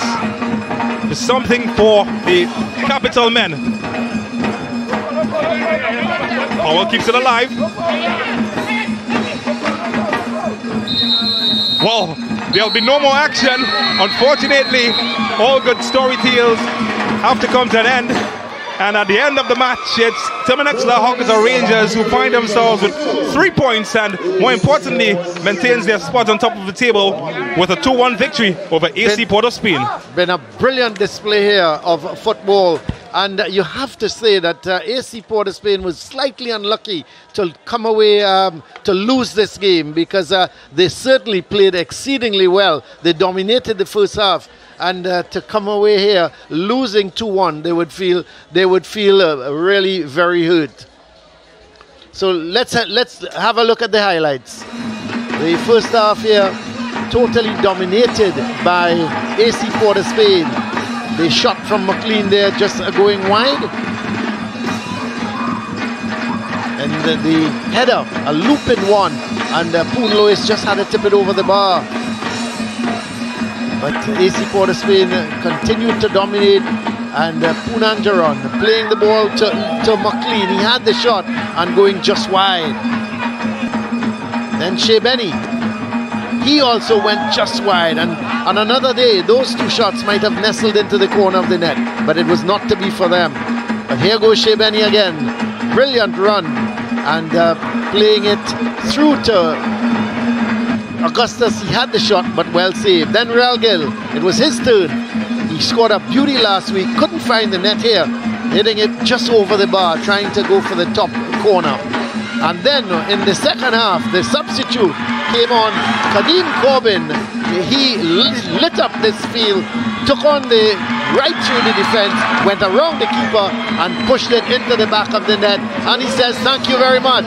1-0, Kadeem Corbin doing the trick. And then there goes a shot, the shot coming from Corbin just over the bar. And this is Corbin turning it on, going one way, then the next, sends a beauty of a cross. Real Gill should have put it in the back, but it went to Daniel, and he did the honors. 2-0 now for Rangers, and beauty of a goal here, but it should have been Real Gill. It was a lovely cross from Corbin, and then the Shea Benny show, lovely cross ball over the top. Well, not a cross ball, but everybody thought it was a cross ball. He actually saw the keeper off his line, and he went for the far post. Brilliant save by St-Hilaire. And there goes Corbin again with a shot just wide of the post. It was all action in the second half. And this is Shea Benny running at the defense, played it to McLean. He came inside, had it on his right foot, and he nestled it into the corner. Wonderful goal from him. But it was not done yet because there was another chance for AC POS Spain. And in the end, they just couldn't get the equalizer, and it ended up 2-1. Let's have a look at the stats here in this game. Really a close encounter. 16 shots for Rangers, 17 shots for AC POS Spain. 7 shots on target, both these teams. This is to tell you how close this game was. And when you go down to corners, 4-5. 6 saves to 5. You couldn't want it closer than that. 2-1. A brilliant game here at the La Horquetta Recreation Ground. Let's go down to James, who has the man of the match. Well, that's right. I'm with Kadeem Corbin, the man of the match. And Kadeem, you're the game changer tonight. That must be a good feeling. Yeah, it has to be. To come on and score one and set up one. It feels good. I was looking at you on the bench just before you came in, and it looked like you got some instructions. What were the instructions like at halftime when you came on? Well, to just do exactly what I come on to do. No, I saw you raise your jersey as well, and you said thank you to the fans after you scored. Tell me about that. Well, the last interview I do, that there was me making me about that, so let's keep it going. Yeah, man, and certainly you proved all the doubters wrong, and we say thank you to you for providing us with great entertainment. Thank you so much, Kadeem Corbin. Thank you. All right, so I'm going to invite now the coach of AC POS Spain. What a fight they put up, and Coach Walt Noriega. He's not really smiling at the moment, but I can tell you what, he certainly made the folks in Port of Spain proud with a decent performance. It's a tough luck for you. You were with some good momentum coming into this match, but unfortunately in the end you just lost out. How does that feel? Oh, it's a bit disappointing, but I must give the boys credit for the effort that they put in. And we just have to tidy up on some of the defensive blunders that we're making that costing us the games and them. Well, you got 2 wins in a row coming into this match. Is the momentum shifting in your team's favour, you think? Yes, the team now starting to gel, the team now getting comfortable, the boys now starting to believe in what we're trying to do. They're now starting to believe in the fitness, they believe in the work that we're trying to do. So I believe the second round will augur well for us. And just before I let you go, you didn't seem intimidated at all coming up against the league leaders. What was the mindset like coming into this match? Well, we know the Horquetta Rangers team, they have a lot of potential, they have a lot of talent in the team. So no matter what 11 the Horquetta Rangers pull, there's always a formidable team that we have to show respect to. But at the end of the day, I'm still satisfied with the boys' effort tonight. Well, we're satisfied with the performance and the entertainment that your team provided. Thank you so much. Thank you. All right, so I now invite the coach of Terminix, La Horquetta Rangers. Well, he's wiping his brow because I tell you what, it came down to the wire. Dave Corminer, you're here with us. It was much closer than most people anticipated. How was it from a perspective on the bench? First of all, I must say, thanks to the AC POS Spain team for putting on our show. They made us sweat tonight. We wasn't expecting it to be this tough. You see the quality of the league. The league is a very tough league. Teams stepping up, and second rounds will be even harder. Well, some people might call you Mumford because you seem to work magic at halftime every time. You made a shuffle, you gambled with some players, and it worked out. What worked specifically for your team tonight? I think anybody on the bench could come on and do the job. I think we train very hard. We train, you can say 8 hours a day. Video session, drills, simulation games. So the game sometimes you have to put in the effort. And that is what we did tonight. Like I said, this team was a tough team. They made us work very hard. And I want to say thanks to the coaching staff and the players. They did a good job. And they've seen the quality of the league. It's now a walkover league. You have to work, you have to come and work on the day. Well, your team worked, and certainly you're keeping the top spot going into the break period. Thank you so much. I'm going to take you out of the rain. It's unfair to keep a winner in the rain that long. Okay, thanks. As I send it back upstairs to Colin Murray, who is high and dry at the moment. Thank you very much, James. So that's the situation here at the La Horquetta Recreation Ground. Let's have a look at the games for the weekend. It's Deportivo. They come up against Moruga. That is on Saturday at the Arima Velodrome. And then the second game at the Arima Velodrome, it's Defence Force versus Rail West Fort United. Those games are at 5 and 7 p.m. And then on Sunday at 5 p.m. at the St. James Barracks, it's Central FC. They come up against Police FC on the Sunday. So that's the situation here. Two good games. Central Sports were winning 1-0 in the first game against Cunupia, and in the second game, a real cracker, Terminix La Horquetta Rangers winning by 2-1 against AC POS. Thank you very much for viewing. It's been a great evening of football entertainment. On behalf of all of us, it's good night, and we'll see you again in the Ascension tournament.